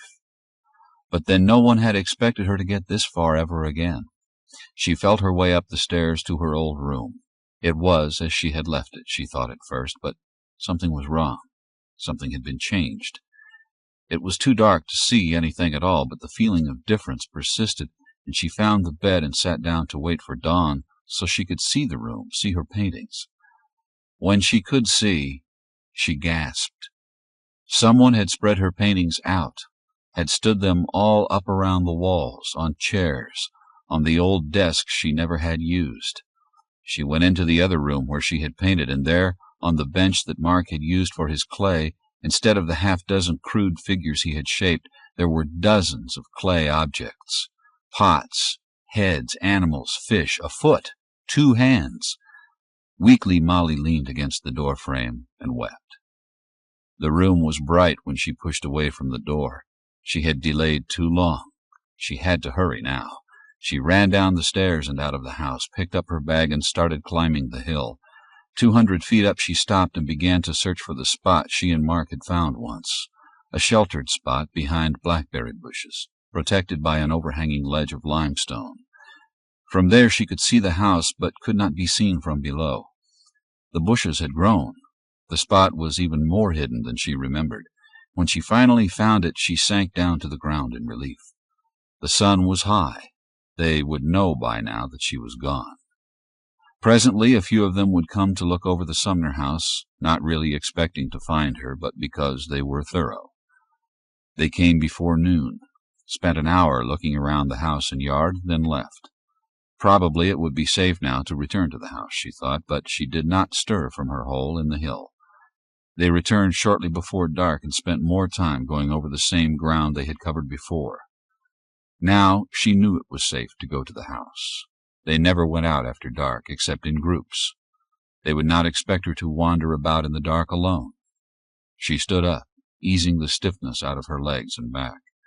The ground was damp, and this spot was cool, sheltered from the sun. She lay on the bed. She knew she would hear him when he entered the house, but she couldn't sleep, except in a fitful, dream-filled doze. Ben lying with her. Ben sitting before the fire sipping pink, fragrant tea. Ben looking at her painting and becoming pale. Mark scrambling up the stairs, his legs going this way and that, a frown of determination on his face. Mark squatting over a single leaf of a fern, still rolled tightly at the end, and studying it intently, as if willing it to uncoil as he watched. Mark, his hands pudgy and grimy, gleaming wet, pushing the clay this way, smoothing it, pushing it that way, frowning at it, oblivious of her. She sat up suddenly, wide awake. He had come into the house. She could hear the stairs creak slightly under his feet. He stopped, listening. He must sense her there, she thought, and her heart quickened. She went to the door of the workroom and waited for him. He had a candle. For a moment he didn't see her. He put the candle down on the table and only then looked around cautiously. "Mark," she said softly. "Mark." His face was lighted. Ben's face, she thought, and something of hers. Then his face twisted, and when she took a step toward him, he took a step backward. "Mark," she said again, but now she could feel a hard, cold hand squeezing her heart, making it painful for her to breathe. What had they done to him? She took another step. "Why did you come here?" he yelled suddenly. "This is my room. Why did you come back? I hate you," he screamed. Chapter 19. The cold hand squeezed harder. Molly felt for the doorframe behind her and held it tightly. "Why do you come here?" she whispered. "Why?" "It's all your fault. You spoiled everything. They laugh at me and lock me up. And you still come here. Why?" Suddenly he darted to the workbench and swept it clean. The elephant, the heads, the foot, hands, everything crashed to the floor, and he jumped up and down on the pieces, sobbing incoherently, screaming sounds that were not words. Molly didn't move. The rampage stopped as abruptly as it began. Mark looked down at the gray dust, the fragments that remained. "I'll tell you why you come back," Molly said quietly. She still held the doorframe hard. "They punish you by locking you up in a small room, don't they? And it doesn't frighten you. In the small room you can hear yourself, can't you? In your mind's eye you see the clay, the stone you will shape. You see the form emerging, and it is almost as if you are simply freeing it, allowing it to come into being. That other self that speaks to you, it knows what the shape is in the clay. It tells you through your hands, in dreams, in images that no one but you can see. And they tell you this is sick, or bad, or disobedient. Don't they?" He was watching her now. "Don't they?" she repeated. He nodded. "Mark, they'll never understand. They can't hear that other self whispering, always whispering. They can't see the pictures. They'll never hear or get a glimpse of that other self. The brothers and sisters overwhelm it. The whisper becomes fainter, the images dimmer, until finally they are gone. The other self gives up. Perhaps it dies." She paused and looked at him, then said softly, "You come here because you can find that self here, just as I could find my other self here. And that's more important than anything they can give you, or take away from you." He looked down at the floor, at the shambles of the pieces he had made, and wiped his face with his arm. "Mother," he said, and stopped. Now Molly moved. Somehow she reached him before he could speak again, and she held him tightly, and he held her, and they both wept. "I'm sorry I busted everything. You'll make more. I wanted to show you. I looked at them all. They were very good. The hands especially. They were hard. The fingers were funny, but I couldn't make them not funny. Hands are the hardest of all." He finally pushed away from her slightly, and she let him go. He wiped his face again. "Are you going to hide here?" "No. They'll be back looking for me." "Why did you come here?" "To keep a promise," she said softly. "Do you remember our last walk up the hill? You wanted to climb to the top, and I said next time, remember?" "I've got some food we can take," he said excitedly. "I hide it here, so when I get hungry I'll have something." "Good. We'll use it. We'll start as soon as it gets light enough to see." It was a beautiful day, with high, thin clouds in the north, the rest of the sky unmarred, breathtakingly clear. Each hill, each mountain in the distance was sharply outlined. No haze had formed yet. The breeze was gentle and warm. The silence was so complete that the woman and boy were both reluctant to break it with speech, and they walked quietly. When they paused to rest, she smiled at him, and he grinned back, and then lay with his hands under his head and stared at the sky. "What's in your big pack?" he asked as they climbed later. She had made a small pack for him to carry, and she still carried the laundry bag now strapped to her back. "You'll see," she said. "A surprise." And later he said, "It's farther than it looked, isn't it? Will we get there before dark?" "Long before dark," she said. "But it is far. Do you want to rest again?" He nodded, and they sat under a spruce tree. The spruces were coming down the mountains, she thought, recalling in detail old forestry maps of the region. "Do you still read much?" she asked. Mark shifted uneasily and looked at the sky, then at the trees, and finally grunted noncommittally. "So did I," she said.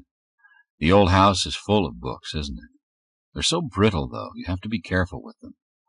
After you went to sleep every night, I sat up and read everything in the house."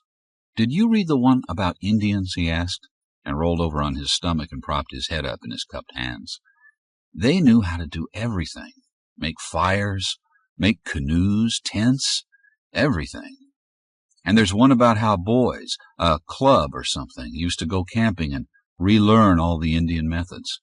It can still be done," she said dreamily. "And what you can eat in the woods and stuff like that. I read that one." They walked, rested, talked about the books in the old house, talked about the things Mark planned to make, climbed some more, and late in the afternoon they came to the summit of the mountain and looked down over the entire valley, all the way to the Shenandoah River in the distance. Molly found a spot that was level and sheltered, and Mark finally got to see the surprise she had prepared for him. Blankets, some preserved food, fruits, meat, 6 pieces of cornbread, and corn to pop over the open fire. After they ate, they pushed spruce needles into mounds, and Mark rolled up in his blanket and yawned. "What's that noise?" he asked after a moment. "The trees," Molly said softly. "The wind moves up there even when we can't feel it down here, and the trees and wind tell each other secrets." Mark laughed and yawned again. "They're talking about us," he said. Molly smiled in the dark. "I can almost hear the words," he said. "We're the first human beings they've seen in a long time," she said. "They're probably surprised that there are any more of us around." "I won't go back either," Mark shouted at her. They had eaten the last of the cornbread and dried apples, and the fire was out, the ground smooth around it. "Mark, listen to me. They will put me back in the breeder's compound. Do you understand? I won't be allowed out again. They will give me medicines that will keep me very quiet, and I won't know anything or anyone. That will be my life back there. But you have so much to learn. Read all the books in the old house, learn everything you can from them, and one day you might decide to leave, but not until you're a man, Mark. I'm staying with you." She shook her head. "Remember the voices of the trees. When you're lonely, go into the woods and let the trees talk to you. Maybe you'll hear my voice there, too. I'll never be far away if you listen." "Where are you going?" "Down the river to the Shenandoah to look for your father. They won't bother me there." Tears stood in his eyes, but he didn't shed them. He lifted his pack and put his arms through the harness. They started down the mountain again. Midway down they stopped. "You can see the valley from here," Molly said. "I won't go any farther with you." He didn't look at her. "Goodbye, Mark." "Will the trees talk to me if you're not there?" "Always, if you listen. The others are looking to the cities to save them, and the cities are dead and ruined, but the trees are alive. And when you need them, they'll talk to you. I promise you that, Mark." Now he came to her and hugged her hard. "I love you," he said. Then he turned and started down the hill, and she stood watching him until her tears blinded her and she could no longer see him. She waited until he emerged from the woods and started across the cleared valley. Then she turned and walked south toward the Shenandoah. All that night the trees whispered to her. When she awakened, she knew the trees had accepted her. They didn't stop their murmuring as they had always done in the past when she stirred about. Over and under and through their voices she could hear the voice of the river, still far off, and beyond it she was certain she could hear Ben's voice, growing stronger as she hurried toward him. She could smell the fresh water now, and the voices of the river and the trees and Ben's voice blended as they called to her to hurry. She ran toward him joyously. He caught her, and together they floated down into the cool, sweet water. Part 3. At the Still Point. Chapter 20. The new dormitory was dark except for the pale light spaced regularly in the halls. Mark darted down the hallway and went inside one of the rooms. There was too little light to make out details. Only the shapes of sleeping boys on the white beds could be seen at first. The windows were dark shadows. Mark stood by the door silently and waited for his eyes to adjust. The shapes emerged from darkness and became dark and light areas, arms, faces, hair. His bare feet made no sound as he approached the first cot, and again he stopped. This time his weight was shorter. The boy on the cot didn't stir. Slowly, Mark opened a small bottle of ink made from blackberries and walnuts, and dipped a fine brush into it. He had been holding the ink next to his chest. It was warm. Moving very carefully, he leaned over the sleeping boy and quickly painted the numeral 1 on the boy's cheek. The boy didn't move. Mark backed away from the first bed, went to another, and again paused to make certain the boy was sleeping deeply. This time he painted a 2. Presently he left the room and hurried to the next one. He repeated the procedure there. If the boy was sleeping on his stomach, his face buried in the covers, Mark painted a number on his hand or arm. Shortly before dawn, Mark put the top back on his bottle of ink and crept to his own room, a cubicle large enough to contain only his cot and some shelves above it. He put the ink on a shelf, making no attempt to hide it. Then he sat cross-legged on his bed and waited.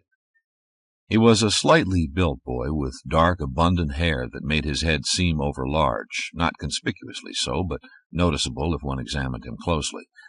The only startling feature was his eyes, a blue of such intensity and depth that they were unforgettable.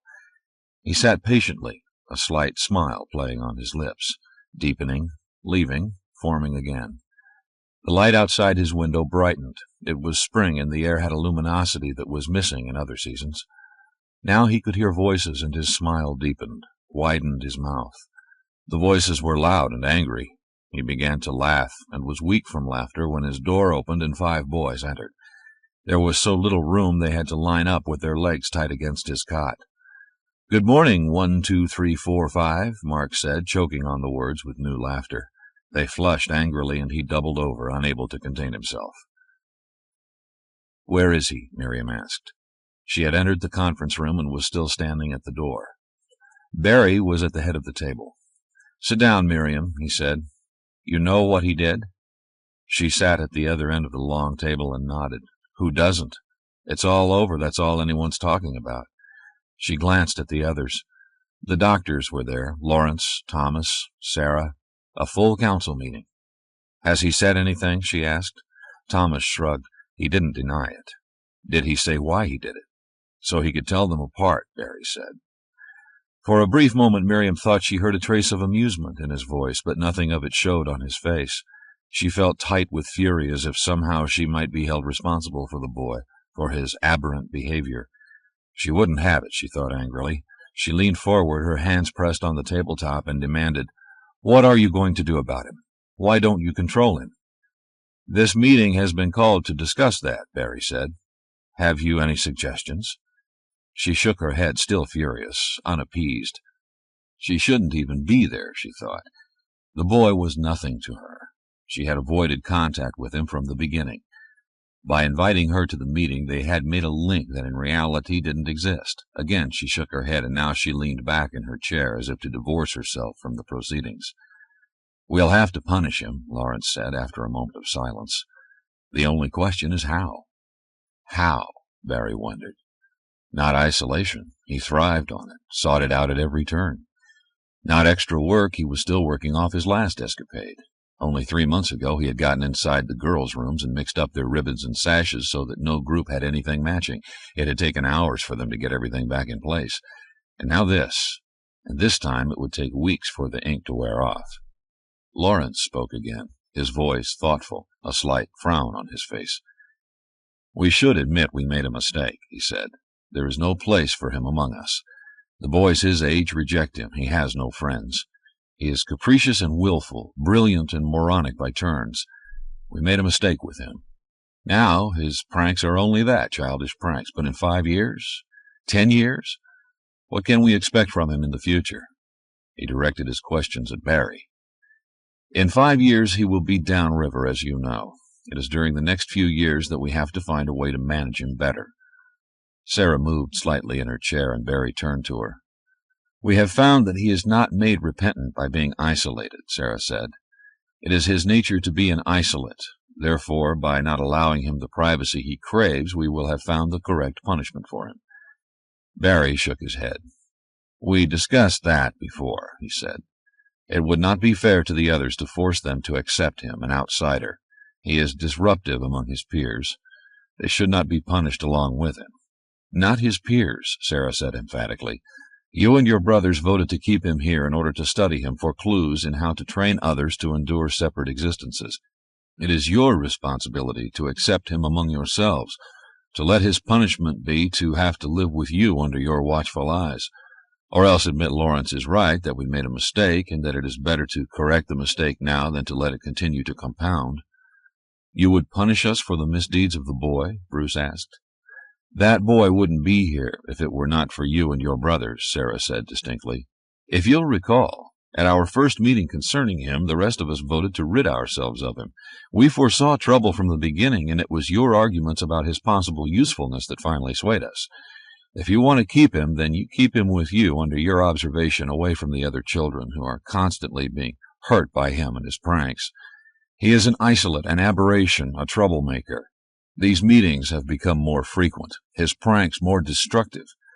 How many more hours must we spend discussing his behavior? You know that isn't practical, Barry said impatiently. We're in the lab half the time, in the breeders' quarters, in the hospital. Those aren't places for a child of 10. Then get rid of him, Sarah said. She sat back now and crossed her arms over her chest. Barry looked at Miriam, whose lips were tightly compressed. She met his gaze coldly. He turned to Lawrence. Can you think of any other way? Lawrence asked. We've tried everything we can think of, and nothing has worked. Those boys were angry enough to kill him this morning. Next time there might be violence. Have you thought what violence would do to this community? They were a people without violence in their history. Physical punishment had never been considered because it was impossible to hurt one without hurting others equally. That didn't apply to Mark, Barry thought suddenly, but he didn't say it. The thought of hurting him, of causing him physical pain, was repugnant. He glanced at his brothers and saw the same confusion on their faces that he was feeling. They couldn't abandon the boy. He did hold clues about how a man lived alone. They needed him. His mind refused to probe more deeply than that. They needed to study him. There were so many things about human beings that were incomprehensible to them. Mark might be the link that would enable them to understand. The fact that the boy was Ben's child, that Ben and his brothers had been as one, had nothing to do with it. He felt no particular bond to the boy. None at all. If anyone could feel such a bond, it should be Miriam, he thought, and looked at her for a sign that she felt something. Her face was stony. Her eyes avoided him. Too rigid, he realized. Too cold.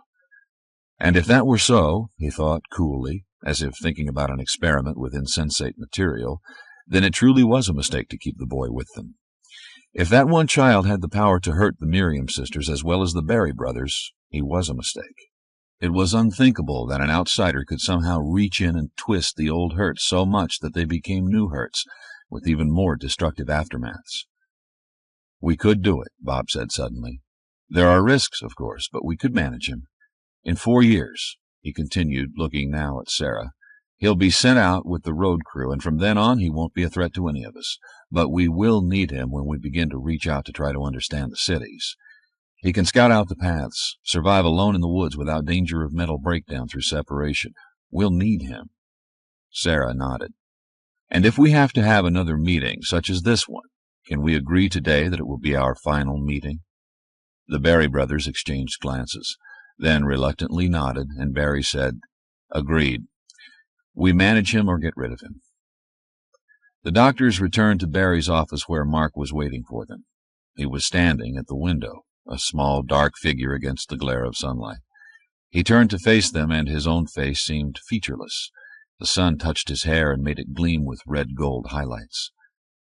What will you do with me? He asked. His voice was steady. "Come over here and sit down," Barry said, taking his place behind the desk.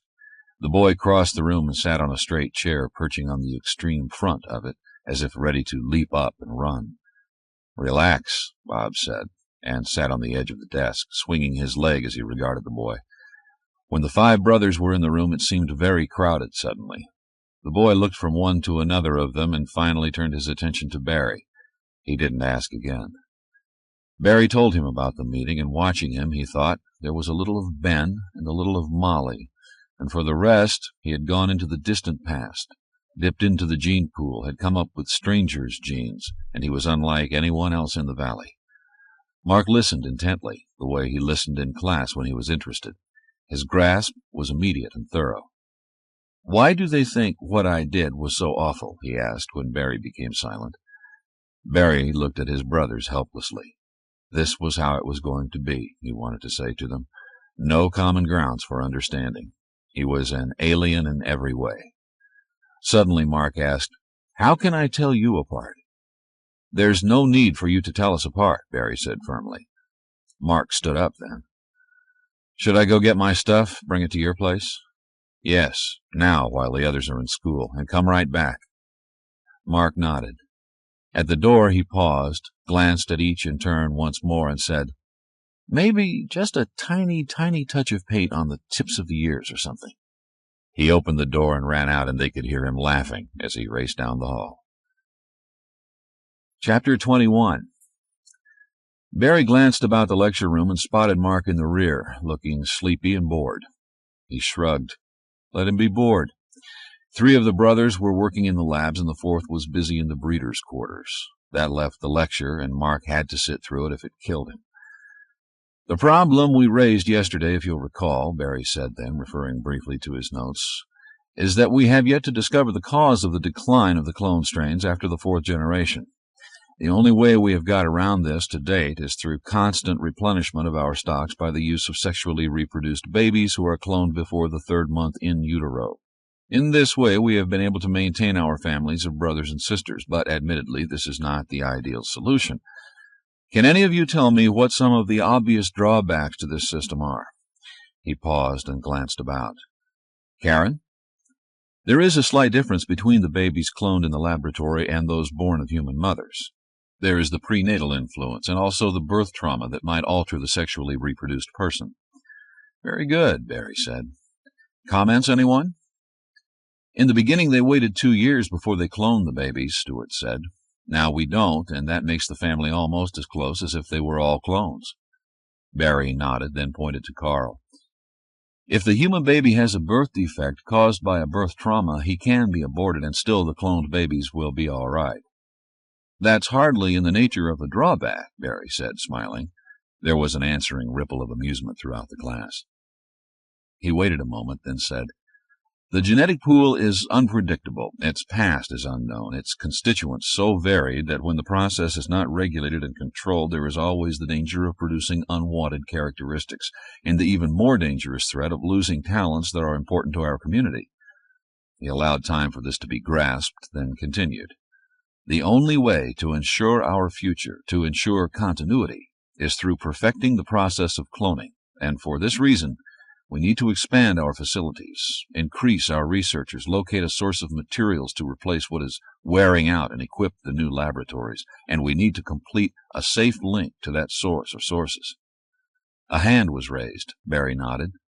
"What if we can't find enough equipment in good condition soon enough?"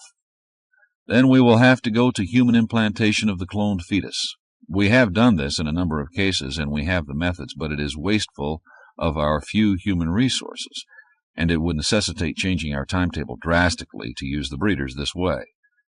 He looked over the class, then continued. "Our goal is to remove the need for sexual reproduction. Then we will be able to plan our future. If we need road builders, we can clone 50 or 100 for this purpose, train them from infancy, and send them out to fulfill their destiny. We can clone boat builders, sailors, send them out to the sea to locate the course of the fish our first explorers discovered in the Potomac. 100 farmers to relieve those who would prefer to be working over test tubes than hoeing rows of carrots." Another ripple of laughter passed over the students. Barry smiled also. Without exception, they all worked their hours in the fields. "For the first time since mankind walked the face of the earth," he said, "there will be no misfits." "And no geniuses," a voice said lazily, and he looked to the rear of the class to see Mark, still slouched down in his chair, his blue eyes bright, grinning slightly. Deliberately he winked at Barry, then closed both eyes again and apparently returned to sleep. "I'll tell you a story if you want," Mark said. He stood in the aisle between 2 rows of 3 beds each. The Carver brothers had all had appendicitis simultaneously. They looked at him from both sides, and one of them nodded. They were 13. "Once there was a Wojie," he said, moving to the window, where he sat cross-legged on a chair with the light behind him. "What's a Wojie?" "If you ask questions, I won't tell it," Mark said. "You'll see as I go along." This Wojie lived deep in the woods, and every year when winter came he nearly froze to death. That was because the icy rain soaked him and the snow covered him over, and he had nothing at all to eat because the leaves all fell and he ate leaves. One year he got an idea, and he went to a big spruce tree and told it his idea. At first the spruce tree wouldn't even consider his suggestion. The Wojie didn't go away, though. He kept telling the spruce tree his idea over and over, and finally the spruce tree thought, what did he have to lose? Why not try it? So the spruce tree told the Wojie to go ahead. For days and days the Wojie worked on the leaves, rolling them up and making them over into needles. He used some of the needles to sew them all tightly to the tree branches. Then he climbed to the very top of the spruce tree and yelled at the ice wind and laughed at it and said it couldn't hurt him now because he had a home and food to eat all winter. The other trees heard him and laughed, and they began to tell each other about the crazy little Wojie who yelled at the ice wind, and finally the last tree, at the place where the trees end and the snow begins, heard the story. It was a maple tree, and it laughed until its leaves shook. The ice wind heard it laughing and came blowing up, storming and throwing ice, and demanded to know what was so funny. The maple tree told the ice wind about the crazy little Wojie who had challenged his powers to take the leaves off the trees, and the ice wind became madder and madder. It blew harder and harder. The maple leaves turned red and gold with fear and then fell to the ground, and the tree stood naked before the wind. The ice wind blew south, and the other trees shivered and turned color and dropped their leaves. Finally the ice wind came to the spruce tree and screamed for the Wojie to come out. He wouldn't. He was hidden deep in the spruce needles where the ice wind couldn't see him or touch him. The wind blew harder, and the spruce tree shivered, but its needles held tight, and they didn't turn color at all. The ice wind now called up the ice rain to help, and the spruce tree was covered with icicles, but the needles held on and the Wojie stayed dry and warm. Then the ice wind got madder than ever and called the snow to help, and it snowed deeper and deeper until the spruce tree looked like a mountain of snow. But deep inside the Wojie was warm and content, close to the trunk of the tree, and soon the tree shrugged and the snow fell away from it, and it knew the ice wind could no longer hurt it. The ice wind howled about the tree all winter, but the needles held tight and the Wojie stayed snug and warm. And if he nibbled on a needle now and then, the tree forgave him because he had taught it not to cringe and turn colors and stand naked all winter shivering before the ice wind just because that's what the other trees did. When spring came, the other trees begged the Wojie to turn their leaves into needles too, and the Wojie finally agreed, but only for those trees that hadn't laughed at him. And that's why the evergreen trees are evergreen. "Is that all?" demanded one of the Carver brothers. Mark nodded. "What's a Wojie? You said we'd know when the story was over." "That's the thing that lives in spruce trees," Mark said, grinning. "He's invisible, but sometimes you can hear him. He's usually laughing." He jumped down from the chair. "I've got to go." He trotted to the door. "There's no such thing," one of the brothers yelled. Mark opened the door and looked out cautiously. He wasn't supposed to be there. Then he looked over his shoulder and asked the brothers, "How do you know? Have you ever gone out there to try to hear him laughing?" He left them quickly before a doctor or nurse showed up. Before dawn one morning near the end of May, the families began to gather at the dock once more to see off the 6 boats and crews of brothers and sisters. There was no gaiety now. There had been no party the night before. Barry stood near Lewis and watched the preparations. They were both silent. There was no way to draw back now, Barry knew. They had to have the supplies that were in the big cities or die. That was the alternative they had. The toll had been too high, and he knew no way to reduce it. Special training had helped a little, but not enough. Sending groups of brothers and sisters had helped, but not enough. So far, in the 4 trips downriver, they had lost 22 people, and another 24 had been affected by the ordeal, perhaps permanently affected, and through them their families, 36 of them this time. They were to stay out until frost or until the river started its usual fall rise, whichever was first. Some of them were to build a bypass around the falls. Some would dig a canal to link the Shenandoah to the Potomac to avoid the danger of the rough water they now had to face with each trip.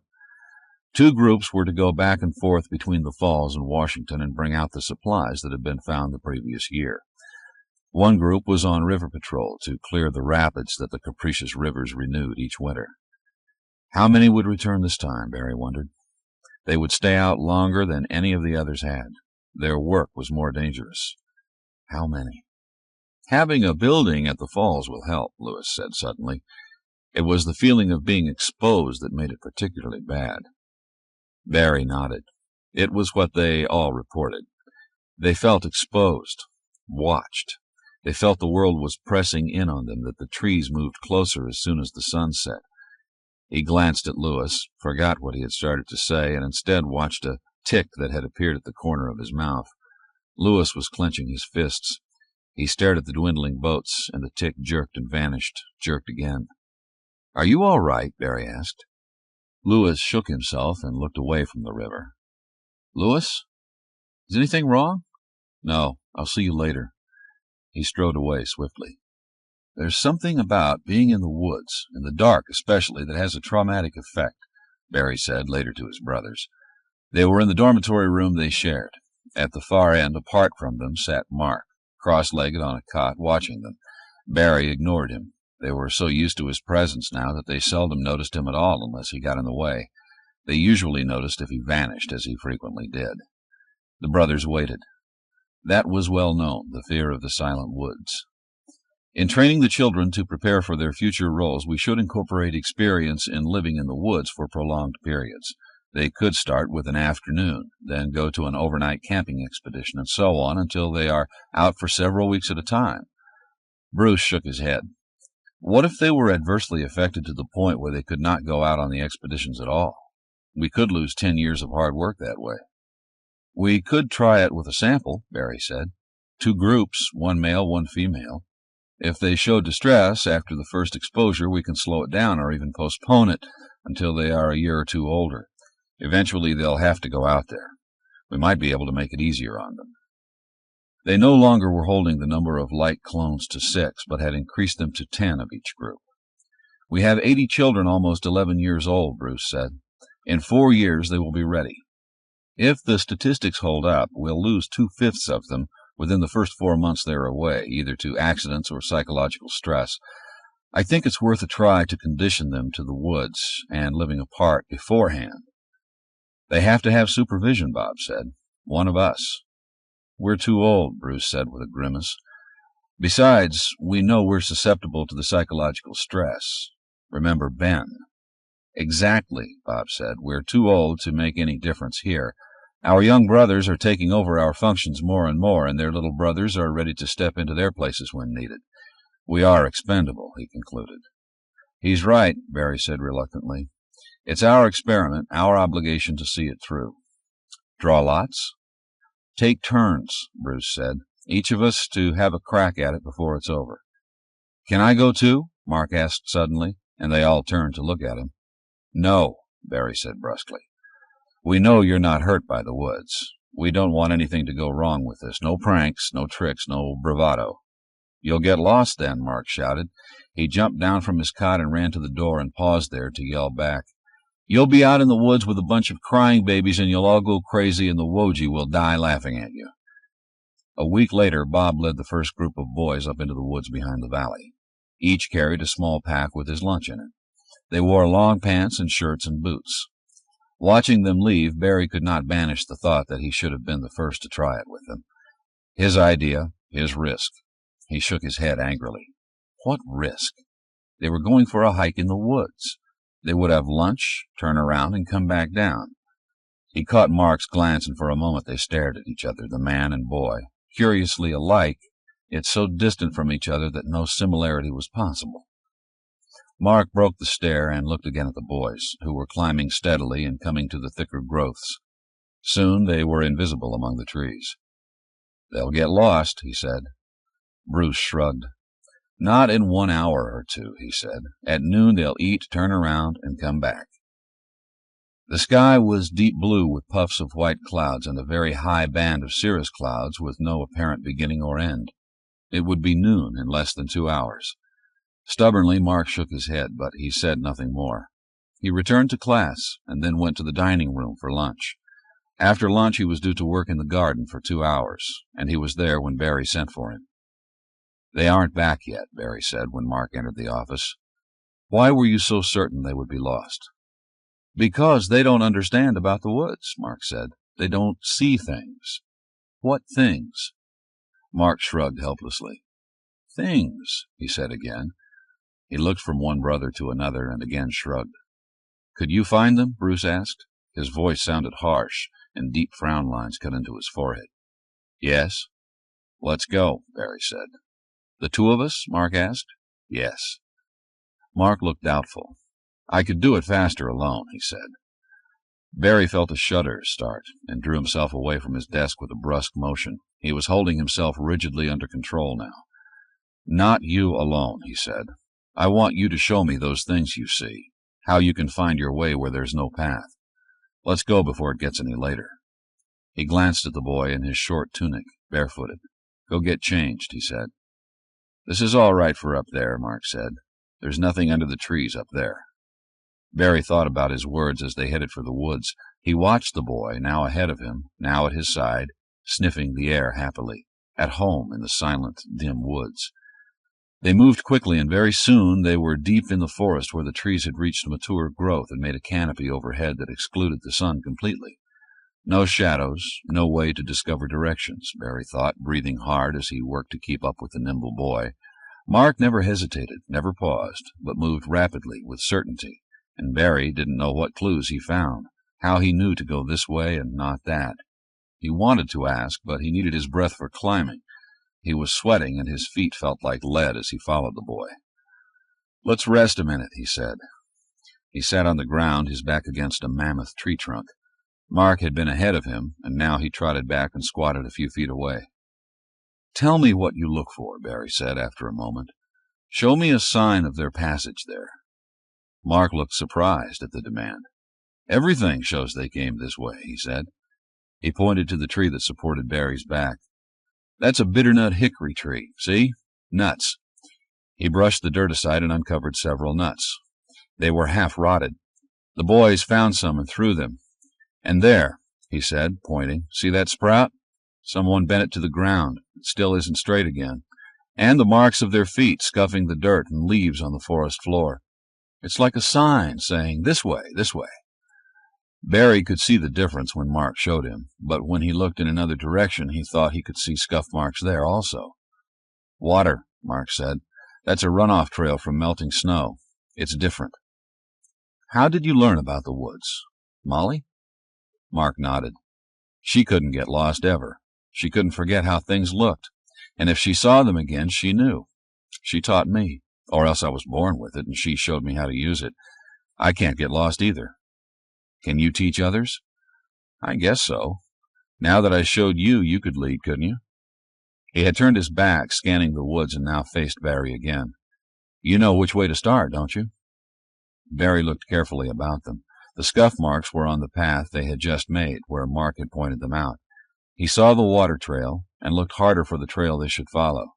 There was nothing. He looked again at Mark, who was grinning. "No," he said. "I don't know which way to go now." Mark laughed. "Because it's rocky," he said. "Come on." He started again, this time keeping to the edge of a rocky trail. "How did you know?" Barry asked. "There's no sign of them among the rocks." "Because there was no sign anywhere else. It was all that was left. There." He pointed, and there was another bent tree, this one stronger, older, more firmly rooted. "Someone pulled that spruce down and let it spring back up. Probably more than one did, because it's still not quite straight, and you can see now that the rocks have been kicked around." The rocky trail deepened and became a creek bed. Mark watched the edges carefully and soon turned again, pointing to scuff marks as he went. The woods were deeper, the gloom more intense here. Thick evergreen trees covered the slope they began to descend, and sometimes they had to wind their way among the branches that touched one another in the spruce forest. The floor was brown, springy with generations of needles. Barry found himself holding his breath in order not to disturb the silence of the great forest, and he understood why the others talked of a presence, something that watched as they moved among the trees. The silence was so intense, it was like a dream world where mouths open and close and no noise is heard, where musicians' instruments are strangely muted, where one screams and screams silently. Behind him he could sense the trees moving in closer, closer. Then suddenly, as if it had been growing a long time and he only now had become aware of it, he found that he was listening to something over and beyond the silence, something that was like a voice, or voices mingling in whispers too distant to make out the words. Like Molly, he thought, and a shiver of fear raced through him. The voices faded. Mark had stopped and was looking about again. They doubled back here, he said. They must have had lunch up there and started back, but here they lost their way. See, they went over too far, and kept going farther and farther from the way they had come. Barry could see nothing to indicate they had done that, but he knew he was helpless in that dark forest, and he could only follow the boy wherever he led. They climbed again, and the spruces thinned out, and now there were aspens and cottonwoods bordering a stream. You'd think they'd know they hadn't seen this before, Mark said with disgust. He was moving faster now. He stopped again, and a grin came and went, leaving him looking worried. Some of them began to run here, he said. Wait, I'll see if they regrouped ahead or if we have to find any of them. He vanished before he finished speaking, and Barry sank to the ground to wait for him. The voices came back almost instantly. He looked at the trees that seemed unmoving, and knew that the branches high above were stirring in the wind, that they made the voice like whispering, but still he strained to hear the words over and over. He put his head down on his knees and tried to will the voices into silence. His legs were throbbing, and he was very hot. He could feel trickles of sweat running down his back, and he hunched over more so his shirt was snug across his shoulders, absorbing the sweat. They couldn't send their people out to live in the forests, he knew. This was a hostile environment, with a spirit of malevolency that would stifle them, craze them, kill them. He could feel the presence now pressing in on him, drawing closer, feeling him.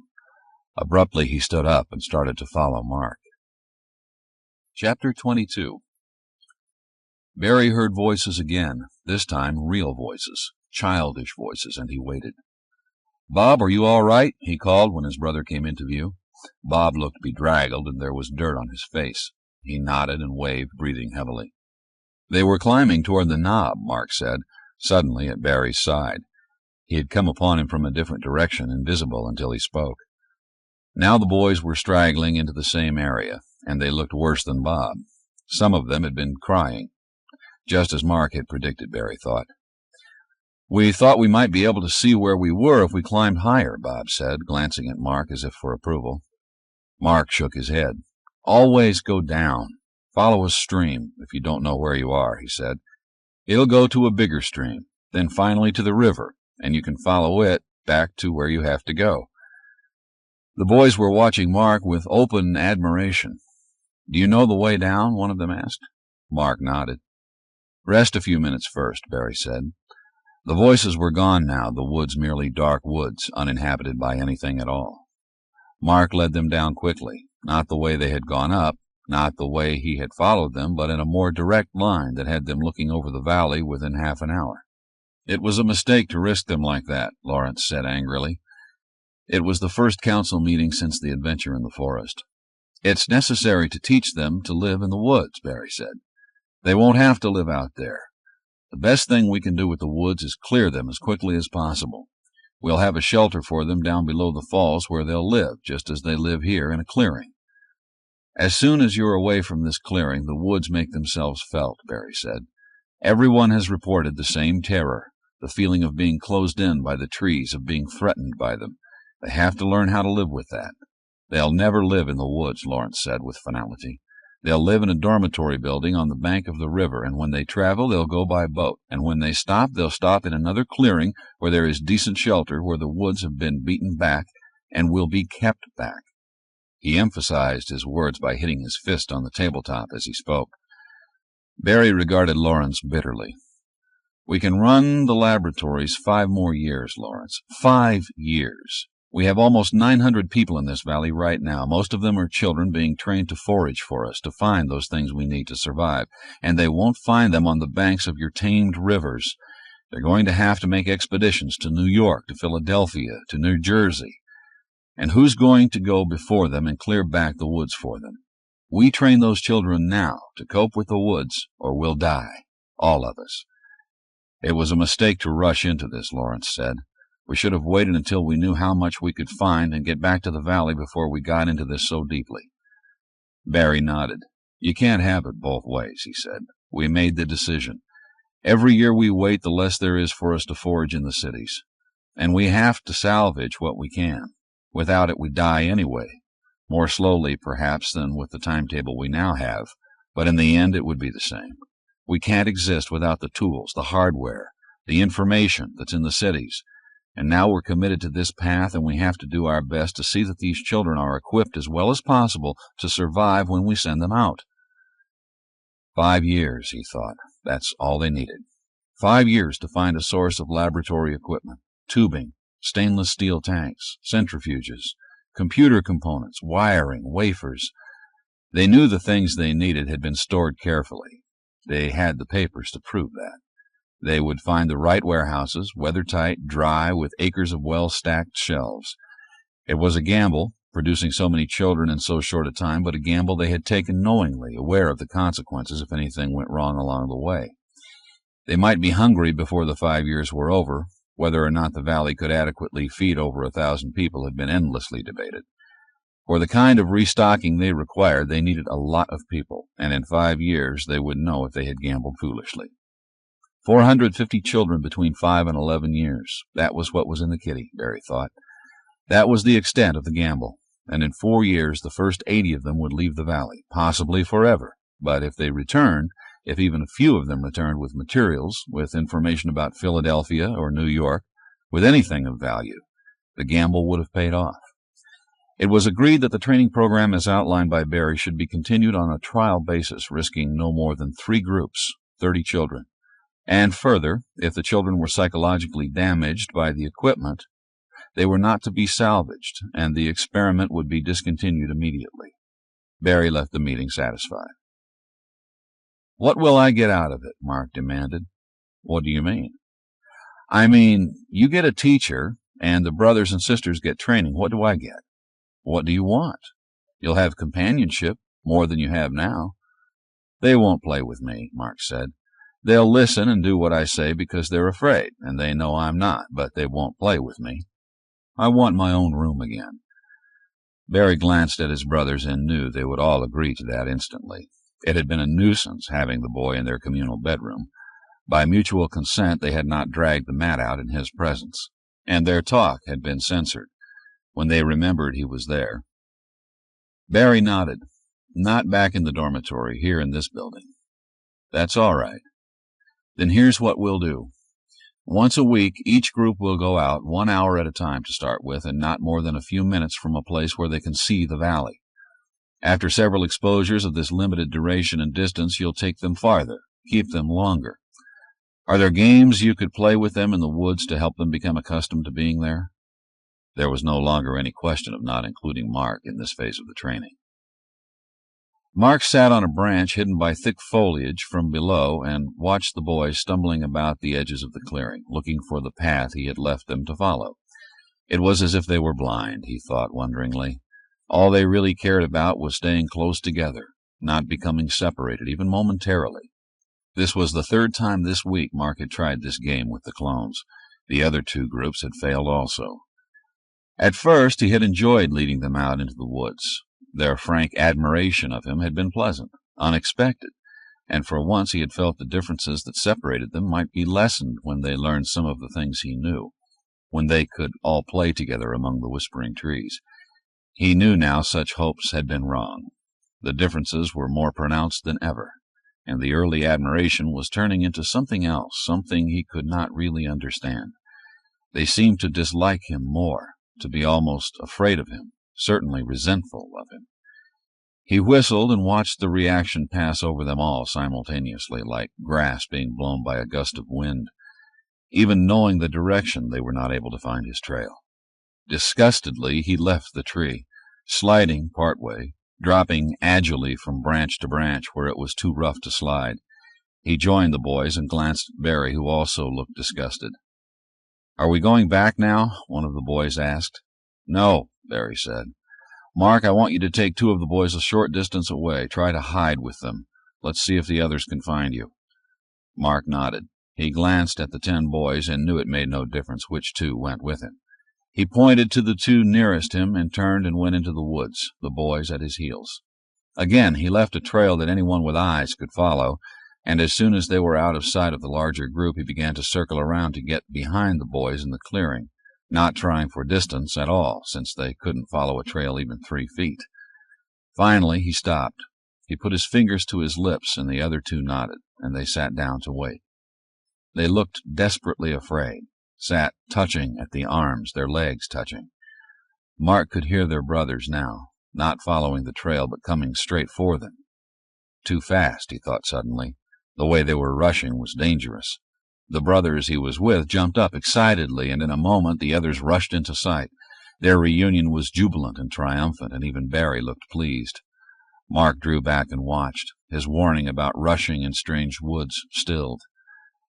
"That's enough for today," Barry said. "Very good, boys, very good indeed. Who knows the way back?"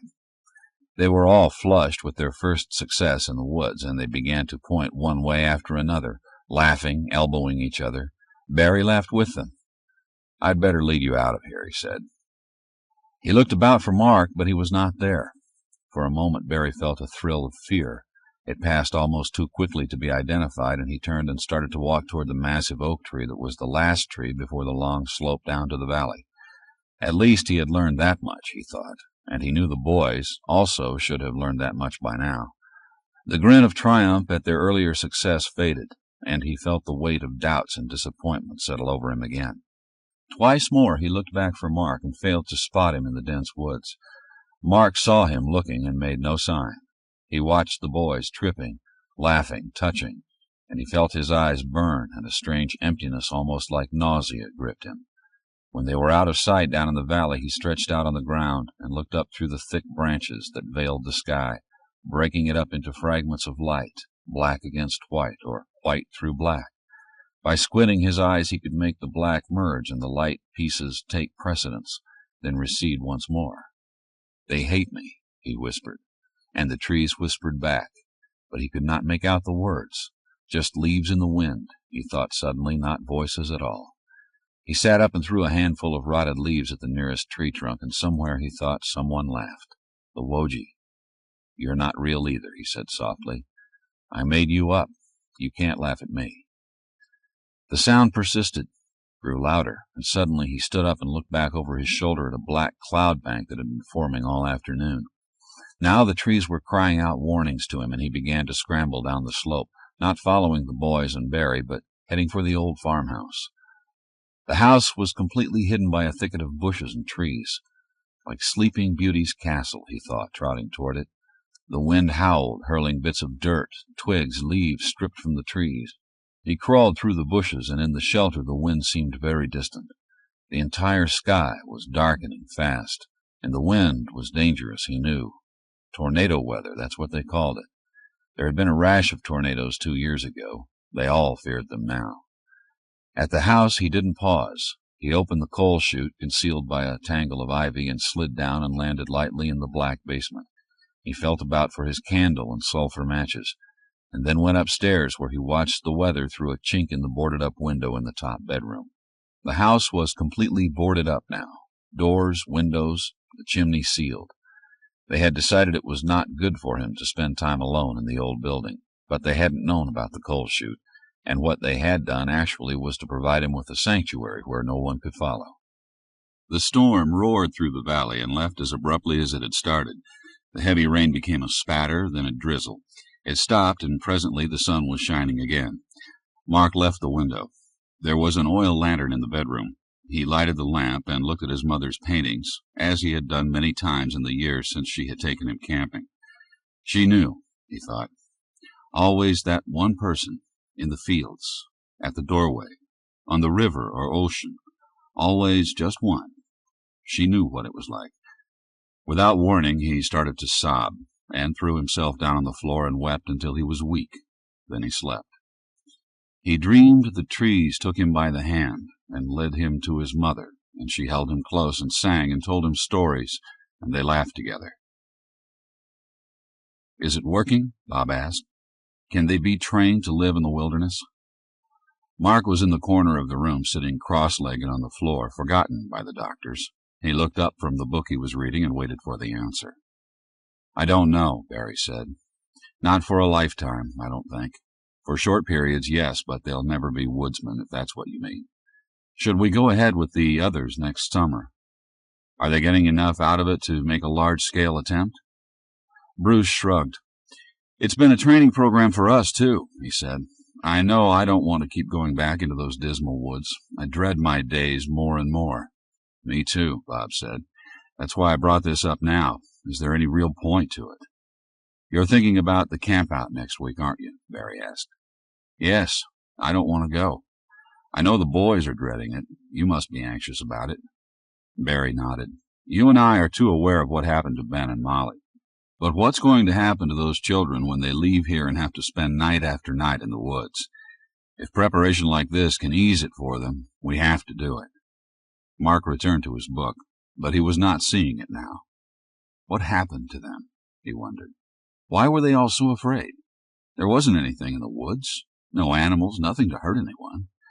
Maybe they heard the voices, and that made them afraid, he thought. But then, if they heard the voices too, the voices had to be real.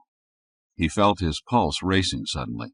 For several years he had believed the voices were only the leaves, that he was only pretending they were really voices. But if the brothers heard them too, that made them real. The brothers and sisters never made up anything. They didn't know how. He wanted to laugh with joy, but he didn't make a sound to attract attention. They would want to know what was funny, and he knew he could never tell them. The camp was a large clearing several miles from the valley.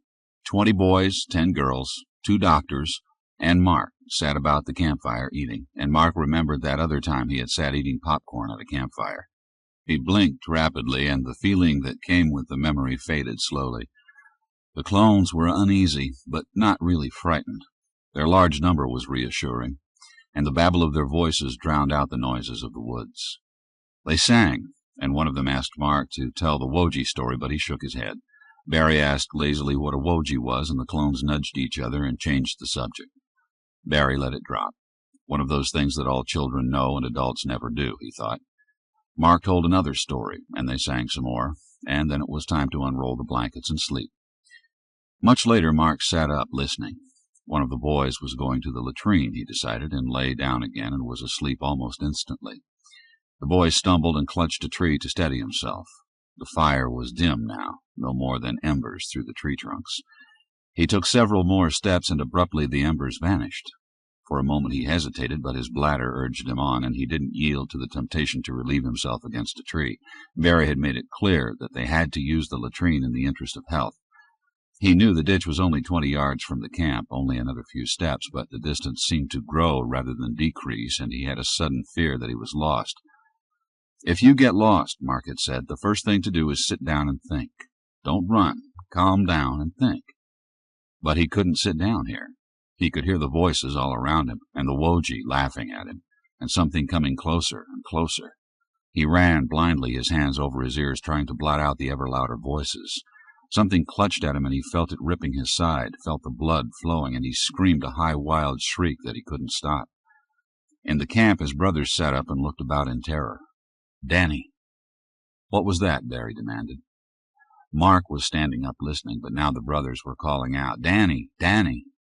"Tell them to shut up," Mark said. He strained to hear. "Make them stay here," he ordered, and trotted into the woods toward the latrine. He could hear the boy now, faintly, dashing madly into trees, bushes, stumbling, screaming. Abruptly the sounds stopped. Mark paused again to listen, but the woods were silent. There was pandemonium behind him in camp, and ahead of him, nothing. He didn't move for several minutes, listening. Danny might have fallen, winded himself. He might be unconscious. There was no way in the dark for Mark to follow him without sounds to lead him. Slowly he turned back to camp. They were all up now, standing in 3 groups, the 2 doctors also close to each other. "I can't find him in the dark," Mark said. "We'll have to wait for morning." No one moved. "Build up the fire," he said. "Maybe he'll see the glow and follow it back." One group of brothers started to throw wood on the embers, smothering it. Bob took charge, and presently they had a roaring fire again. Danny's brothers sat huddled together, all looking pinched and cold and very afraid. They could find him, Mark thought, but they were afraid to go after him in the black woods. One of them began to cry, and almost as if that had been the signal, they were all weeping. Mark turned from them and went again to the edge of the woods to listen. With the first faint light of dawn, Mark started to follow the trail of the missing boy. He had dashed back and forth, zigzagging, rebounding from tree to bush to tree. Here he had run forward for 100 yards, only to crash into a boulder. There was blood. He had been scraped by a spruce branch.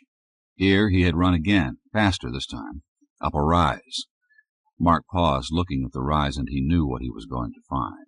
He had been trotting easily, and now he slowed to a walk and followed the trail, not stepping on any of Danny's prints, but keeping to one side, reading what had happened.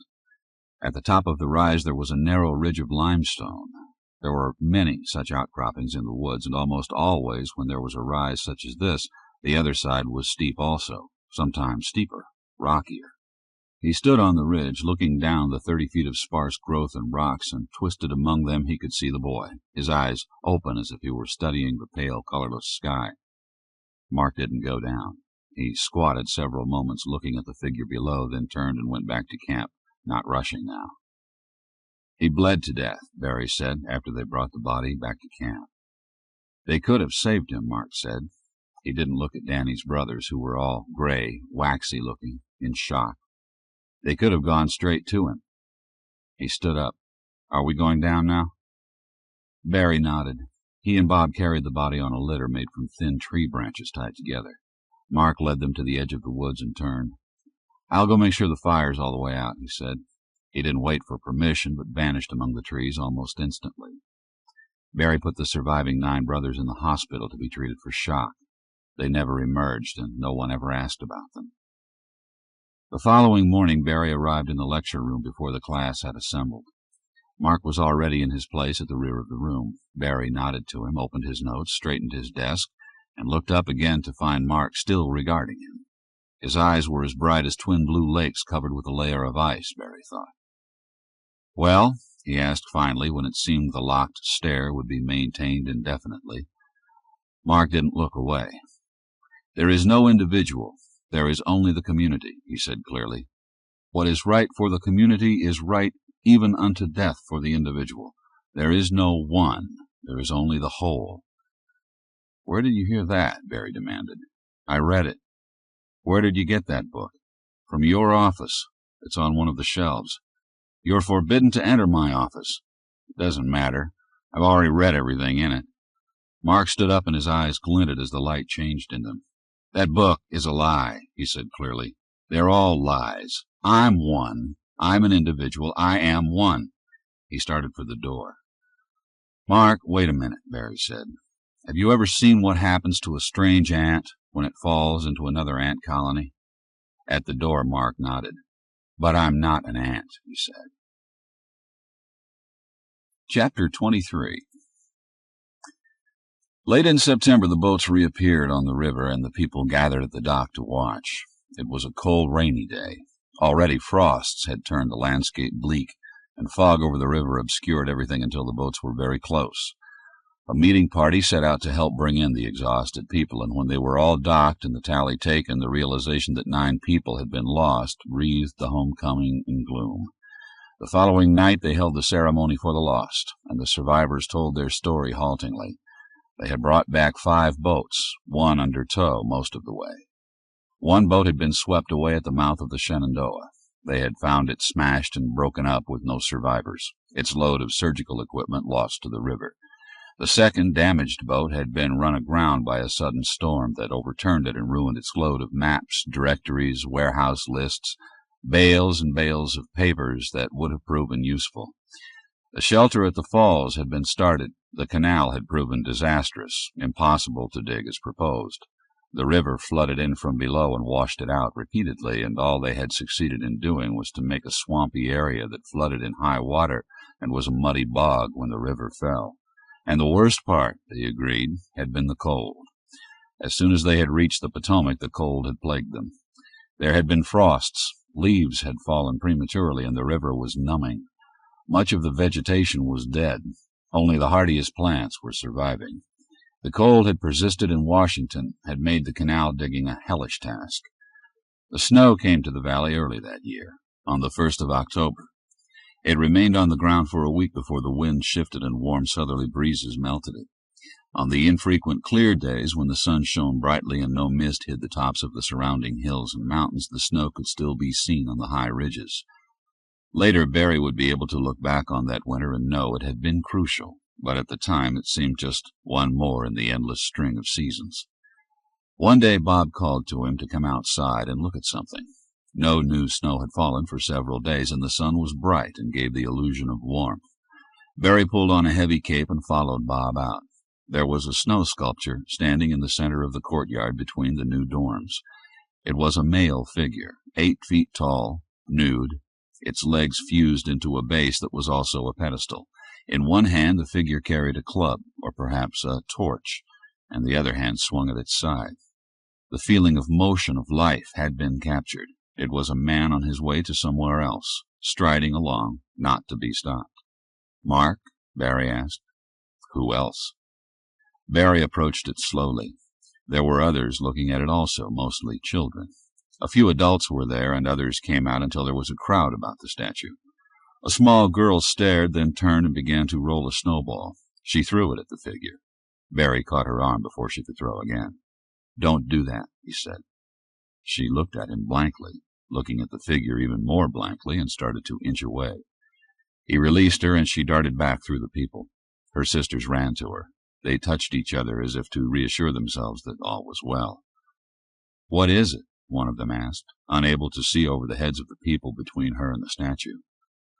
"Just snow," the little girl answered. "It's just snow." Barry stared at her. She was about 7, he thought.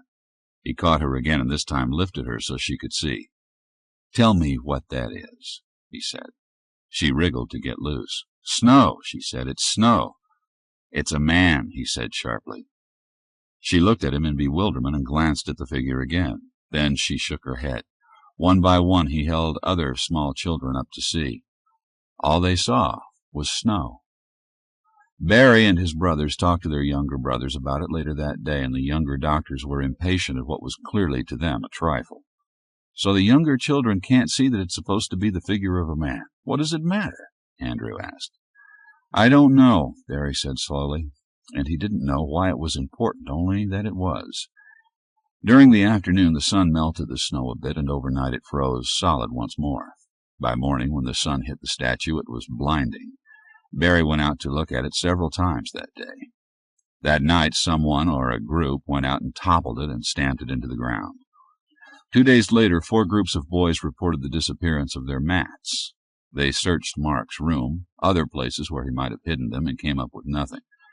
Mark started a new sculpture, this time a woman, presumably a companion piece to the man, and this time the statue remained until spring, long after it was no longer identifiable, but was simply a mound of snow that had melted, frozen, melted repeatedly. The next incident happened soon after the New Year's celebration. Barry was awakened from a deep sleep by an insistent hand on his shoulder. He sat up, feeling groggy and disoriented, as if he had been pulled a long way to find himself in his bed, cold, stupid, blinking without recognition at the younger man standing over him.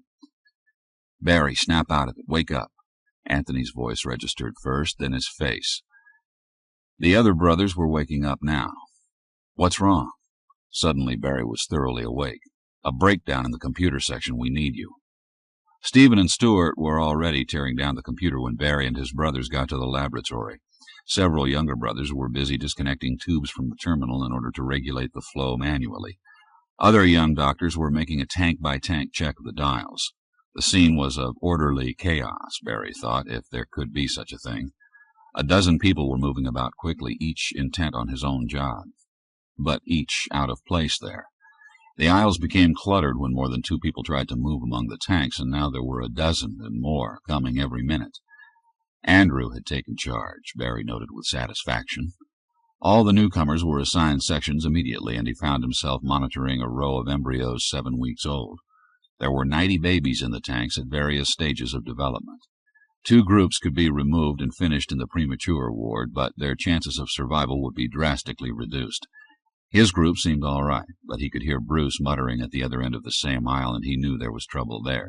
The potassium salts had been increased. The embryos had been poisoned. The scientists were spoiled, he thought. So used to the computer analysis of the amniotic fluids, they had let their own skills deteriorate. Now trial and error was too slow to save the embryos. The survivor of that group was turned off. No more solitaires. Members of another group had suffered, but this time only 4 were overdosed. The 6 survivors were allowed to continue. Throughout the night they monitored the fluids, added salts as they were needed, diluted the fluids if salt started to build, kept a temperature check and oxygen count, and by dawn, Barry felt as if he were swimming through an ocean of congealed amniotic fluids himself. The computer was not yet functioning. The checks would have to be continued around the clock. The crisis lasted 4 days, and during that time they lost 34 babies and 49 animals. When Barry finally fell into bed exhausted, he knew the loss of the animals was the more grievous. They had depended on those animals for the glandular secretions, for the chemicals they extracted from their bone marrow and blood. Later, he thought, sinking down into the fog of sleep, later he would worry about the implications of the loss. No maybes. We have to have the computer parts as soon as the snow melts. If this happens again, I don't know if we can repair it. Everett was a thin, tall computer expert, no more than 20, possibly not that yet. His older brothers deferred to him, and that was a good sign that he knew what he was talking about. The new paddle wheel bolts will be ready by summer, Lawrence said. If a road crew can get out early enough to make certain the bypass is open. Barry stopped listening. It was snowing again. Large, lazy flakes of snow drifted, in no hurry to get to earth, wafted this way and that. He could not see past the first dormitory, only 20 yards from the window he looked through. The children were in school, absorbing everything being presented to them. The laboratory conditions had been stabilized again. It would work out, he told himself. 4 years wasn't too long to hold out, and if they could have 4 years, they would be over the line from experimental to proven. The snow drifted, and he mused at the individuality of each snowflake. Like millions of others before him, he thought, awed by the complexities of nature. He wondered suddenly if Andrew, the self he had been at 30, had ever felt bemused by the complexities of nature. He wondered if any of the younger children knew each snowflake was different. If they were told that it was so, were ordered to examine the snowflakes as a project, would they see the difference? Would they think it marvelous? Or would they accept it as another of the endless lessons they were expected to learn, and so learn it obediently and derive no pleasure or satisfaction from the new knowledge? He felt chilled and turned his attention back to the meeting. But the thoughts would not stop there. They learned everything they were taught, he realized, everything. They could duplicate what had gone before, but they originated nothing. And they couldn't even see the magnificent snow sculpture Mark had created. After the meeting, he walked with Lawrence to inspect the new paddle wheel bolts. Everything's top priority, he said, without exception. Trouble is, Lawrence said, they're right. Everything really is top priority. It's a fragile structure we have here, Barry, very fragile indeed. Barry nodded. Without the computers, they would have to close down all but a couple dozen of the tanks. Without the parts for the generator, they would have to cut down on electricity, start burning wood for warmth, to cook with, read by tallow candles. Without the boats, they could not travel to the cities, where their supplies were rotting away more each season. Without the new supply of workers and explorers, they could not maintain the bypass road around the falls, maintain the rivers so that the paddle boats could navigate them. You ever read that poem about the want of a nail? He asked. No, Lawrence said, and looked at him questioningly. Barry shook his head. They watched the crew working on the boat for a few minutes, and then Barry said, "Lawrence, how good are the younger brothers at boat building?" "The best," Lawrence said promptly. "I don't mean just following orders. I mean, has one of the younger brothers come up with an idea you could use?" Barry turned to study him again. "What's bothering you, Barry? Have they?" Lawrence frowned and was silent for what seemed a long time. Finally he shrugged. "I don't think so. I can't remember, but then Lewis has such clear ideas of what it has to be, I doubt if anyone would even think of contradicting him or adding to anything he has planned." Barry nodded. "I thought so," he said, and walked away on the snow-cleared path, edged on either side by a white fence as high as his head.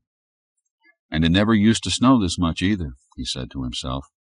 There, he had said it aloud. He thought he probably was the first one of the inhabitants to say that. It never used to snow this much. Later that day he sent for Mark, and when the boy stood before him, he asked, "What are the woods like in the winter, when there's snow like now?" Mark looked guilty for a moment. He shrugged. "I know you've managed to learn to walk with snowshoes," Barry said, "and you ski. I've seen your trail leading up into the woods. What is it like?" Now Mark's eyes seemed to glow with blue fires, and a smile formed, then left. He ducked his head. "Not like summer," he said. "Stiller. And it's pretty." Suddenly he blushed and became silent. "More dangerous?" Barry asked. "I guess so. You can't see dips. They fill up with snow, and sometimes snow hangs on ridges so you can't be real sure where the land ends. You could go over an edge that way, I guess, if you didn't know about it. I want to train our children in getting around on snowshoes and skis. They might have to be in the woods in winter. They have to have some training. Can they find enough material to make fires?" Mark nodded. "We'll start them on making snowshoes tomorrow," Barry said decisively. He stood up. "I'll need your help. I've never seen a pair of snowshoes. I don't know how to begin." He opened the door, and before Mark left, he asked, "How did you learn to make them?" "I saw them in a book." "What book?" "Just a book," Mark said. "It's gone now." In the old house, Barry understood. What other books were in the old house? He knew he had to find out. That night when he met with his brothers, they talked long and soberly about the conclusions he had drawn. "We'll have to teach them everything they might ever need," Barry said, and felt a new weariness settle over him. "The hardest thing we'll have to do," Bruce said thoughtfully after a moment, "will be to convince others that this is so. We'll have to test it, make certain we're right, then prove it. This will put a terrible burden on the teachers, on the older brothers and sisters." They didn't question his conclusions. Each of them, given his direct observations, would have come up with the same conclusions. "I think we can devise a few simple tests," Barry said. "I made some sketches this afternoon." He showed them. A stick figure of a man running, climbing stairs, sitting down. A sun symbol, a circle with rays extending from it. A tree symbol, a cone with a stick in the base. A house made of 4 lines, 2 parallel, an angle for the roof. A disk moon, a bowl with steam rising from it in wavy lines. "We could have them finish a story," Bruce said. "Keep it as simple as the drawings, a 3 or 4 line story without an ending which they must supply." Barry nodded. They knew what he was after. If the children lacked the imagination to abstract, to fantasize, to generalize, they had to know it now and try to compensate. Within a week their fears were realized. The children under 9 or 10 could not identify the line drawings, could not complete a simple story, could not generalize a particular situation to a new situation. "So we teach them everything they'll need to know to survive," Barry said harshly, "and be grateful they seem able to learn whatever we teach." They would need different lesson material, he knew, material from the old books in the farmhouse, lessons in survival, in how to build simple lean-tos, how to make fires, how to substitute what was at hand for what was missing. Barry and his brothers went to the old farmhouse with crowbars and hammers, ripped off the boarding at the front entrance, and went inside. While the others examined the yellowed, crumbly books in the library, Barry climbed the stairs to Molly's old rooms. Inside he stopped and took a deep breath. There were the paintings, as he remembered them, and more. There were small objects made out of clay. There were wood carvings. A head that had to be Molly, done in walnut, done cleanly, expertly. Like but unlike the Miriam sisters. Barry couldn't explain how it differed, but knew it was not like them, and was like Molly. There were works done in sandstone and limestone, some of them complete, most of them rough, as if he had started them and lost interest. Barry touched the carved likeness of Molly, and for no reason he could name, he felt tears forming. He turned abruptly and left the room, closing the door carefully behind him. He didn't tell his brothers, and he didn't understand the reason for not telling them any more than he had understood the tears he had shed over a piece of wood hacked out by a child. Later that night, when images of the head kept intruding when he tried to sleep, he thought he knew why he hadn't told. They would be forced to find and seal off the secret entrance Mark used to enter the house, and Barry knew he couldn't do that. Chapter 24. The paddle-wheel boat was bedecked with bright ribbons and flowers. It dazzled under the early morning sun. Even the woodpile was decorated. The steam engine gleamed. The troops of young people filed aboard with much laughter and gaiety.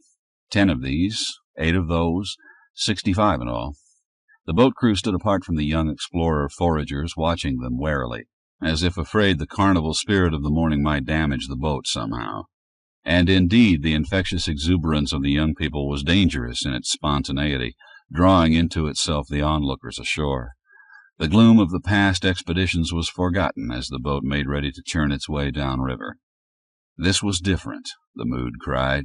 These young people had been specially bred and trained for this mission. It was their life fulfillment they sought. Who had a better right to rejoice at seeing life's goal within reach? Tied securely to the side of the paddle boat was a 14-foot canoe made of birch bark, and standing protectively by it was Mark.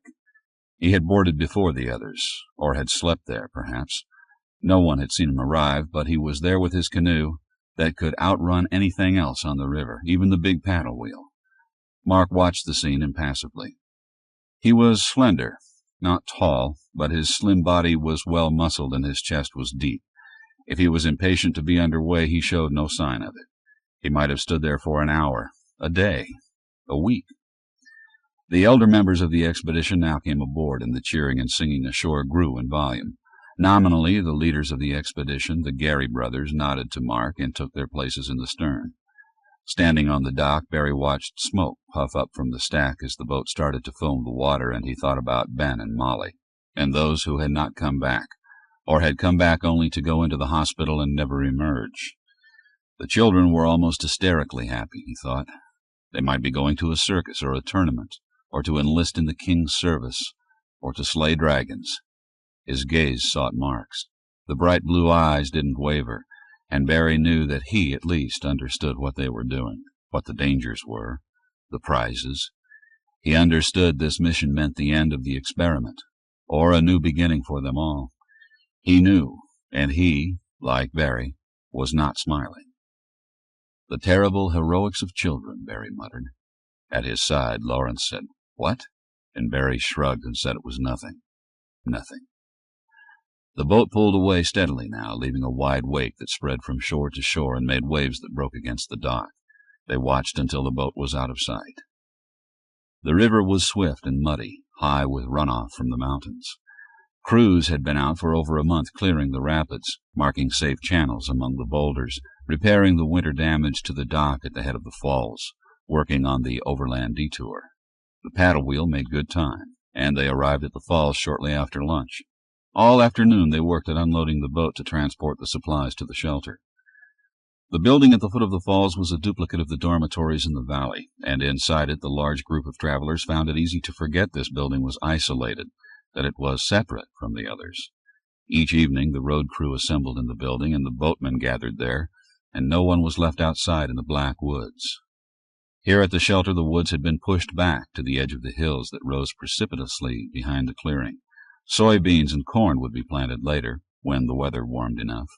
Fertile land was not to be wasted. and those people stationed in the shelter were not to be idle during the weeks between the arrivals and departures of the paddle wheels. The following day, the new expeditionary force loaded the big boat at the foot of the falls, and that night they slept in the shelter. At dawn, they would embark on the second phase of the trip to Washington. Mark allowed no one to handle his pack or his canoe, which he secured to the second boat. This was the fourth canoe he had made, the largest, and he felt no one else understood the mixture of fragility and strength that combined to make this canoe the only safe way to travel the rivers. He had tried to interest some of the others in canoes, but failed. They didn't want to think about traveling the wild rivers alone. The Potomac was rougher than the Shenandoah, and there were ice floes in it. No one had mentioned ice floes, Mark thought, and wondered about the source this late in the year. It was mid-April.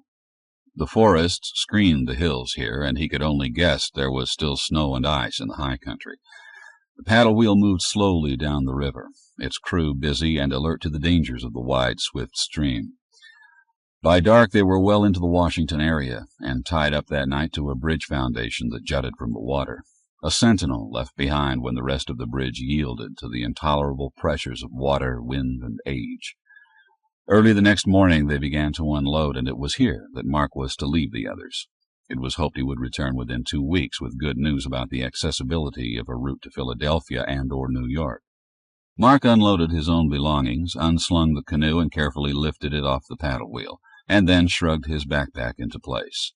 He was ready. A long knife was sheathed at his thigh. A rope hung from his braided steer-hide belt. He was dressed in hide trousers, moccasins, and a soft leather shirt. The ruined city was oppressive to him. He was eager to be back on the river. Already the transfer was being made. Supplies were unloaded, and stacks of materials that had been found and put in storage near the river were being taken aboard.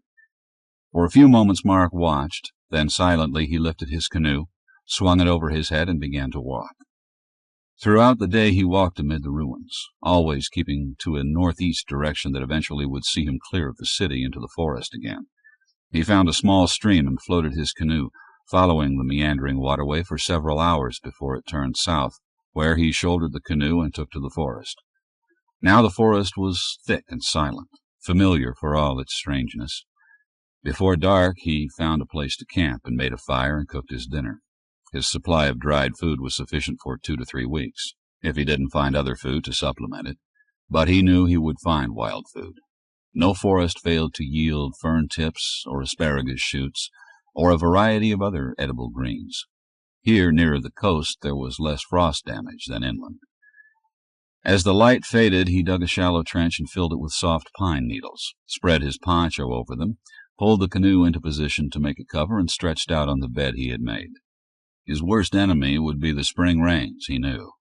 They could be heavy and unexpected.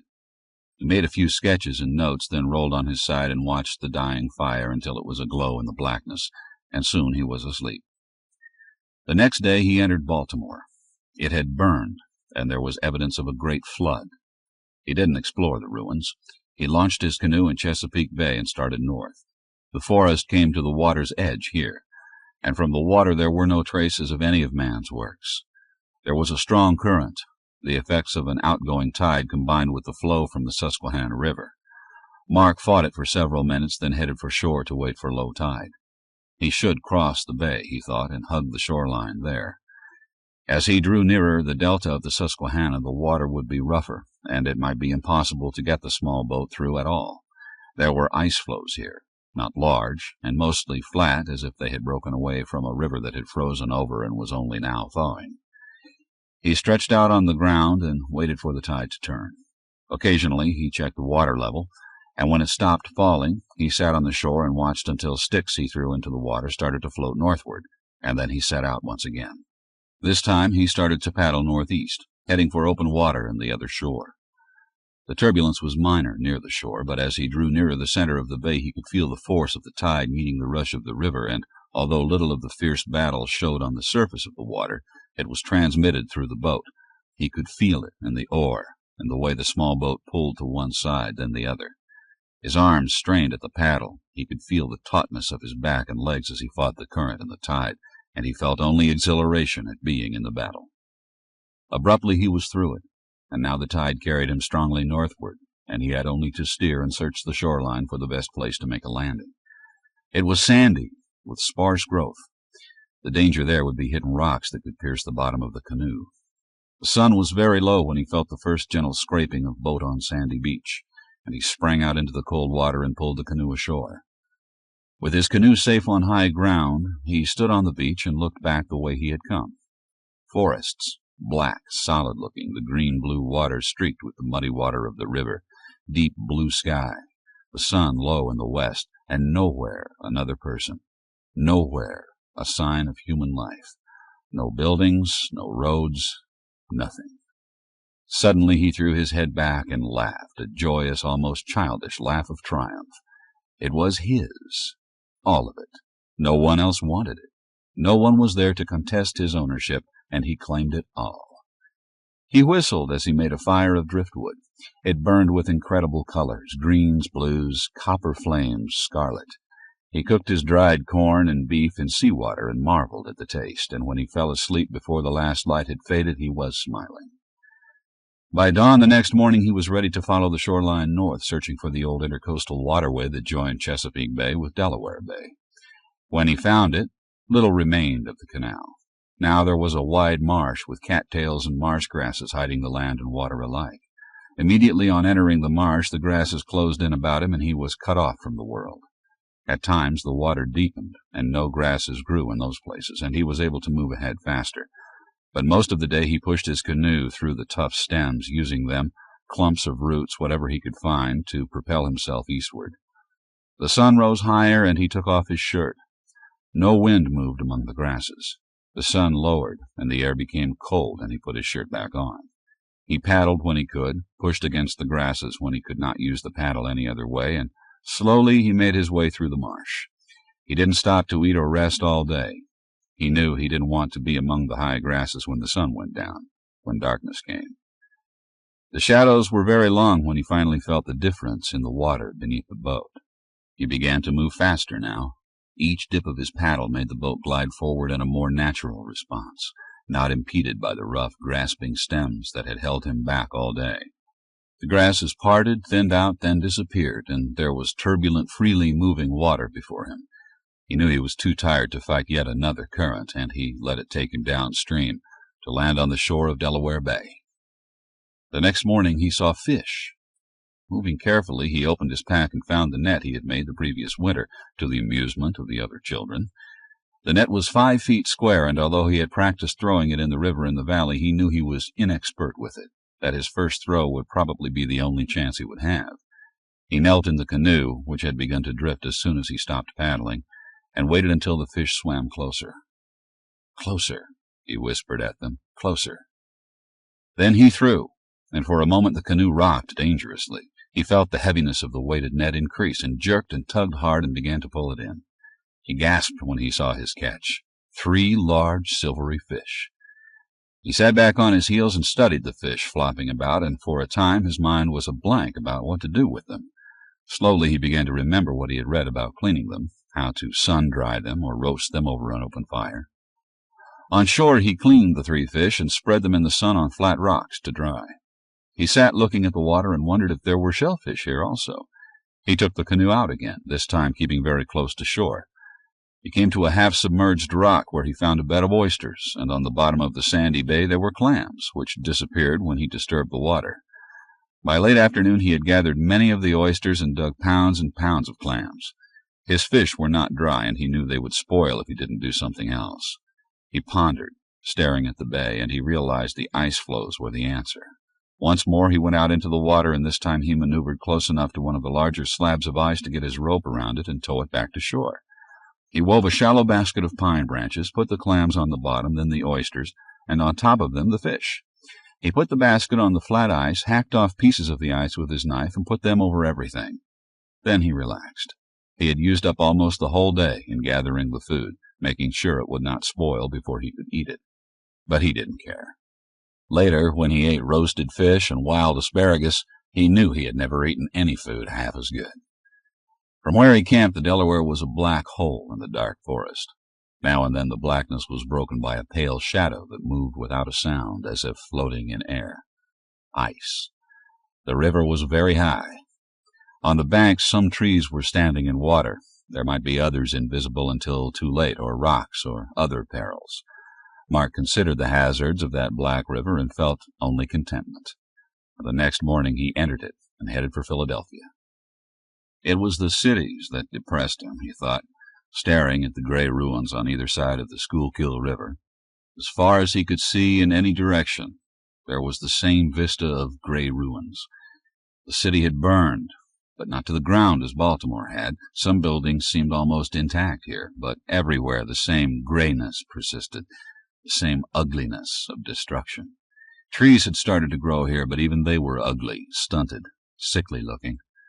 Mark felt here the same fear that others spoke of feeling in the forest. There was a presence here, and it was malign. He found himself looking back over his shoulder again and again, and determinedly paddled ahead. Soon he would stop and make some sketches of the buildings he could see from the river. Probably he should make some token explorations on foot, he thought reluctantly. He paddled more slowly and examined a grove of trees. They were so badly formed it was hard to determine what kind of trees they were. Aspens, he decided. He tried to imagine their roots searching in the concrete and metal beneath the streets for sustenance, finding only more concrete and metal. But there had been trees in Washington, he thought, paddling harder to avoid a large ragged chunk of ice. Those trees had been normal-looking, but these, they were less than half full size, misshapen, their branches few and grotesquely twisted. Abruptly Mark pulled up.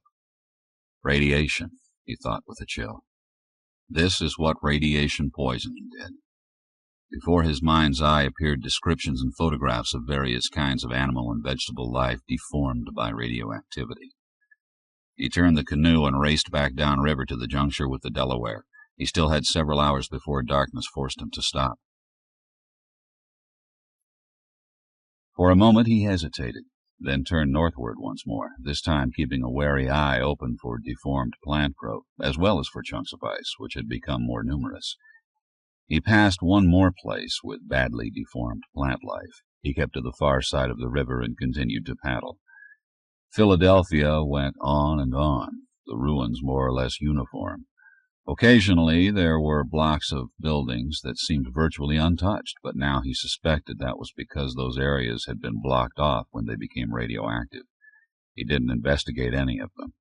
Most of the immense buildings were skeletons, but there were still many standing, enough to make a full-scale expedition worthwhile, if the buildings were not contaminated.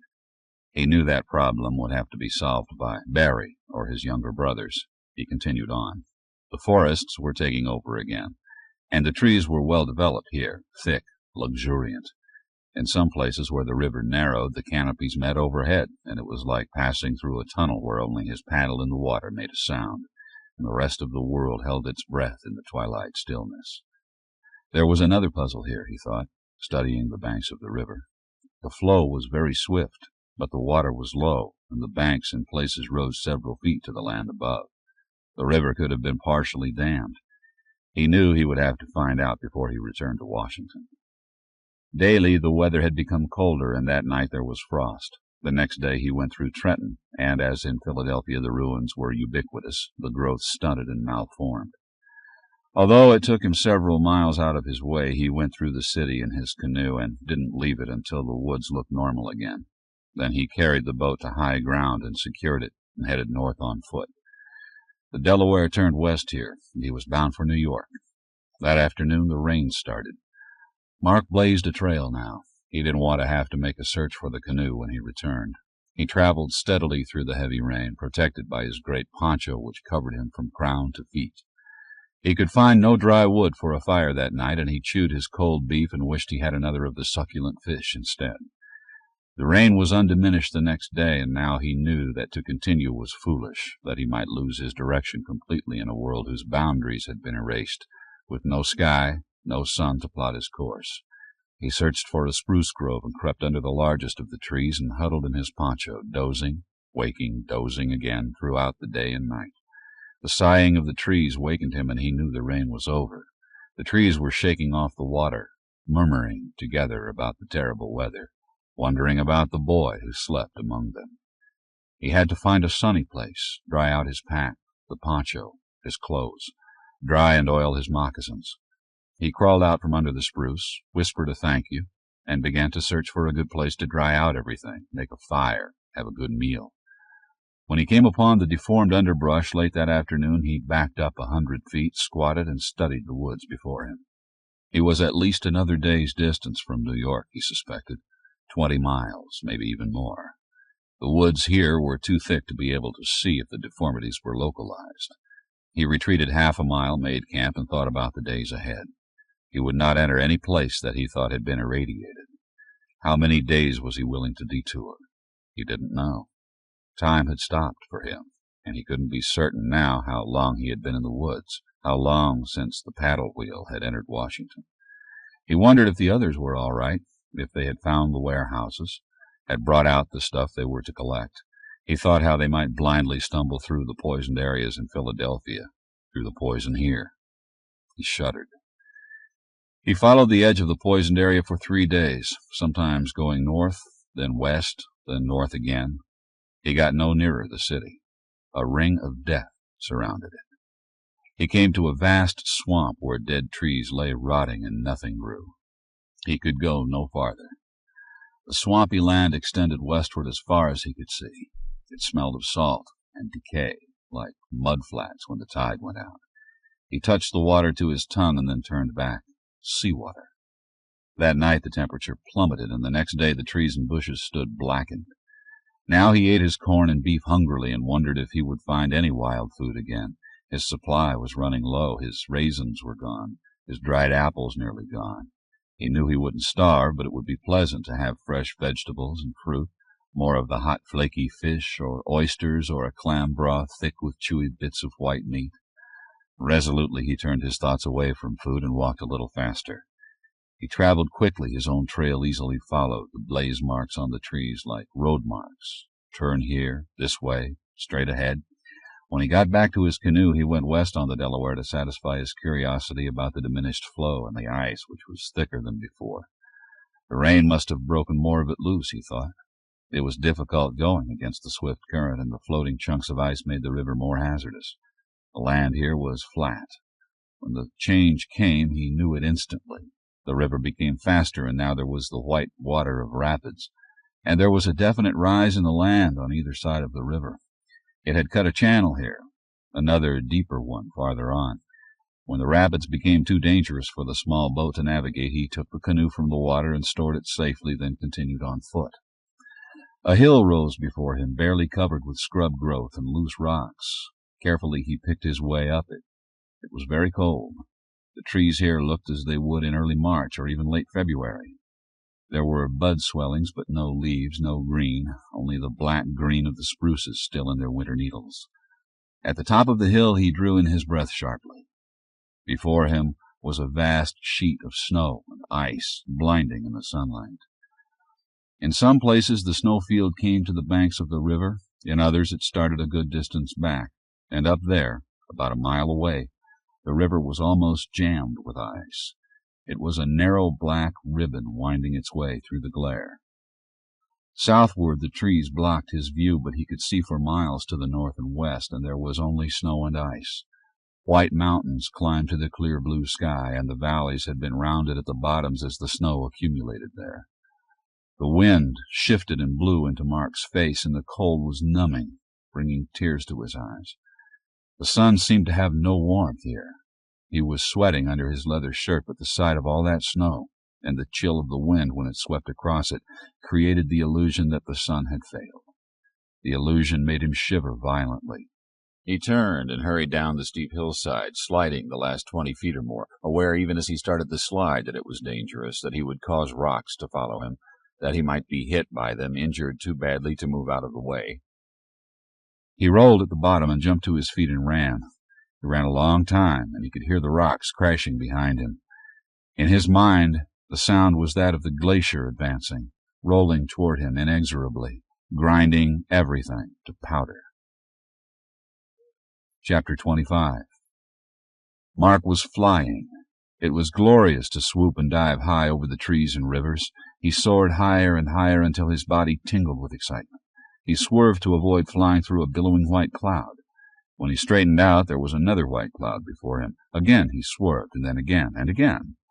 The clouds were everywhere, and now they had joined to form a wall, and the great white wall was advancing on him from every direction. There was no place he could go to avoid being overtaken. He dived, and the dive became a fall, faster and faster. There was nothing he could do to stop it. He fell through the whiteness. Mark came wide awake, shivering hard, his body covered with sweat. His fire was a feeble glow in the blackness. He fed it carefully, blew on his chilled hands while he waited for the scrapings of punk to burn, and then added twigs and finally branches. Although it would be dawn soon and he would have to extinguish the fire, he fed it until it blazed hot and bright. Then he sat huddled before it. He had stopped shivering, but the nightmare vision persisted, and he wanted light and warmth. And he wanted not to be alone. He traveled very swiftly the next 4 days, and on the afternoon of the 5th he approached the landing area in Washington where the paddle wheel had docked and the brothers and sisters had set out for the warehouses. The Peter brothers ran to meet him, helped with the canoe, took his pack, talking all the while. "Gary said you should go to the warehouse the minute you got in," one of them said. "We had 6 accidents so far," another one said excitedly. "Broken arms, legs, stuff like that, nothing like the other groups had in the past. We're making it. Gary said we'll start for Baltimore or Philadelphia by the end of this week. We have a map to show you which warehouse they're doing now. We have at least 4 boatloads of stuff already. We've been taking turns, 4 days down here getting stuff ready for the boat, cooking, all that, then 4 days in the warehouses finding stuff. It's not bad here, not like we thought it would be. I don't know why the others had so much trouble." Mark followed them wearily. "I'm hungry," he said. "There's soup cooking now for dinner," one of them said. "But Gary said—" Mark moved past them to the building they were using for their quarters. Now he could smell the soup. He helped himself, and before he finished eating he began to feel too sleepy to keep his eyes open. The boys kept talking about their successes. "Where are the beds?" Mark asked, interrupting one of them again. "Aren't you going to the warehouse like Gary said?" "No. Where are the beds?" "We'll start for Philadelphia in the morning," Gary said with satisfaction. "You did a good job, Mark. How long will it take us to get to Philadelphia?" Mark shrugged. "I didn't walk, so I don't know. I've shown you where it's all marshy, maybe impassable by foot. If you can get through, probably 8 to 10 days. But you need something to measure the radioactivity." "You were wrong about that, Mark. There can't be any radioactivity. We weren't at war, you know. No bombs were used here. Our elders would have warned us." Again, Mark shrugged. "We trust you to get us through," Gary said, smiling now. He was 21. "I'm not going," Mark said. Gary and his brothers exchanged glances. Gary said, "What do you mean? That's your job." Mark shook his head. "My job was to find out if the cities are there, if anything's left in them. I know I reached them by water. I don't know if they can be reached on foot. I know there's been radioactivity, and I'm going back to the valley to report that." Gary stood up and began to roll the map they had been using to mark the swamps, the changed coastline, the marsh that had been the intercoastal waterway. Not looking directly at Mark, he said, "Everyone in this expedition is under my command, you know. Everyone." Mark didn't move. "I order you to go with us," Gary said, and now he looked at Mark. Mark shook his head. "You won't make it there and back before the weather changes," he said. "You and your brothers don't know anything about the forests. You'll have the same trouble the early expeditions had in coming to Washington, and the boys can't do anything without someone to tell them what to do. What if all the stuff in Philadelphia is radioactive? If you bring it back, you'll kill everyone with it. I'm going back to the valley." "You're going to take orders just like everyone else," Gary shouted. "Keep him here." He motioned to 2 of his brothers, and they hurried from the room. The other 3 remained with Mark, who was still sitting cross-legged on the floor where he had been from the beginning of the meeting. In a few minutes Gary returned. He carried several long strips of birch bark. Now Mark stood up and reached for the bark. It was from his canoe. Gary thrust the scraps at him. "Now you understand, I hope. We leave in the morning. You'd better get some rest." Wordlessly, Mark left them. He went to the river and examined the ruined boat. Afterward he built a small fire, and when it was burning brightly he put one end of the boat in the flames, and as it burned he pushed it forward until it was totally consumed. The next morning when the boys assembled to start the trek to Philadelphia, Mark was not among them. His pack was gone. He could not be found. Gary and his brothers consulted angrily and decided to start without him. They had good maps that Mark himself had corrected. The boys were all well trained. There was no reason to feel dependent on a 14-year-old. They started off, but there was a pall over them now. Mark watched from a distance, and throughout the day he kept them in sight.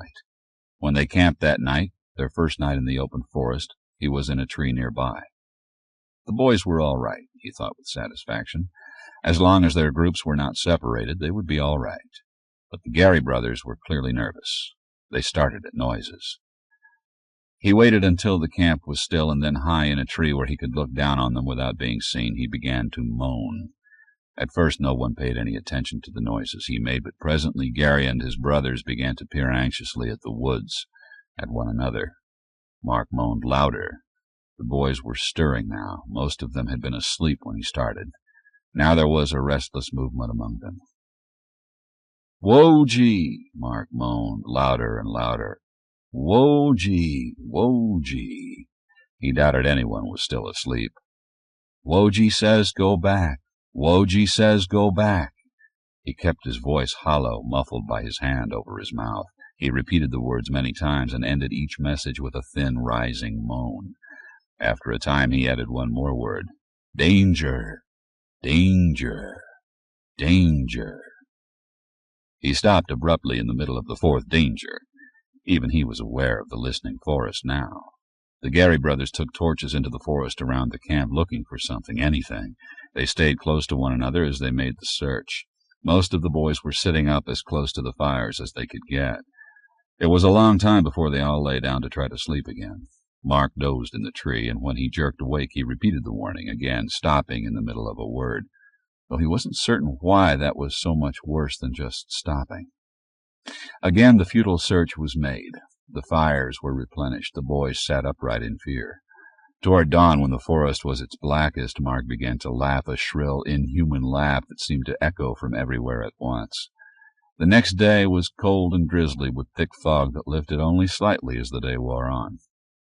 Mark circled the straggling group, now whispering from behind them, now from the left, the right, from in front of them, sometimes from over their heads. By mid-afternoon they were barely moving, and the boys were talking openly of disobeying Gary and returning to Washington. Mark noted with satisfaction that two of the Gary brothers were siding with the rebellious boys now.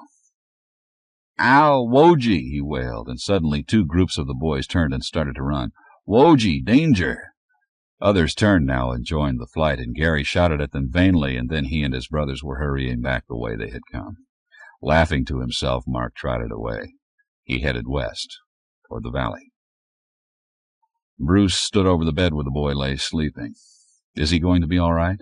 Bob nodded. "He's been half awake several times, babbling about snow and ice most of the time. He recognized me when I examined him this morning." Bruce nodded. Mark had been sleeping for almost 30 hours. Physically, he was out of danger, and probably hadn't been in real danger at all. Nothing rest and food couldn't cure anyway, but his babblings about the white wall had sounded insane. Barry had ordered everyone to leave the boy alone until he awakened naturally. Barry had been with him most of the time and would return within the hour. There was nothing anyone could do until Mark woke up. Later that afternoon, Barry sent for Andrew, who had asked to be present when Mark began to talk. They sat on either side of the bed and watched the boy stir, rousing from the deep sleep that had quieted him so thoroughly that he had appeared dead. Mark opened his eyes and saw Barry. "Don't put me in the hospital," he said faintly, and closed his eyes again. Presently he opened his eyes and looked about the room, then back to Barry. "I'm in the hospital, aren't I? Is anything wrong with me?" "Not a thing," Barry said. "You passed out from exhaustion and hunger, that's all." "I would like to go to my own room then," Mark said, and tried to rise. Barry gently restrained him. "Mark, don't be afraid of me, please.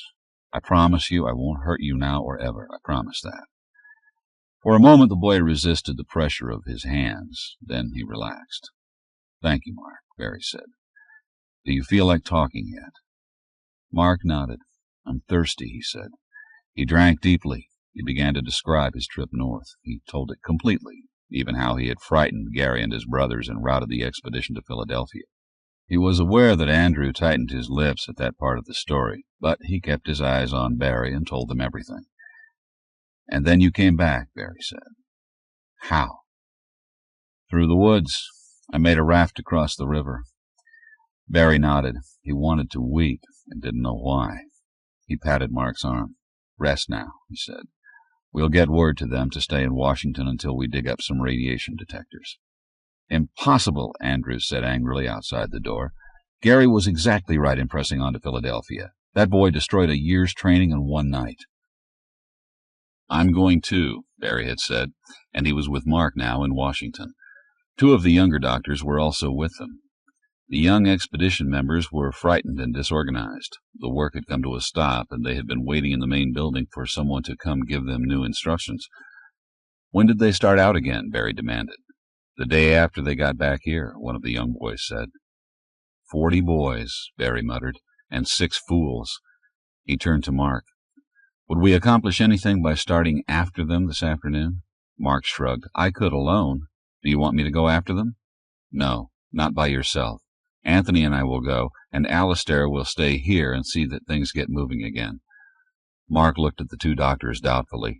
Anthony was pale, and Barry looked uncomfortable.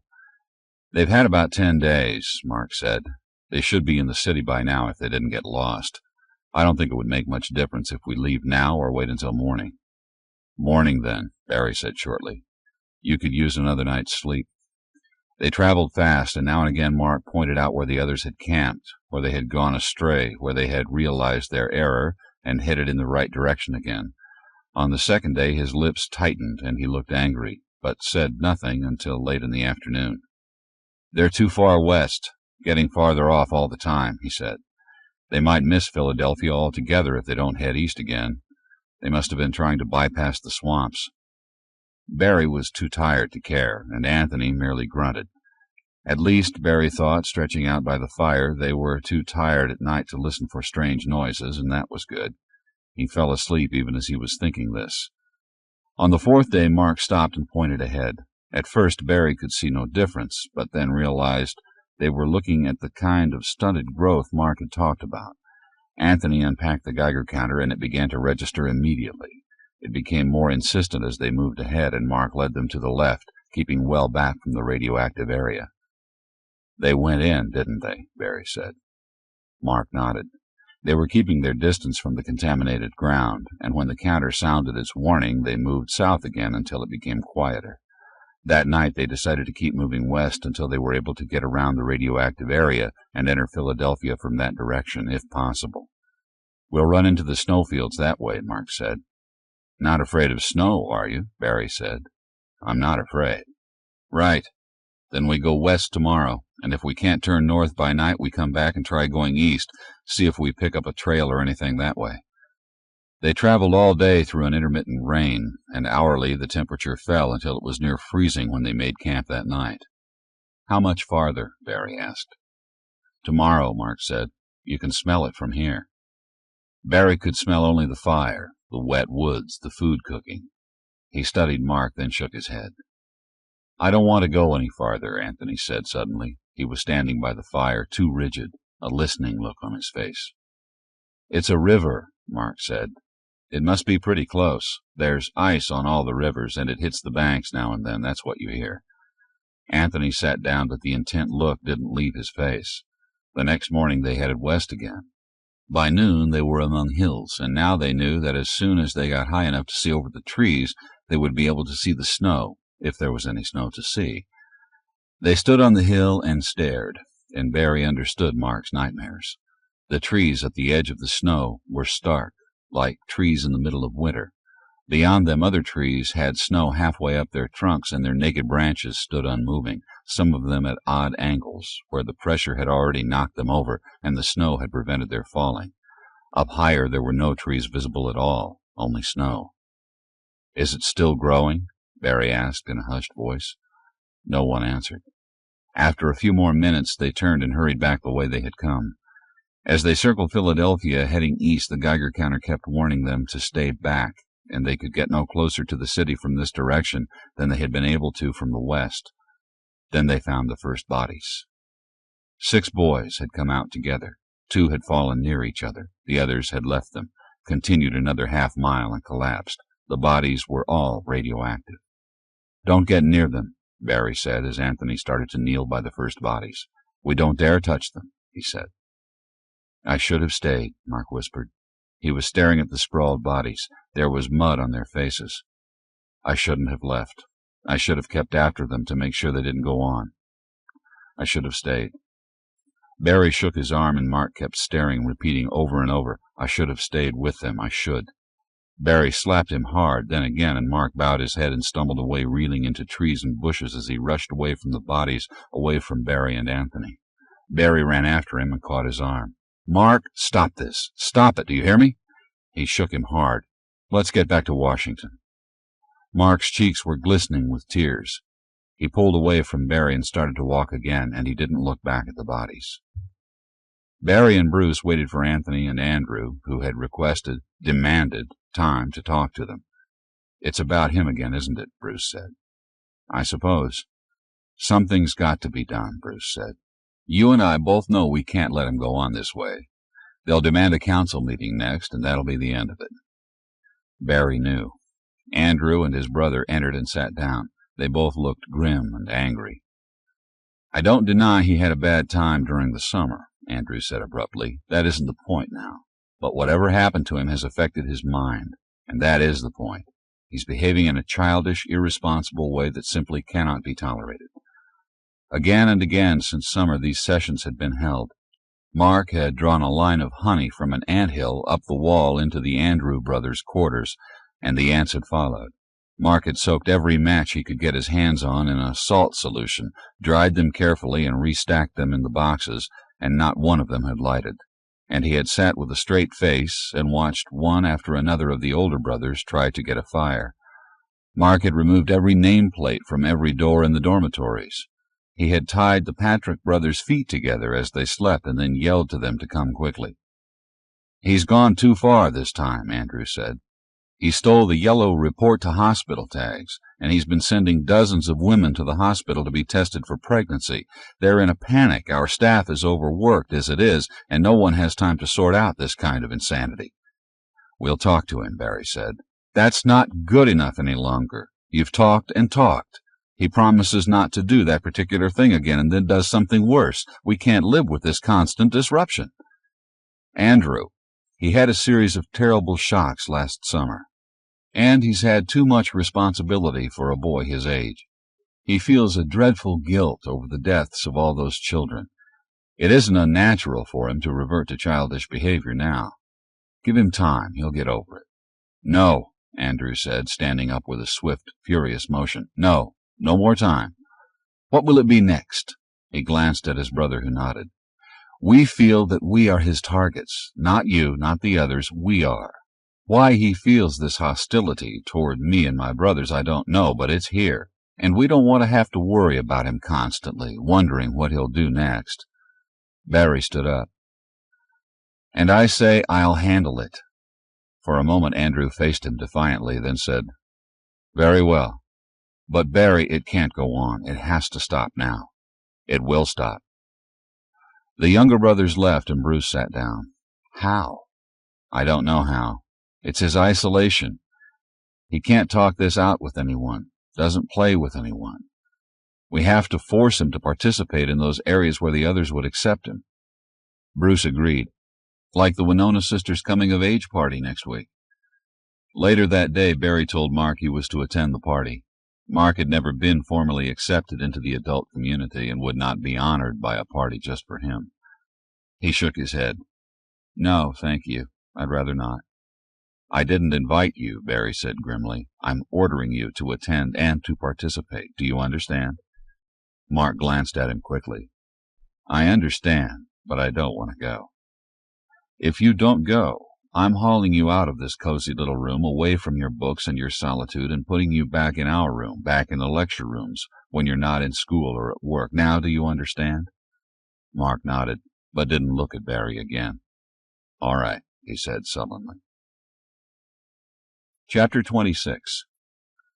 The party had started already when Mark entered the auditorium. They were dancing at the far end, and between him and the dancers a group of girls stood whispering. They turned to look at him, and one of them left the group. There was giggling behind her, and she motioned her sisters to stop, but the giggling continued. "Hello, Mark," she said. "I'm Susan." Before he realized what she was doing, she had slipped off her bracelet and was trying to put it over his hand. There were 6 little bows on the bracelet. "No," Mark said hurriedly, and jerked away. No, I'm sorry." He backed up a step, turned, and ran, and the giggling started again, louder than before.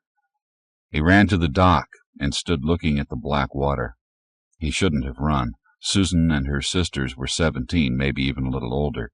In one night they would have taught him everything, he thought bitterly, and he had turned and run. The music grew louder. Soon they would eat, and then leave in couples, in groups, everyone but Mark, and the children too young for the mat play. He thought of Susan and her sisters, and he was first hot, then cold, then flushing hot again. Mark? He stiffened. They wouldn't have followed him, he thought in panic. He whirled around. "It's Rose," she said. "I won't give you my bracelet unless you want it." She came closer, and he turned his back and pretended to be looking at something in the river, afraid she would be able to see him in the dark, see the redness he could feel pounding in his neck and cheeks, sense his wet palms. Rose, he thought. His age, one of the girls he had trained in the woods. For him to blush and become bashful before her was more intolerable than running from Susan had been. "I'm busy," he said. "I know. I saw you before. It's all right. They shouldn't have done that, not all of them together. We all told them not to." He didn't reply, and she moved to his side. "There's nothing to see, is there?" "No. You'll get cold out here." "You will, too." "What do you want?" "Nothing. Next summer I'll be old enough to go to Washington or Philadelphia." He turned angrily. "I'm going to my room." "Why did I make you mad? Don't you want me to go to Washington? Don't you like me?" "Yes. I'm going now." She put her hand on his arm, and he stopped. He felt he couldn't move.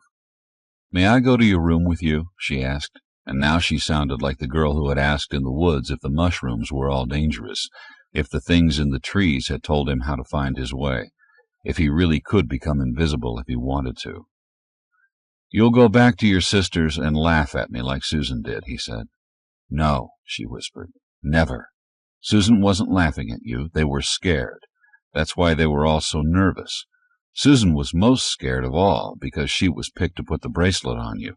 They weren't laughing at you." As she spoke, she released his arm and took a step back from him, then another. Now he could see the pale blur of her face. She was shaking her head as she talked. "Scared? What do you mean?" "You can do things no one else can do," she said, still speaking very softly, almost in a whisper. "You can make things no one ever saw, and you can tell stories no one ever heard, and you can disappear and travel through the woods like the wind. You're not like the other boys, not like our elders, not like anyone else. And we know you don't like any of us because you never choose anyone to lie with. Why did you come after me if you're so afraid of me?" "I don't know. I saw you run, and I don't know." He felt the hot flush race through him again, and he began to walk. "If you want to go with me, I don't care," he said roughly, not looking back. "I'm going to my room now." He could not hear her footsteps for the pounding in his ears. He walked swiftly, making a wide berth of the auditorium, and he knew she was running to keep up. He led her around the hospital, not wanting to walk down the brightly lighted corridor with her at his heels. At the far end he opened the door and glanced inside before he entered. He let the door go and almost ran to his room, and he heard her quick footsteps as she came after him. "What are you doing?" she asked at the doorway. "I'm putting the cover over the window," he said, and his voice sounded angry even to him, "so no one can look at us. I put it there a lot." "But why?" He tried not to look at her when he climbed down from the chair, but again and again he found himself watching. She was unwinding a long sash that had gone around her neck, crisscrossed at her breasts, and circled her waist several times. The sash was violet, almost the color of her eyes. Her hair was a pale brown. He remembered that during the summer it had been blonde. There were freckles across her nose, on her arms. She finished with the sash and now lifted her tunic and with one motion took it off.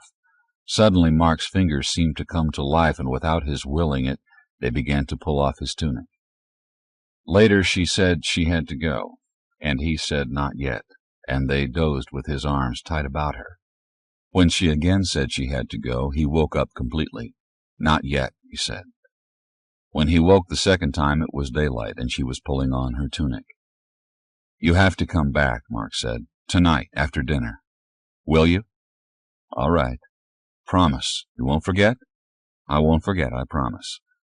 He watched her wind the sash, and when she was gone, he reached out and yanked the cover from the window and looked for her. He didn't see her. She must have gone through the building out the other end. He rolled over and fell asleep again. And now, Mark thought, he was happy. The nightmares were gone. The sudden flashes of terror that he couldn't explain stopped sweeping over him. The mysteries had been answered, and he knew what the books meant when the authors spoke of finding happiness, as if it were a thing that perseverance would lead one to. He examined the world with new eyes, and everything he saw was beautiful and good. During the day, while studying, he would stop, think with terrible fear that she was gone, lost, had fallen into the river, something. He would drop what he was doing and race from building to building, searching for her, not to speak to her, just to see her, to know she was all right. He might find her in the cafeteria with her sisters at such times, and from a distance he would count them and then search for the one with the special something that separated her from all others. Every night she came to him, and she taught him what she had been taught by her sisters, by the other men, and his joy intensified until he wondered how the others had stood it before him, how he could stand it. In the afternoons he ran to the old house where he was making her a pendant. It was the sun, 2 inches in diameter, made of clay. It had 3 coats of yellow paint, and he added a 4th. In the old house he read again the chapters on physiology, sexual responses, femininity, everything he could find that touched on his happiness in any way. She would say no one night soon, and he would give her the pendant to show he understood, and he would read to her. Poetry. Sonnets from Shakespeare or Wordsworth, something soft and romantic. And afterward he would teach her to play chess, and they would spend platonic evenings together learning all about each other. 17 nights, he thought, waiting for her. 17 nights so far. The cover was over the window. His room was clean, ready. When his door opened and Andrew stood there, Mark jumped up in a panic. What's wrong? Has something happened to Rose? What happened? Come with me, Andrew said sternly. Behind him, one of his brothers watched. Tell me what's wrong, Mark yelled and tried to run past them. The doctors caught his arms and held him. We'll take you to her, Andrew said. Mark stopped trying to yank away, and a new coldness seemed to enter him. Wordlessly they walked through the building, out the far end, and along the pathways cleared in the snow to one of the dormitories. Now he struggled again, but briefly, and he permitted them to lead him to one of the rooms. At the door they all stopped, and then Andrew gave Mark a slight push as he entered alone. No, he cried. No! There was a tangle of naked bodies doing all the things to one another she had told him about. At his scream of anguish she raised her head, as they all did, but he knew it was Rose his eyes had picked out of all the rest. She was on her knees, one of the brothers behind her. She had been nuzzling one of her sisters. He could see their mouths moving, knew they were talking, yelling. He turned and ran. Andrew got in front of him, his mouth opening, closing, opening. Mark doubled his fist and hit blindly, first Andrew, then the other doctor. Where is he? Barry demanded. Where did he go this time of night? I don't know, Andrew said sulkily. His mouth was swollen and it hurt. You shouldn't have done that to him. Of course he went wild with his first taste of sex. What did you think would happen to him? He's never had it with anyone at all. Why did that foolish girl come to you? She didn't know what to do. She was afraid to tell him no. She tried to explain everything to him, but he wouldn't listen. He ordered her back night after night. Why didn't you come to us about it? Barry asked bitterly. What made you think shock treatment like that would take care of the problem? I knew you'd say leave him alone. You say that about everything he does. Leave him alone. It'll take care of itself. I didn't think it would. Barry went to the window and looked out at the black, cold night. The snow was several feet deep, and the temperature dropped to near 0 almost every night. He'll come back when he gets cold enough, Andrew said. He'll come back furious with all of us, and with me in particular, but he will come back. We're all he has. He left abruptly. "He's right," Bruce said. He sounded tired. Barry looked quickly at his brother, then at the others who had remained silent while Andrew reported. They were as worried about the boy as he was, and as tired as he was of the apparently endless stream of troubles caused by him. "He can't go to the old house," Bruce said after a moment. "He knows he'd freeze there. The chimney's plugged. He can't have a fire. That leaves the woods. Even he can't survive in the woods at night in this weather." Andrew had sent a dozen of the younger brothers to search all the buildings, even the breeders' quarters, and another group had gone to the old house to look. There was no sign of Mark. Toward dawn, the snow started again. Mark had found the cave by accident. Picking berries on the cliff over the farmhouse one day, he had felt a cold draft of air on his bare legs and had found the source, a hole in the hill, a place where two limestone rocks came together unevenly. There were caves throughout the hills. He had found several others before this one, and there was the cave where the laboratories were. He had dug carefully behind one of the limestone slabs and gradually had opened the mouth of the cave enough to get through it. There was a narrow passage, then a room, another passage, another larger room. Over the years since finding it, he had taken in wood to burn, clothes, blankets, food. That night he huddled in the second room and stared dry-eyed into the fire he had made, certain no one would ever find him. He hated them all, Andrew and his brothers most of all. As soon as the snow melted, he would run away forever. He would go south. He would make a longer canoe, a 17-foot one this time, and steal enough supplies to last him, and he would keep going until he reached the Gulf of Mexico. Let them train the boys and girls themselves. Let them find the warehouses, find the dangerous radioactive places if they could. First he would burn down everything in the valley, and then he would go. He stared at the flames until his eyes felt afire. There were no voices in the cave, only the fire crackling and popping. The firelight flickered over the stalagmites and stalactites, making them appear red and gold. The smoke was carried away from his face, and the air was good. It even felt warm after the cold night air. He thought about the time he and Molly had hidden on the hillside near the cave entrance while Barry and his brothers searched for them. At the thought of Barry, his mouth tightened. Barry, Andrew, Warren, Michael, Ethan, all doctors, all the same. How he hated them. He rolled in his blanket, and when he closed his eyes, he saw Molly again, smiling gently at him, playing checkers, digging mud for him to model. And suddenly the tears came. He never had explored the cave past the second room, but in the days that followed he began a systematic exploration. There were several small openings off the room, and one by one he investigated them until he was brought up by a sealed passage or a drop-off or a ceiling so high he couldn't get to any of the holes there might be up there. He used torches, and his steps were sometimes reckless, but he didn't care if he fell or not, if he got trapped or not. He lost track of how many days he had been in the cave. When he was hungry, he ate. When he was thirsty, he went to the entrance, scooped up snow, and took it back with him to melt. When he was sleepy, he slept. On one of his last exploratory trips, he heard water running, and he stopped abruptly. He had traveled far, he knew, over a mile, maybe 2 miles. He tried to remember how long his torch had been when he started. Almost full length, and now it was less than a third of that. Another torch hung on his belt just in case he needed it, but he never had gone so far that he had needed a second torch to get back. He had lighted the second torch before he came upon the cave river. Now he felt a new excitement as he realized this had to be the same water that ran through the laboratory cave. It was one system, then, and even if no opening existed other than the one cut by the river, the two sections were linked. He followed the river until it vanished into a hole in the cave wall. He would have to swim to go any further.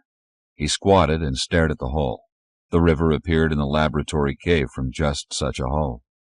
Another time he would come back with his rope and more torches. He turned to go back to his large room with the fire and food, and now he paid attention to his torch, so he could estimate how far he traveled, how far that wall was from his familiar section of the cave. But he knew where he was. He knew on the other side of that wall there was the laboratory, and beyond it the hospital and the dormitories. He slept one more time in the cavern, and the next day he left it to return to the community. He had eaten very little for the past few days. He felt half-starved and was very tired. The snow was inches deeper than it had been, and it was snowing when he arrived in the valley once more. It was nearly dark by the time he got to the hospital building and entered.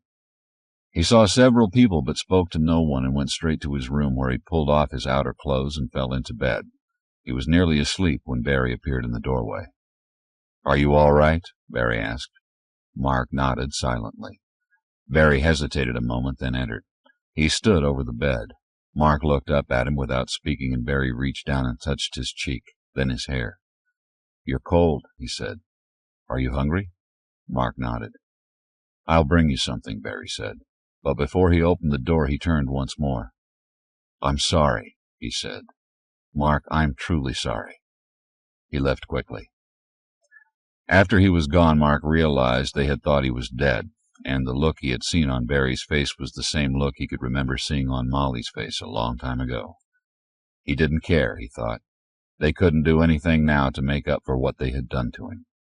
They hated him and thought he was weak, thought they could control him the way they controlled the clones, and they were wrong. It wasn't enough for Barry to say he was sorry. They would all be sorry before he was done. When he heard Barry returning with food, he closed his eyes and pretended to be asleep, not willing to see again that soft, vulnerable look. Barry left the tray, and when he was gone, Mark ate ravenously. He pulled the cover over him, and before he fell asleep, he thought again of Molly. She had known he'd come to feel like this, and she had said to wait, until he was a man, to learn everything he could first. Her face and Barry's face seemed to blend together, and he fell asleep. Chapter 27. Andrew had called the meeting, was in charge from start to finish. No one disputed his authority now to take control of the council meetings. Barry watched him from a side chair and tried to feel some of the excitement the younger brother showed. "Those of you who want to look over the charts and records, please do so. I've given you the barest summary, not our methods. We can reproduce indefinitely through cloning. We have finally solved the problem that has plagued us from the beginning, the problem of the 5th generation decline. The 5th, 6th, 10th, 100th, they'll all be perfect now." "But only those clones from our youngest people survive," Miriam said dryly. "We'll work that out, too," Andrew said impatiently. "In manipulating the enzymes, there are some organisms that react with what appears to be almost an allergic collapse.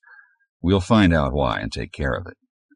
Miriam was looking very old, Barry realized suddenly. He hadn't noticed it before, but her hair was white and her face was thin with fine lines around her eyes, and she looked tired unto death. She looked at Andrew with a disarming smile. "I expect you to be able to solve the problem you have created, Andrew," she said, "but will the younger doctors be able to?" "We shall continue to use the breeders," Andrew said with a touch of impatience. "We'll use them to clone those children who are particularly intelligent. We'll go to implantations of clones using the breeders as hosts to ensure a continuing population of capable adults to carry on affairs." Barry found his attention wandering. The doctors had gone over it all before the council meeting. Nothing new would come out here. 2 castes, he thought. The leaders and the workers, who were always expendable. Was that what they had foreseen in the beginning? He knew it was not possible to find any answers to his question. The clones wrote the books, and each generation had felt free to change the books to conform to their own beliefs. He had made a few such changes himself, in fact, and now Andrew would change them again. And this would be the final change. None of the new people would ever think of altering anything. "Even more costly in terms of manpower than we expected," Andrew was saying. "The glaciers are moving into Philadelphia at an accelerating rate. We may have only 2 or 3 more years to bring out what is salvageable, and it is costing us dearly. We will need hundreds of foragers to go south and east to the coastal cities. We now have some excellent models. The Edward brothers proved especially adept at foraging, as did your own little sisters, the Ellis sisters. We'll use them."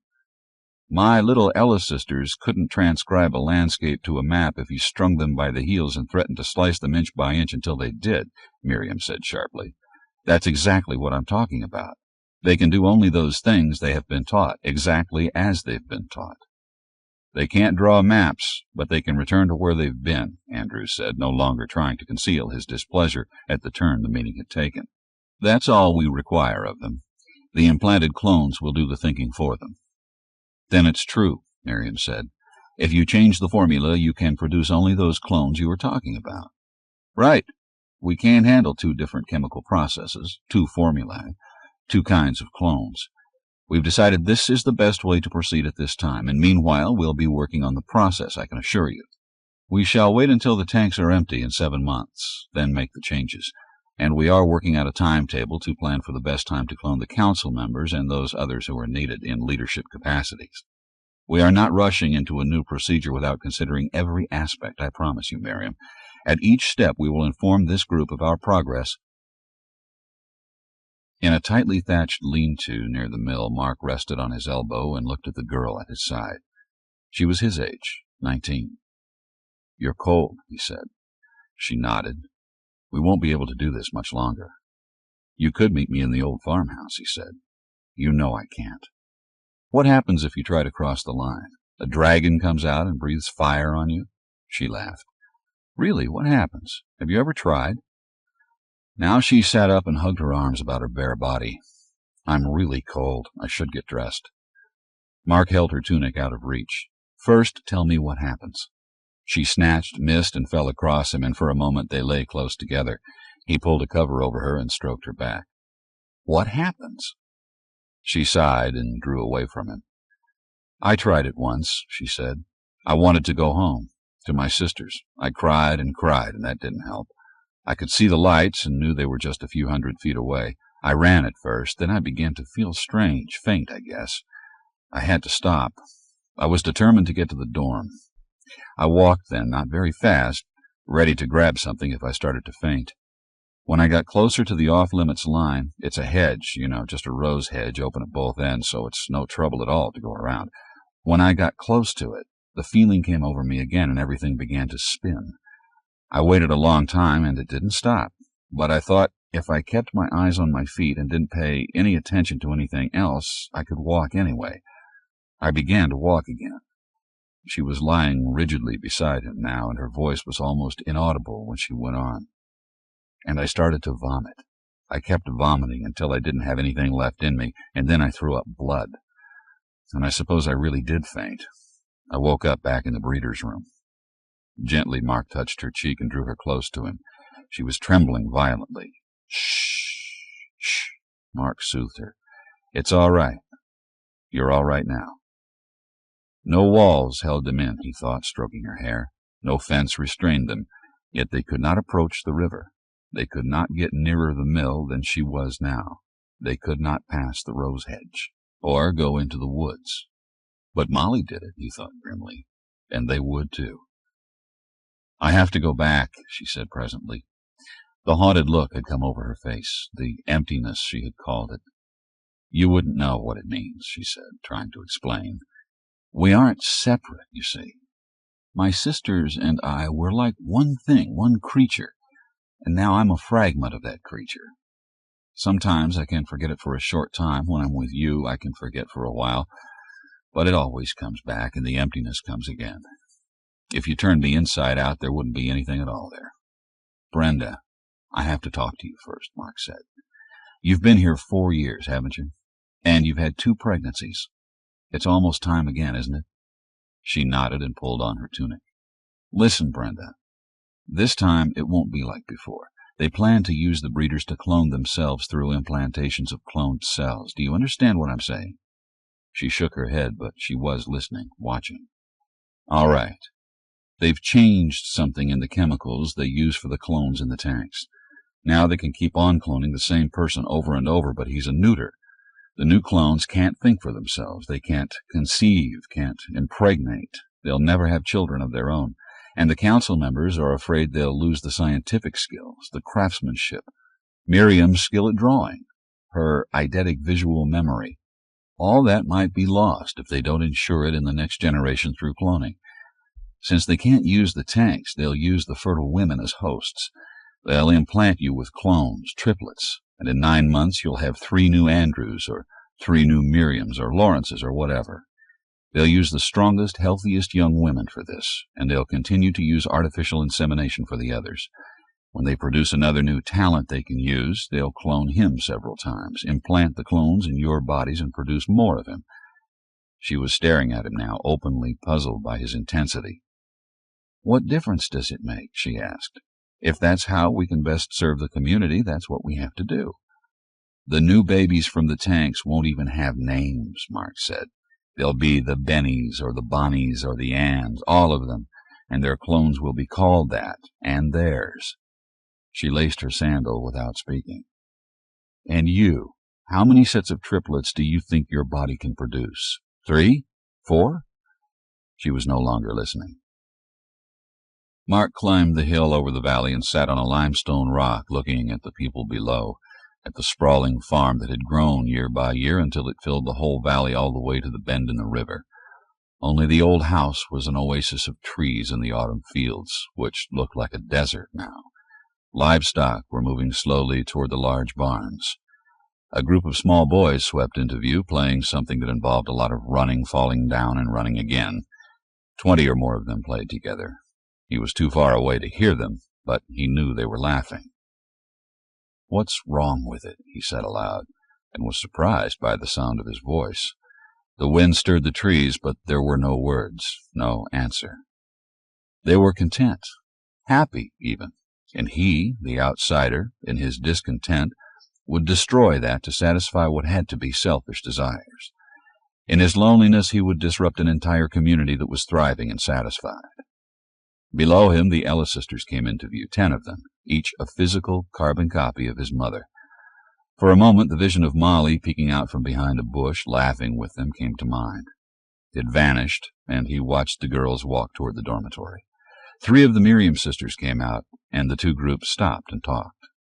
Mark remembered how Molly had made people come to life on paper. A touch here, another there, an eyebrow raised too much, a dimple drawn too deep, always something not just right, but which made the sketch take on life. They couldn't do that, he knew. Not Miriam, not her little Ellis sisters, none of them. That was gone, lost forever, maybe. Each generation lost something. Sometimes it couldn't be regained. Sometimes it couldn't be identified immediately. Everett's little brothers couldn't cope with a new emergency with the computer terminal. They couldn't improvise long enough to save the growing fetuses in the tanks if the electricity failed for several days. As long as the elders could foresee the probable troubles that might arise, and train the young clones in how to handle them, they were safe enough. But accidents had a way of not being foreseen. Catastrophes had a way of not being predictable, and a major accident might destroy everything in the valley simply because none of them had been trained to deal with that specific situation. He remembered a conversation he had had with Barry. "We're living on the top of a pyramid," he had said, "supported by the massive base rising above it, above everything that has made it possible. We're responsible for nothing, not the structure itself, not anything above us. We owe nothing to the pyramid, and are totally dependent on it. If the pyramid crumbles and returns to dust, there is nothing we can do to prevent it or even to save ourselves. When the base goes, the top goes with it, no matter how elaborate the life is that has developed there. The top will return to dust along with the base when the collapse comes. If a new structure is to rise, it must start at the ground, not on top of what has been built during the centuries past. You'd drag everyone back into savagery. I would help them down from the point of the pyramid. It's rotting away. The snow and ice from one direction, weather and age from the others. It will collapse, and when it does, the only ones who can survive will be those who are free from it, in no way dependent on it." The cities are dead, Molly had told him, and it was true. Ironically, the technology that made life in the valley possible might be able to sustain that life only long enough to doom any chance of recovery after the pyramid started to tilt. The top would slide down one of the sides and sink into the debris at the bottom, along with all the other technologies that had seemed perfect and infinite. No one understood the computer, Mark thought, just as no one but the Lawrence brothers understood the paddle-wheel boat and the steam engine that drove it. The younger brothers could repair it, restore it to its original condition as long as the materials were at hand, but they didn't know how either one worked, the computer or the boat, and if a screw was missing, none of them would be able to fashion a substitute. In that fact lay the inevitable destruction of the valley and everyone in it.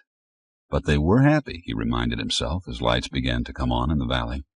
Even the breeders were content. They were well cared for, pampered compared to the women who foraged each summer and those who worked long hours in the fields and gardens. And if they became too lonely, there was the comfort of drugs. They were happy because they didn't have enough imagination to look ahead, he thought. and anyone who tried to tell them there were dangers was by definition an enemy of the community. In disrupting their perfect existence, he had become an enemy. His restless gaze moved over the valley and finally stopped on the mill, and like his ancestor before him, he understood that was the weak spot, the place where the valley was vulnerable.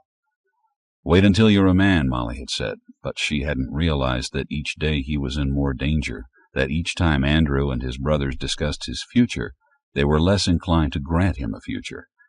He studied the mill broodingly.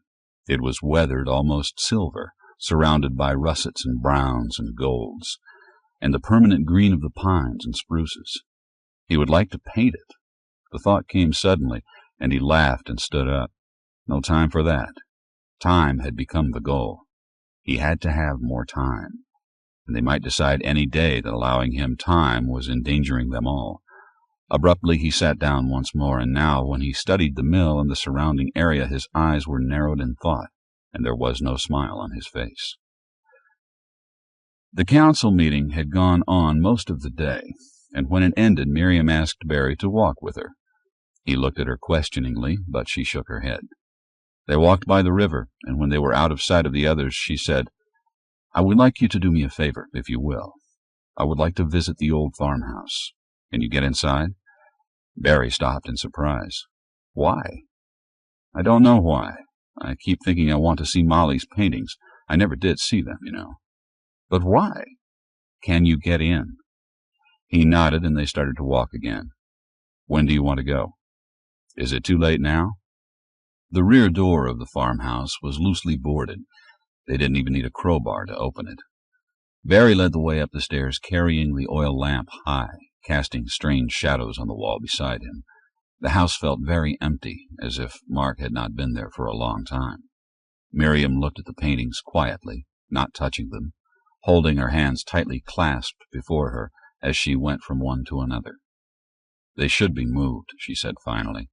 "They will rot away to nothing in here." When she came to the carving of Molly that Mark had made, she touched it, almost reverently. "It is she," she said softly. "He has her gift, doesn't he?"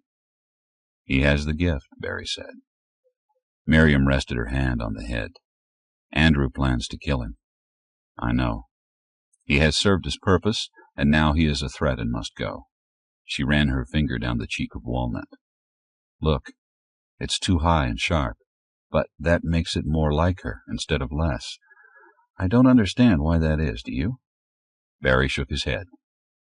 "Will he try to save himself?" Miriam asked, not looking at him, her voice tightly controlled. "I don't know. How can he? He can't survive alone in the woods. Andrew won't allow him to remain in the community many more months." Miriam sighed and withdrew her hand from the carved head.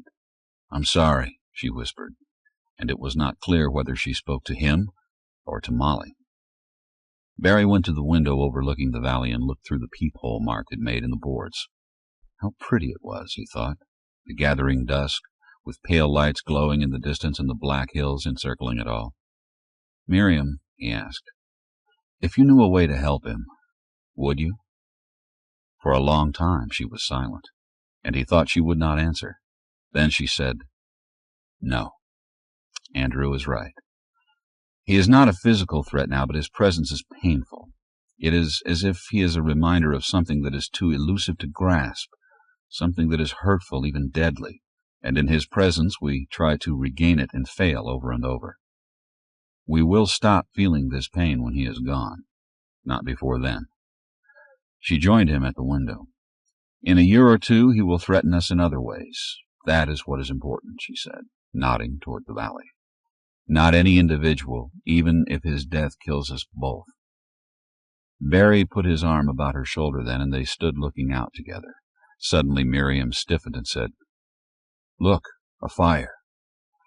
There was a faint line of brightness that grew as they watched, spreading in both directions, becoming two lines, moving downward and upward. Something erupted, blazed brightly, then subsided, and the lines moved onward. "It will burn down the mill," Miriam cried, and ran from the window to the stairs. "Come on, Barry, it's just above the mill." Barry stood by the window as if transfixed by the moving lines of fire. He had done it, Barry thought. Mark was trying to burn down the mill. Chapter 28. Hundreds of people spread out over the hillside putting out the brush fire. Others patrolled the grounds surrounding the generating plant to make certain no sparks were blown in by the wind. Hoses were put into service to wet down the bushes and trees, to soak the roof of the large wooden building. Only when the water pressure failed did anyone realize they had a second serious problem on their hands. The flow of water in the swift stream that ran the plant had dwindled to a trickle.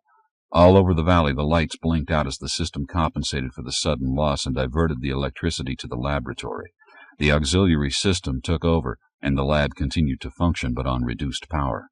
Everything was turned off except the circuits directly tied into the tanks containing the clones. Throughout the night, the scientists, doctors, and technicians worked to meet the crisis.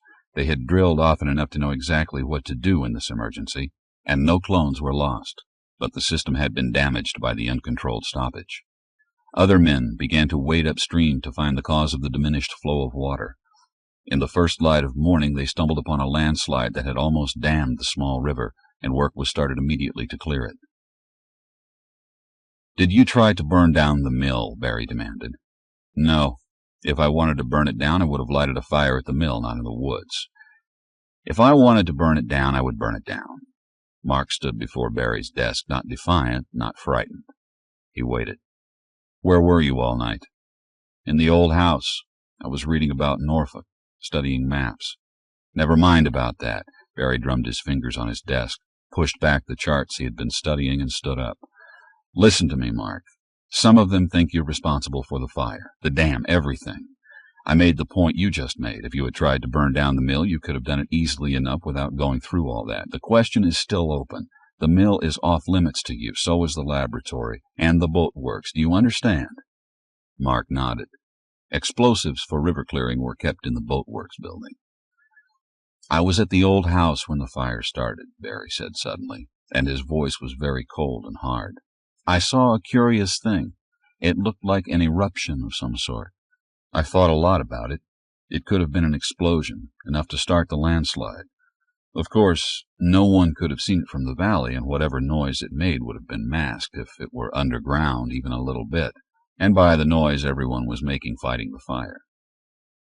"Barry," Mark said, interrupting him, "a few years ago you said something to me that was very important, and I believed you then and still believe you. You said you wouldn't hurt me. Do you remember?" Barry nodded, still cold and watchful. "I say that to you now, Barry. These people are my people too, you know. I promise you I won't ever try to hurt them. I have never done anything purposely to harm any of them, and I never will. I promise that." Barry watched him distrustfully, and Mark smiled softly. "I've never lied to you, you know. No matter what I had done, I admitted it if you asked. I'm not lying now." Abruptly, Barry sat down again. "Why were you looking up Norfolk? What is Norfolk?" "There was a naval base there, one of the biggest on the East Coast. When the end was coming, they must have put hundreds of ships into dry dock. The ocean levels have been dropping. Chesapeake Bay, Delaware Bay, it will be low there, too, and those ships are high and dry. They called it mothballing them. I began to think of the metal in the ships, stainless steel, copper, brass. Some of those ships held crews of 1,000 men with supplies for that many, medicines, test tubes, everything." Barry felt the doubts fading, and the nagging feeling of something not cleared up vanished as they talked of the possibilities of manning an expedition to Norfolk early in the spring. Only much later did he realize he had not asked the crucial questions. Had Mark started the fire for whatever reason, and had he blasted loose the rocks that had slid down into the stream for whatever reason? And if he had, why had he? They had lost time. It would take several months to clean up the mess completely, but they had planned to discontinue the cloning anyway until they were ready to start the mass production later in the spring. Nothing had been changed in their plans, except that now they would work on the stream, make it fail-proof, set up a new auxiliary system of generating power, and improve everything generally. Only the human implantations would be delayed beyond the target date already set for them. The preliminary work of cloning the cells, all done in the laboratory, would have to wait until spring when the lab was cleaned, the computer programmed anew. Why, then, had Mark been so self-satisfied? Barry couldn't answer that question, nor could his brothers when they discussed it. Throughout the winter, Mark made his plans for the expedition to the coast.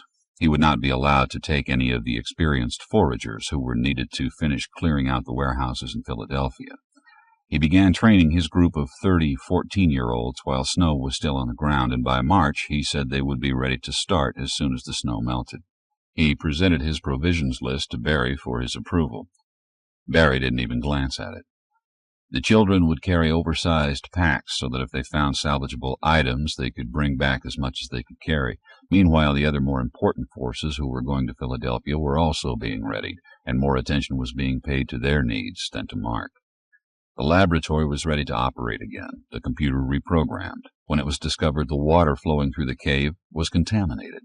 Somehow, coliform bacteria had infiltrated the pure cave water, and its source had to be found before they could start operations. It had been one thing after another, Barry and Bruce agreed.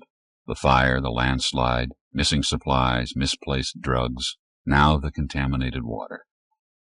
"They aren't accidents," Andrew said furiously. "Do you know what people are saying? It's the work of the forest spirits." "Spirits!" "It's Mark. I don't know how or why, but it's all his doing.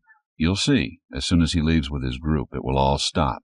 And this time, when he comes back, if he does, we terminate him." Barry didn't object.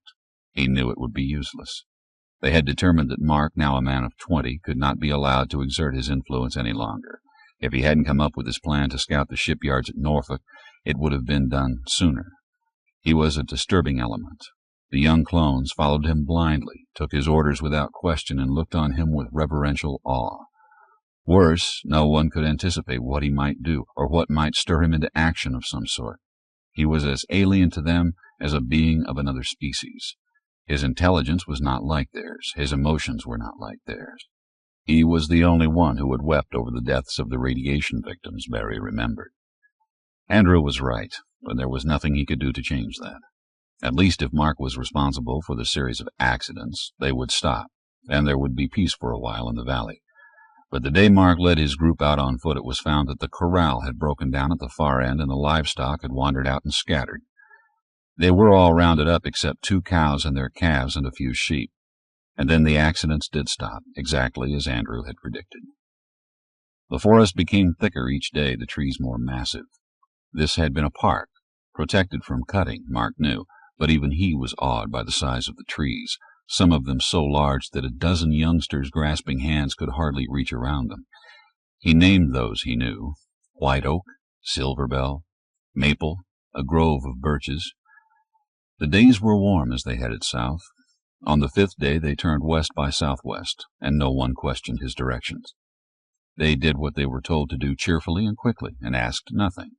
They were all strong, but their packs were heavy, and they were very young, and it seemed to Mark they were going at a crawl when he wanted to run, but he didn't push them too fast. They had to be in good shape when they arrived at their destination. In the middle of the afternoon of the 10th day he told them to stop, and they looked at him, waiting. Mark surveyed the wide valley. He had known from studying the maps that it was here, but he hadn't realized how beautiful it would be. There was a stream, and on either side of it the land rose enough not to be in danger of flooding, but not so steeply that it would be difficult to get water. This was the fringe of the national forest. Some of the trees were the giants they had been seeing for days now, others were younger and would make the logs they would need for their buildings. There was level ground for their crops, grazing ground for the livestock. He sighed, and when he faced his followers he was smiling broadly. That afternoon and the following day he started them building lean-tos for temporary shelter. He laid out the corners of the buildings he ordered them to erect, tagged the trees they were to cut and use for the buildings and their campfires, paced off the fields they were to clear, and then, content they had enough to keep them busy until he returned, he told them he was leaving and would return in a few days.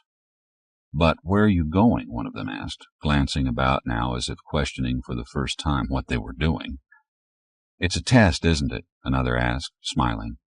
"Yes," Mark said soberly. "You could call it a test. In survival. Are there any questions about any of my instructions?" There were none. "I'll return with a surprise for you," he said, and they were content. He trotted effortlessly through the forest toward the river, and then he followed the river north. until he reached the canoe he had hidden in the undergrowth weeks before. In all, it took him 4 days to return to the valley. He had been gone over 2 weeks, and he was afraid it might have been too long. He approached from the hillside above the valley and lay down in some bushes to watch and wait for darkness. Late in the afternoon the paddle wheel came into view, and when it docked, people swarmed out and lined up shoulder to shoulder to unload the boat, passing the salvage from one to the next onto the shore and into the boathouse. When lights came on, Mark moved. He started down to the old house where he had hidden the drugs. 2/3 of the way down he paused and dropped to his knees. To his right, 100 yards away, was the cave entrance. The ground had been trampled, the limestone slabs had been covered with dirt. They had found his entrance and sealed it off. He waited until he was certain no one was below him, watching the house, and then he cautiously made his way down the rest of the way, bellied under the bushes that grew thick about the house, and slid down the coal chute to the basement. He didn't need a light to find the package, cached behind bricks he had pried loose months earlier. There, too, was the bottle of wine he had hidden. Working quickly, he added the stolen sleeping pills to the wine and shook it vigorously. It was dark when he climbed the hillside once more and hurried toward the breeders' quarters. He had to get there after they were in their rooms, but before they were asleep. He crept to the building and watched outside the windows until the night nurse made her rounds with the tray. When she had left the dorm room where Brenda and 5 other women slept, he tapped lightly on the window. Brenda grinned when she saw him. She opened the window quickly, and he climbed in and whispered, "Turn off the light. I have wine. We'll have a party." "They'll have your skin if they catch you," one of the women said. They were pleased at the prospect of a party, and already they were dragging out the mat, and one of them was winding her hair up out of the way. "Where's Wanda and Dorothy?" Mark asked.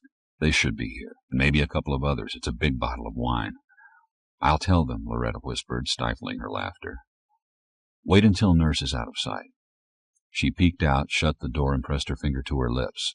After waiting a moment, she looked again, then slipped out. "After the party, maybe you and I can get out for a little while," Brenda said, rubbing her cheek against his. Mark nodded. "Any glasses in here?" Someone produced glasses, and he began to pour the wine. Others joined them, and now there were 11 of the younger women on the mat drinking the golden wine, muffling giggles and laughter. When they began to yawn, they wandered off to their beds, and those who had come from the other room stretched out on the mat.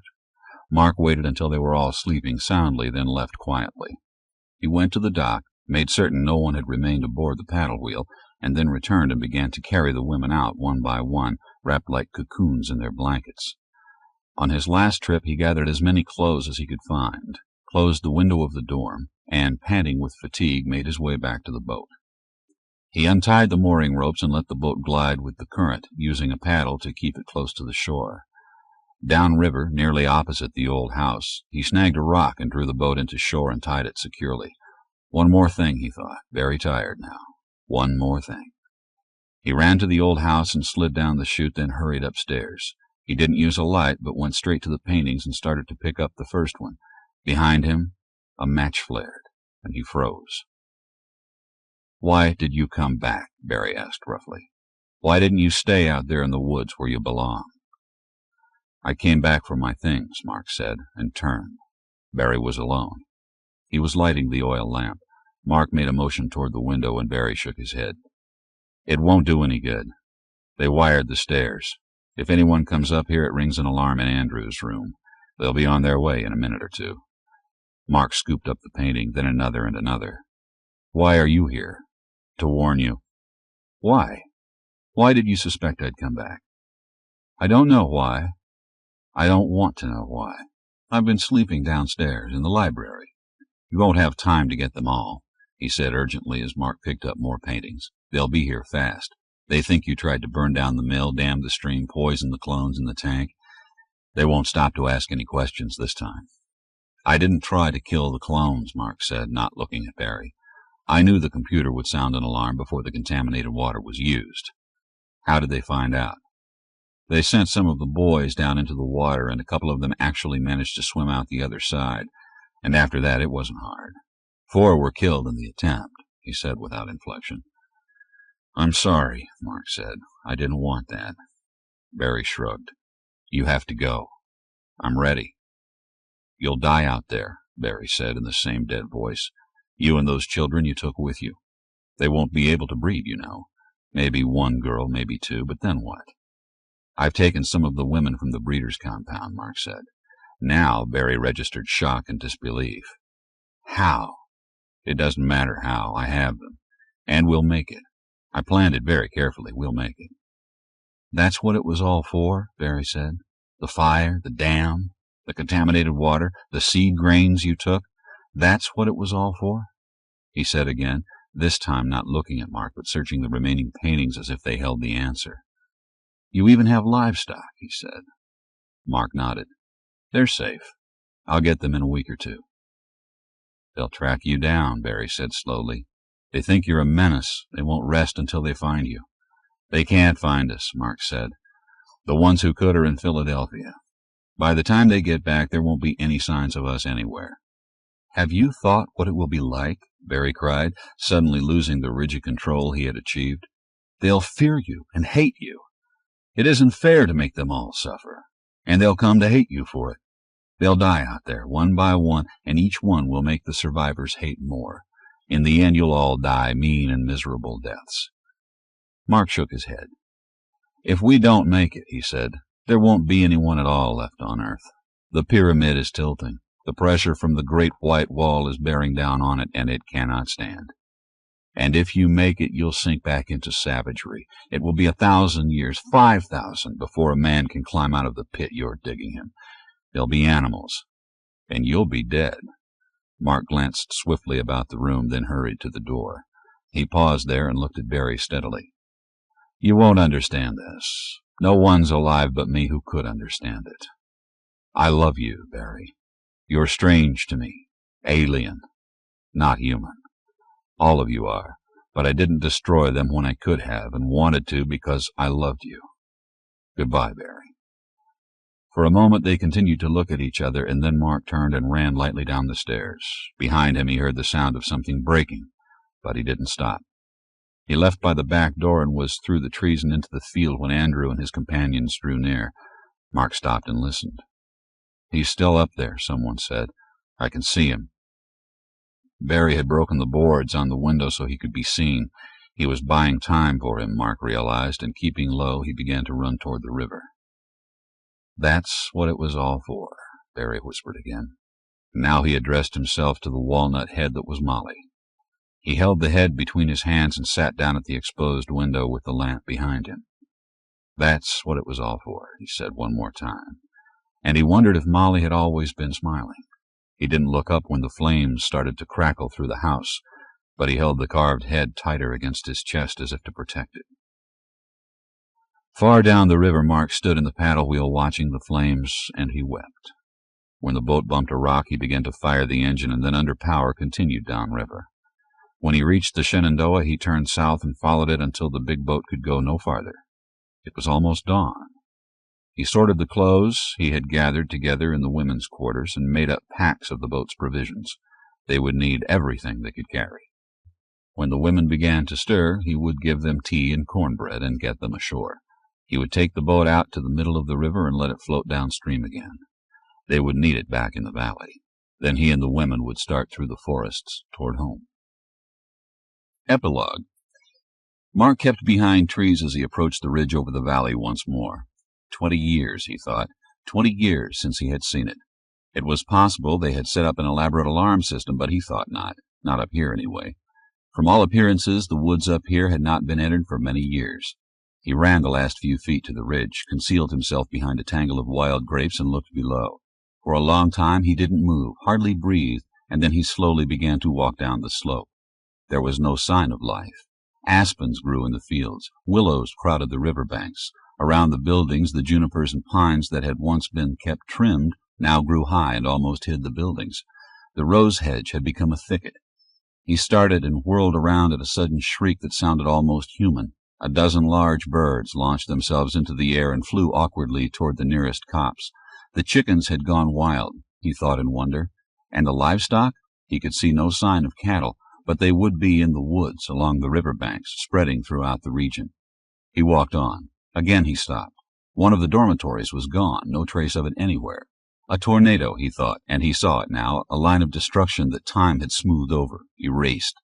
A path where there were no buildings, no large trees, only the new growth of alders and aspens and grasses that would hold the ground until the spruces made it down the hillside, until the maple and oak seeds could be blown in to land on a hospitable site and take root. He followed the swath cut by the tornado, more certain as he moved that that was what had happened. But it couldn't account for the death of the entire community, not that alone. Then he saw the ruins of the mill and stopped. The mill had been destroyed, and only the foundation and rusting machinery indicated that it had once stood there, the mechanical queen ant of the community, giving all the will to live, the energy, the means to sustain life. The end would have come quickly without the mill, without the power. He didn't go any closer to it. He bowed his head and stumbled down toward the river, not wanting to see anything else. He traveled homeward more slowly than he had come, stopping often to look at the trees, the brilliant green carpet of mosses, and now and again he watched a glittering locust beat heavily through the sunlight, its iridescent wings appearing in flashes of color, then disappearing when it changed direction and didn't catch the light exactly right. The locusts had come back. There were wasps again, and worms in the ground. He stopped at a mammoth white oak that overlooked a valley and thought about the changes the tree had witnessed silently. The leaves rustled over him, and he put his cheek against the tree for a moment, then went on. Sometimes the loneliness had been almost too much, he thought, and always at those times he had found comfort in the woods, where he sought nothing human.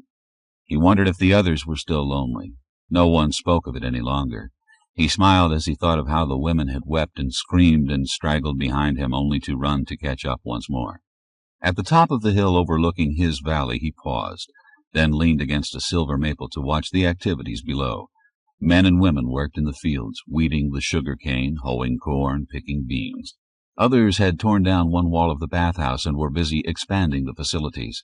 More of the fired clay tiles were being put in, fitted closely around the great fireplace in order to have a constant supply of hot water. Some of the older children were doing something to the water wheel. He couldn't tell what. A dozen or more children were picking blackberries along the edges of the fields. They wore long-sleeved shirts and long pants so they wouldn't become too scratched. They finished, put down their baskets, and began to pull off the confining clothes. Then, naked, nut-brown, laughing, they started toward the settlement. No two of them were alike. 5,000 years of savagery, Barry had believed, but that was time measured on the steps of the pyramid, not by those who lived any part of it. Mark had led his people into a timeless period where the recurring seasons and the cycles of the heavens and of life, birth, and death marked their days. Now the joys of men and women and their agonies were private affairs that would come and go without a trace. In the timeless period, life became the goal, not the recreation of the past or the elaborate structuring of the future. The fan of possibilities had almost closed but was opening once more, and each new child widened its spread. More than that couldn't be asked. 4 canoes came into view on the river. The boys and girls had been out netting fish. Now they raced one another home. Soon, Mark knew, some of them would ask the community's permission to take the canoes on a trip of exploration, not searching for anything in particular, but out of curiosity about their world. The older adults would be fearful, unwilling for them to leave, but Mark would grant permission, and even if he didn't, they would go. They had to. Mark pushed himself away from the tree and started down the hill, impatient suddenly to be home again. He was greeted by Linda, who held out her hand to him. She was 19, large with child. His child. "I'm glad you're home," Linda said softly. "It has been lonesome." "And you're not lonely now?" he asked, putting his arm about her shoulders. "No." The naked children saw him then and raced toward him, laughing, talking excitedly. Their hands and lips were stained with blackberries. He tightened his grip on Linda's shoulder. She looked at him questioningly, and he loosened his grasp, afraid he had hurt her. "Why are you smiling like that?" she asked. "Because I'm happy to be home. I was lonely too," he said. And it was part of the truth, and the other part he knew he could not explain to her. Because all the children were different.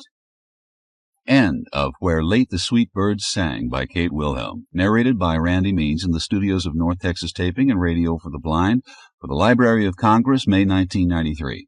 For special distribution as authorized by Act of Congress under Public Law 89-522, with the permission of the copyright holder and the publisher, Macmillan Publishing Company, New York, New York.